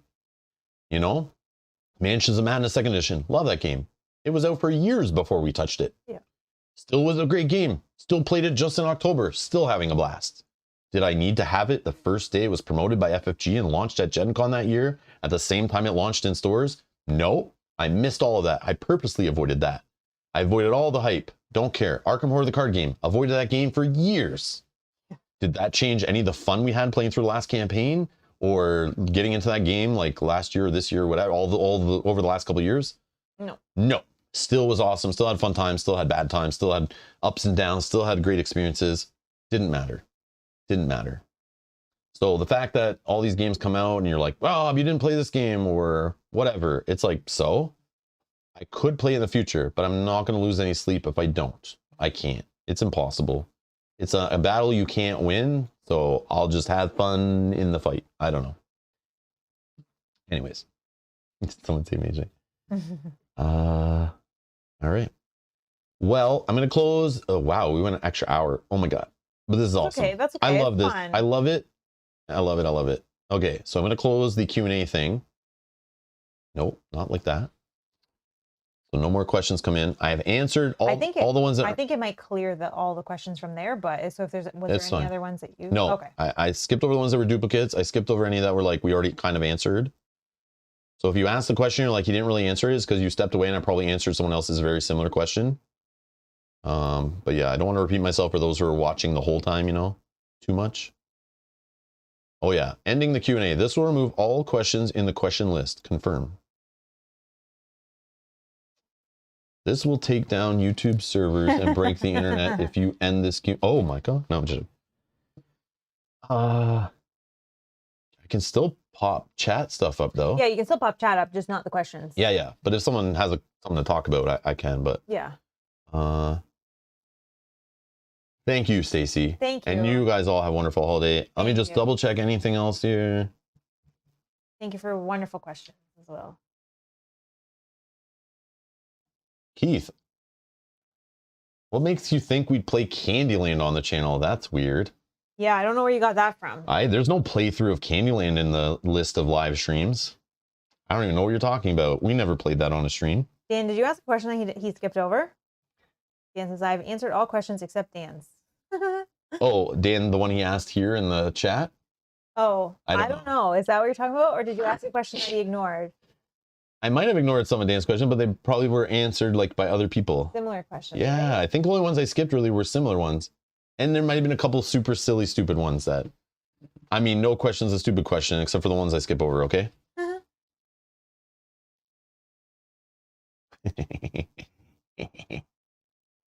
Oh, I did see Meeple Monkey sneak in there. Hello. Hello, Dan. Hello.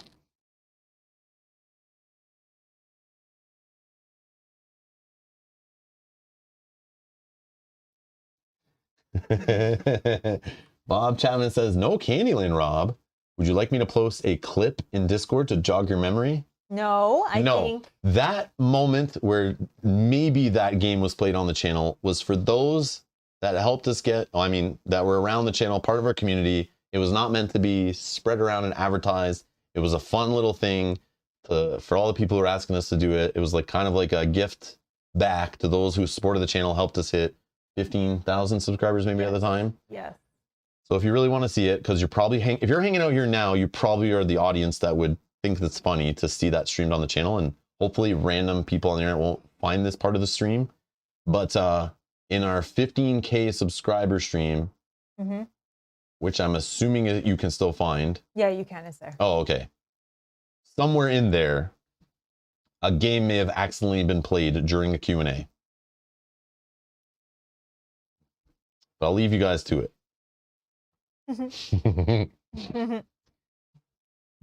But I did call that out of my collection. It is now at a home with young children and a guy with a beard you may know, not Dana, and they've played it and had some fun with it. Okay. Yeah. So it's gone to getting some good love. It's gone to a loving home. It didn't just go into the trash or paper shredder or recycle or whatever. Yeah. It definitely was fun and worth it and great, and yeah, it was awesome. Yeah. Nobody's searching that out though, let me tell you. No, I know. It's not worth the search, okay?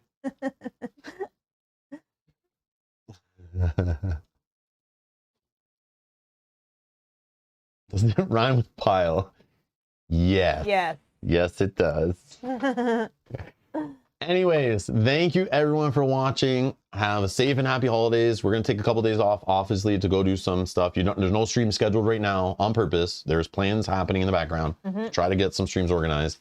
We will continue with ISS Vanguard. We'll slap a stream in there sometime, probably between New Year's and Christmas and New Year's. So we will be back. Stay tuned, but I'm going to take a couple days away from the channel. Never do some family stuff. I'm going to stay out of the basement, stay away from the camera, stay away from the lights, stay away from the sound equipment, stay away from the computer, the streaming computer. I'm going to stay away from it. I want to touch anything streaming. I'm going to relax, bond with my family, spend some time enjoying Christmas food, Christmas movies, snow, lights, get nostalgic, warm my heart, miss you guys. That's the problem. I don't miss the technology. I don't miss the board games. It's the goddamn chat. Yeah, you have to step away, right? You have to make people miss you. The problem is we'll sneak in the Discord. That's the thing. I can go lurk in the Discord and chat and emoji and reply to people and read their funny things and not miss them. I can do that. I'll add it back to my phone during the time I'm away. Yeah. And get in there. But so I won't truly disconnect. But from the stream, I will disconnect. If you're wondering in the Discord, it's for producers only. So if you'd like to get in the Discord, the join button down below will get you in there if you'd like to come and chat with all the other people in the chat that have green names and dice beside their names who support the channel every month. They are all in a chat talking about games and off-topic things and just hanging out. You can drop us a message in there, mention us, and I check in every now and then. Mel's in there, you know, sharing painting pictures, all that stuff. Yep. I also will post some dessert photos and maybe some links as well. Yeah. Some of the desserts I'm going to make after this stream today. But yeah, I'm in there browsing. Sometimes I'm browsing on device, not on one with a good keyboard, and I'm not really chatting back sometimes, but I see you guys in there, and I post every now and then. But yeah. Yeah, thank you for the support. Thanks everyone for the super chats, the donations. Thank you for subscribing, hitting the like button on other streams. This one you don't have to hit the like button on, it's fine. The like button should be used to promote the streams you like, to help other people and the YouTube algorithm promote those videos to the rest of the channel. I don't think they care about watching us idiots in this wearing antlers, but I hope they find our board game playthroughs and our streams and come hang out with the community on our regular content. Because if they only come here for the Q&As, they might be upset that we only do a few a year. I'm bad at that. I know. I'm very bad at that. But yeah.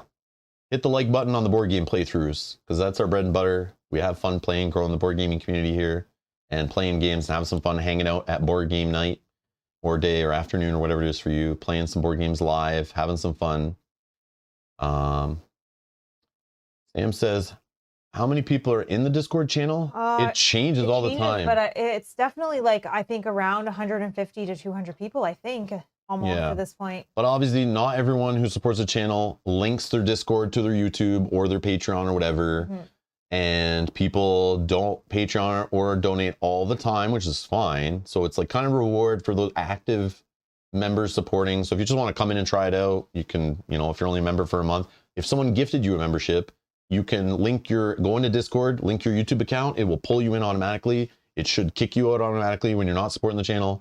And it's just the active people who are supporting the channel, a kind of a reward for them to hang out and talk, and they can message us and we can chat with them behind the scenes and stuff.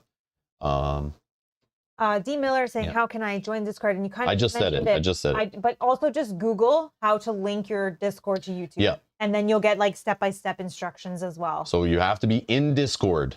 And in Discord, there's some kind of menu. It changed before. There's a setting. And you can link tons of things to Discord. You can link tons of things to Discord. There is APIs to link all these different web apps.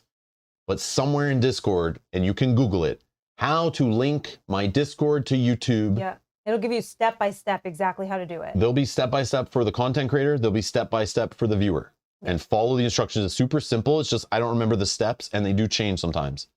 But however you do it on your end, however you see it, you click it, and there'll be a link to like link your Twitch, link your YouTube, link Twitter, link Facebook, link all the things.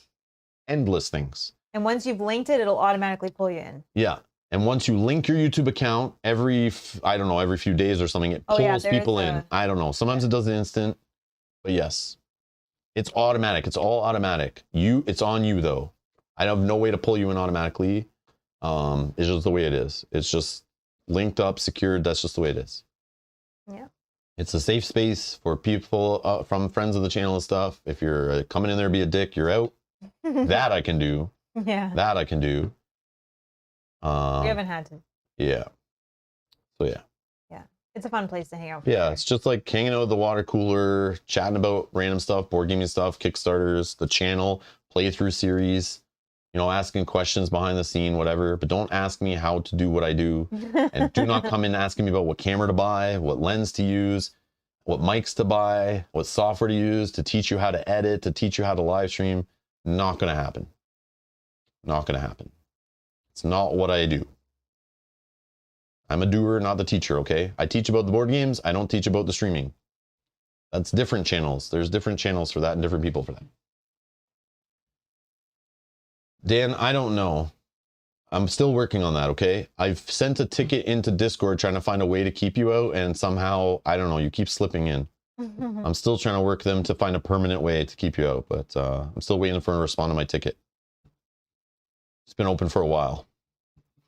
Just kidding. But yeah. Anyway, thank you all for watching. Thanks for hanging out. Thanks for being awesome. And we'll see you in the next stream. Have a safe and happy holidays. Mel, anything else? No, just the same thing. Have a wonderful holiday with your family. I hope you get to enjoy whatever holiday you celebrate. And we'll be happy to see you in the next week. And always make sure everything you're doing in life is to enjoy what is precious to you. Precious. Enjoy your precious. So be safe, everyone. Your time is precious. Enjoy it. Have fun. And do things you want to do and have fun doing them. Yes. Happy holidays, everyone. Happy holidays. And we'll see you in the see next you later. one. Bye. Bye.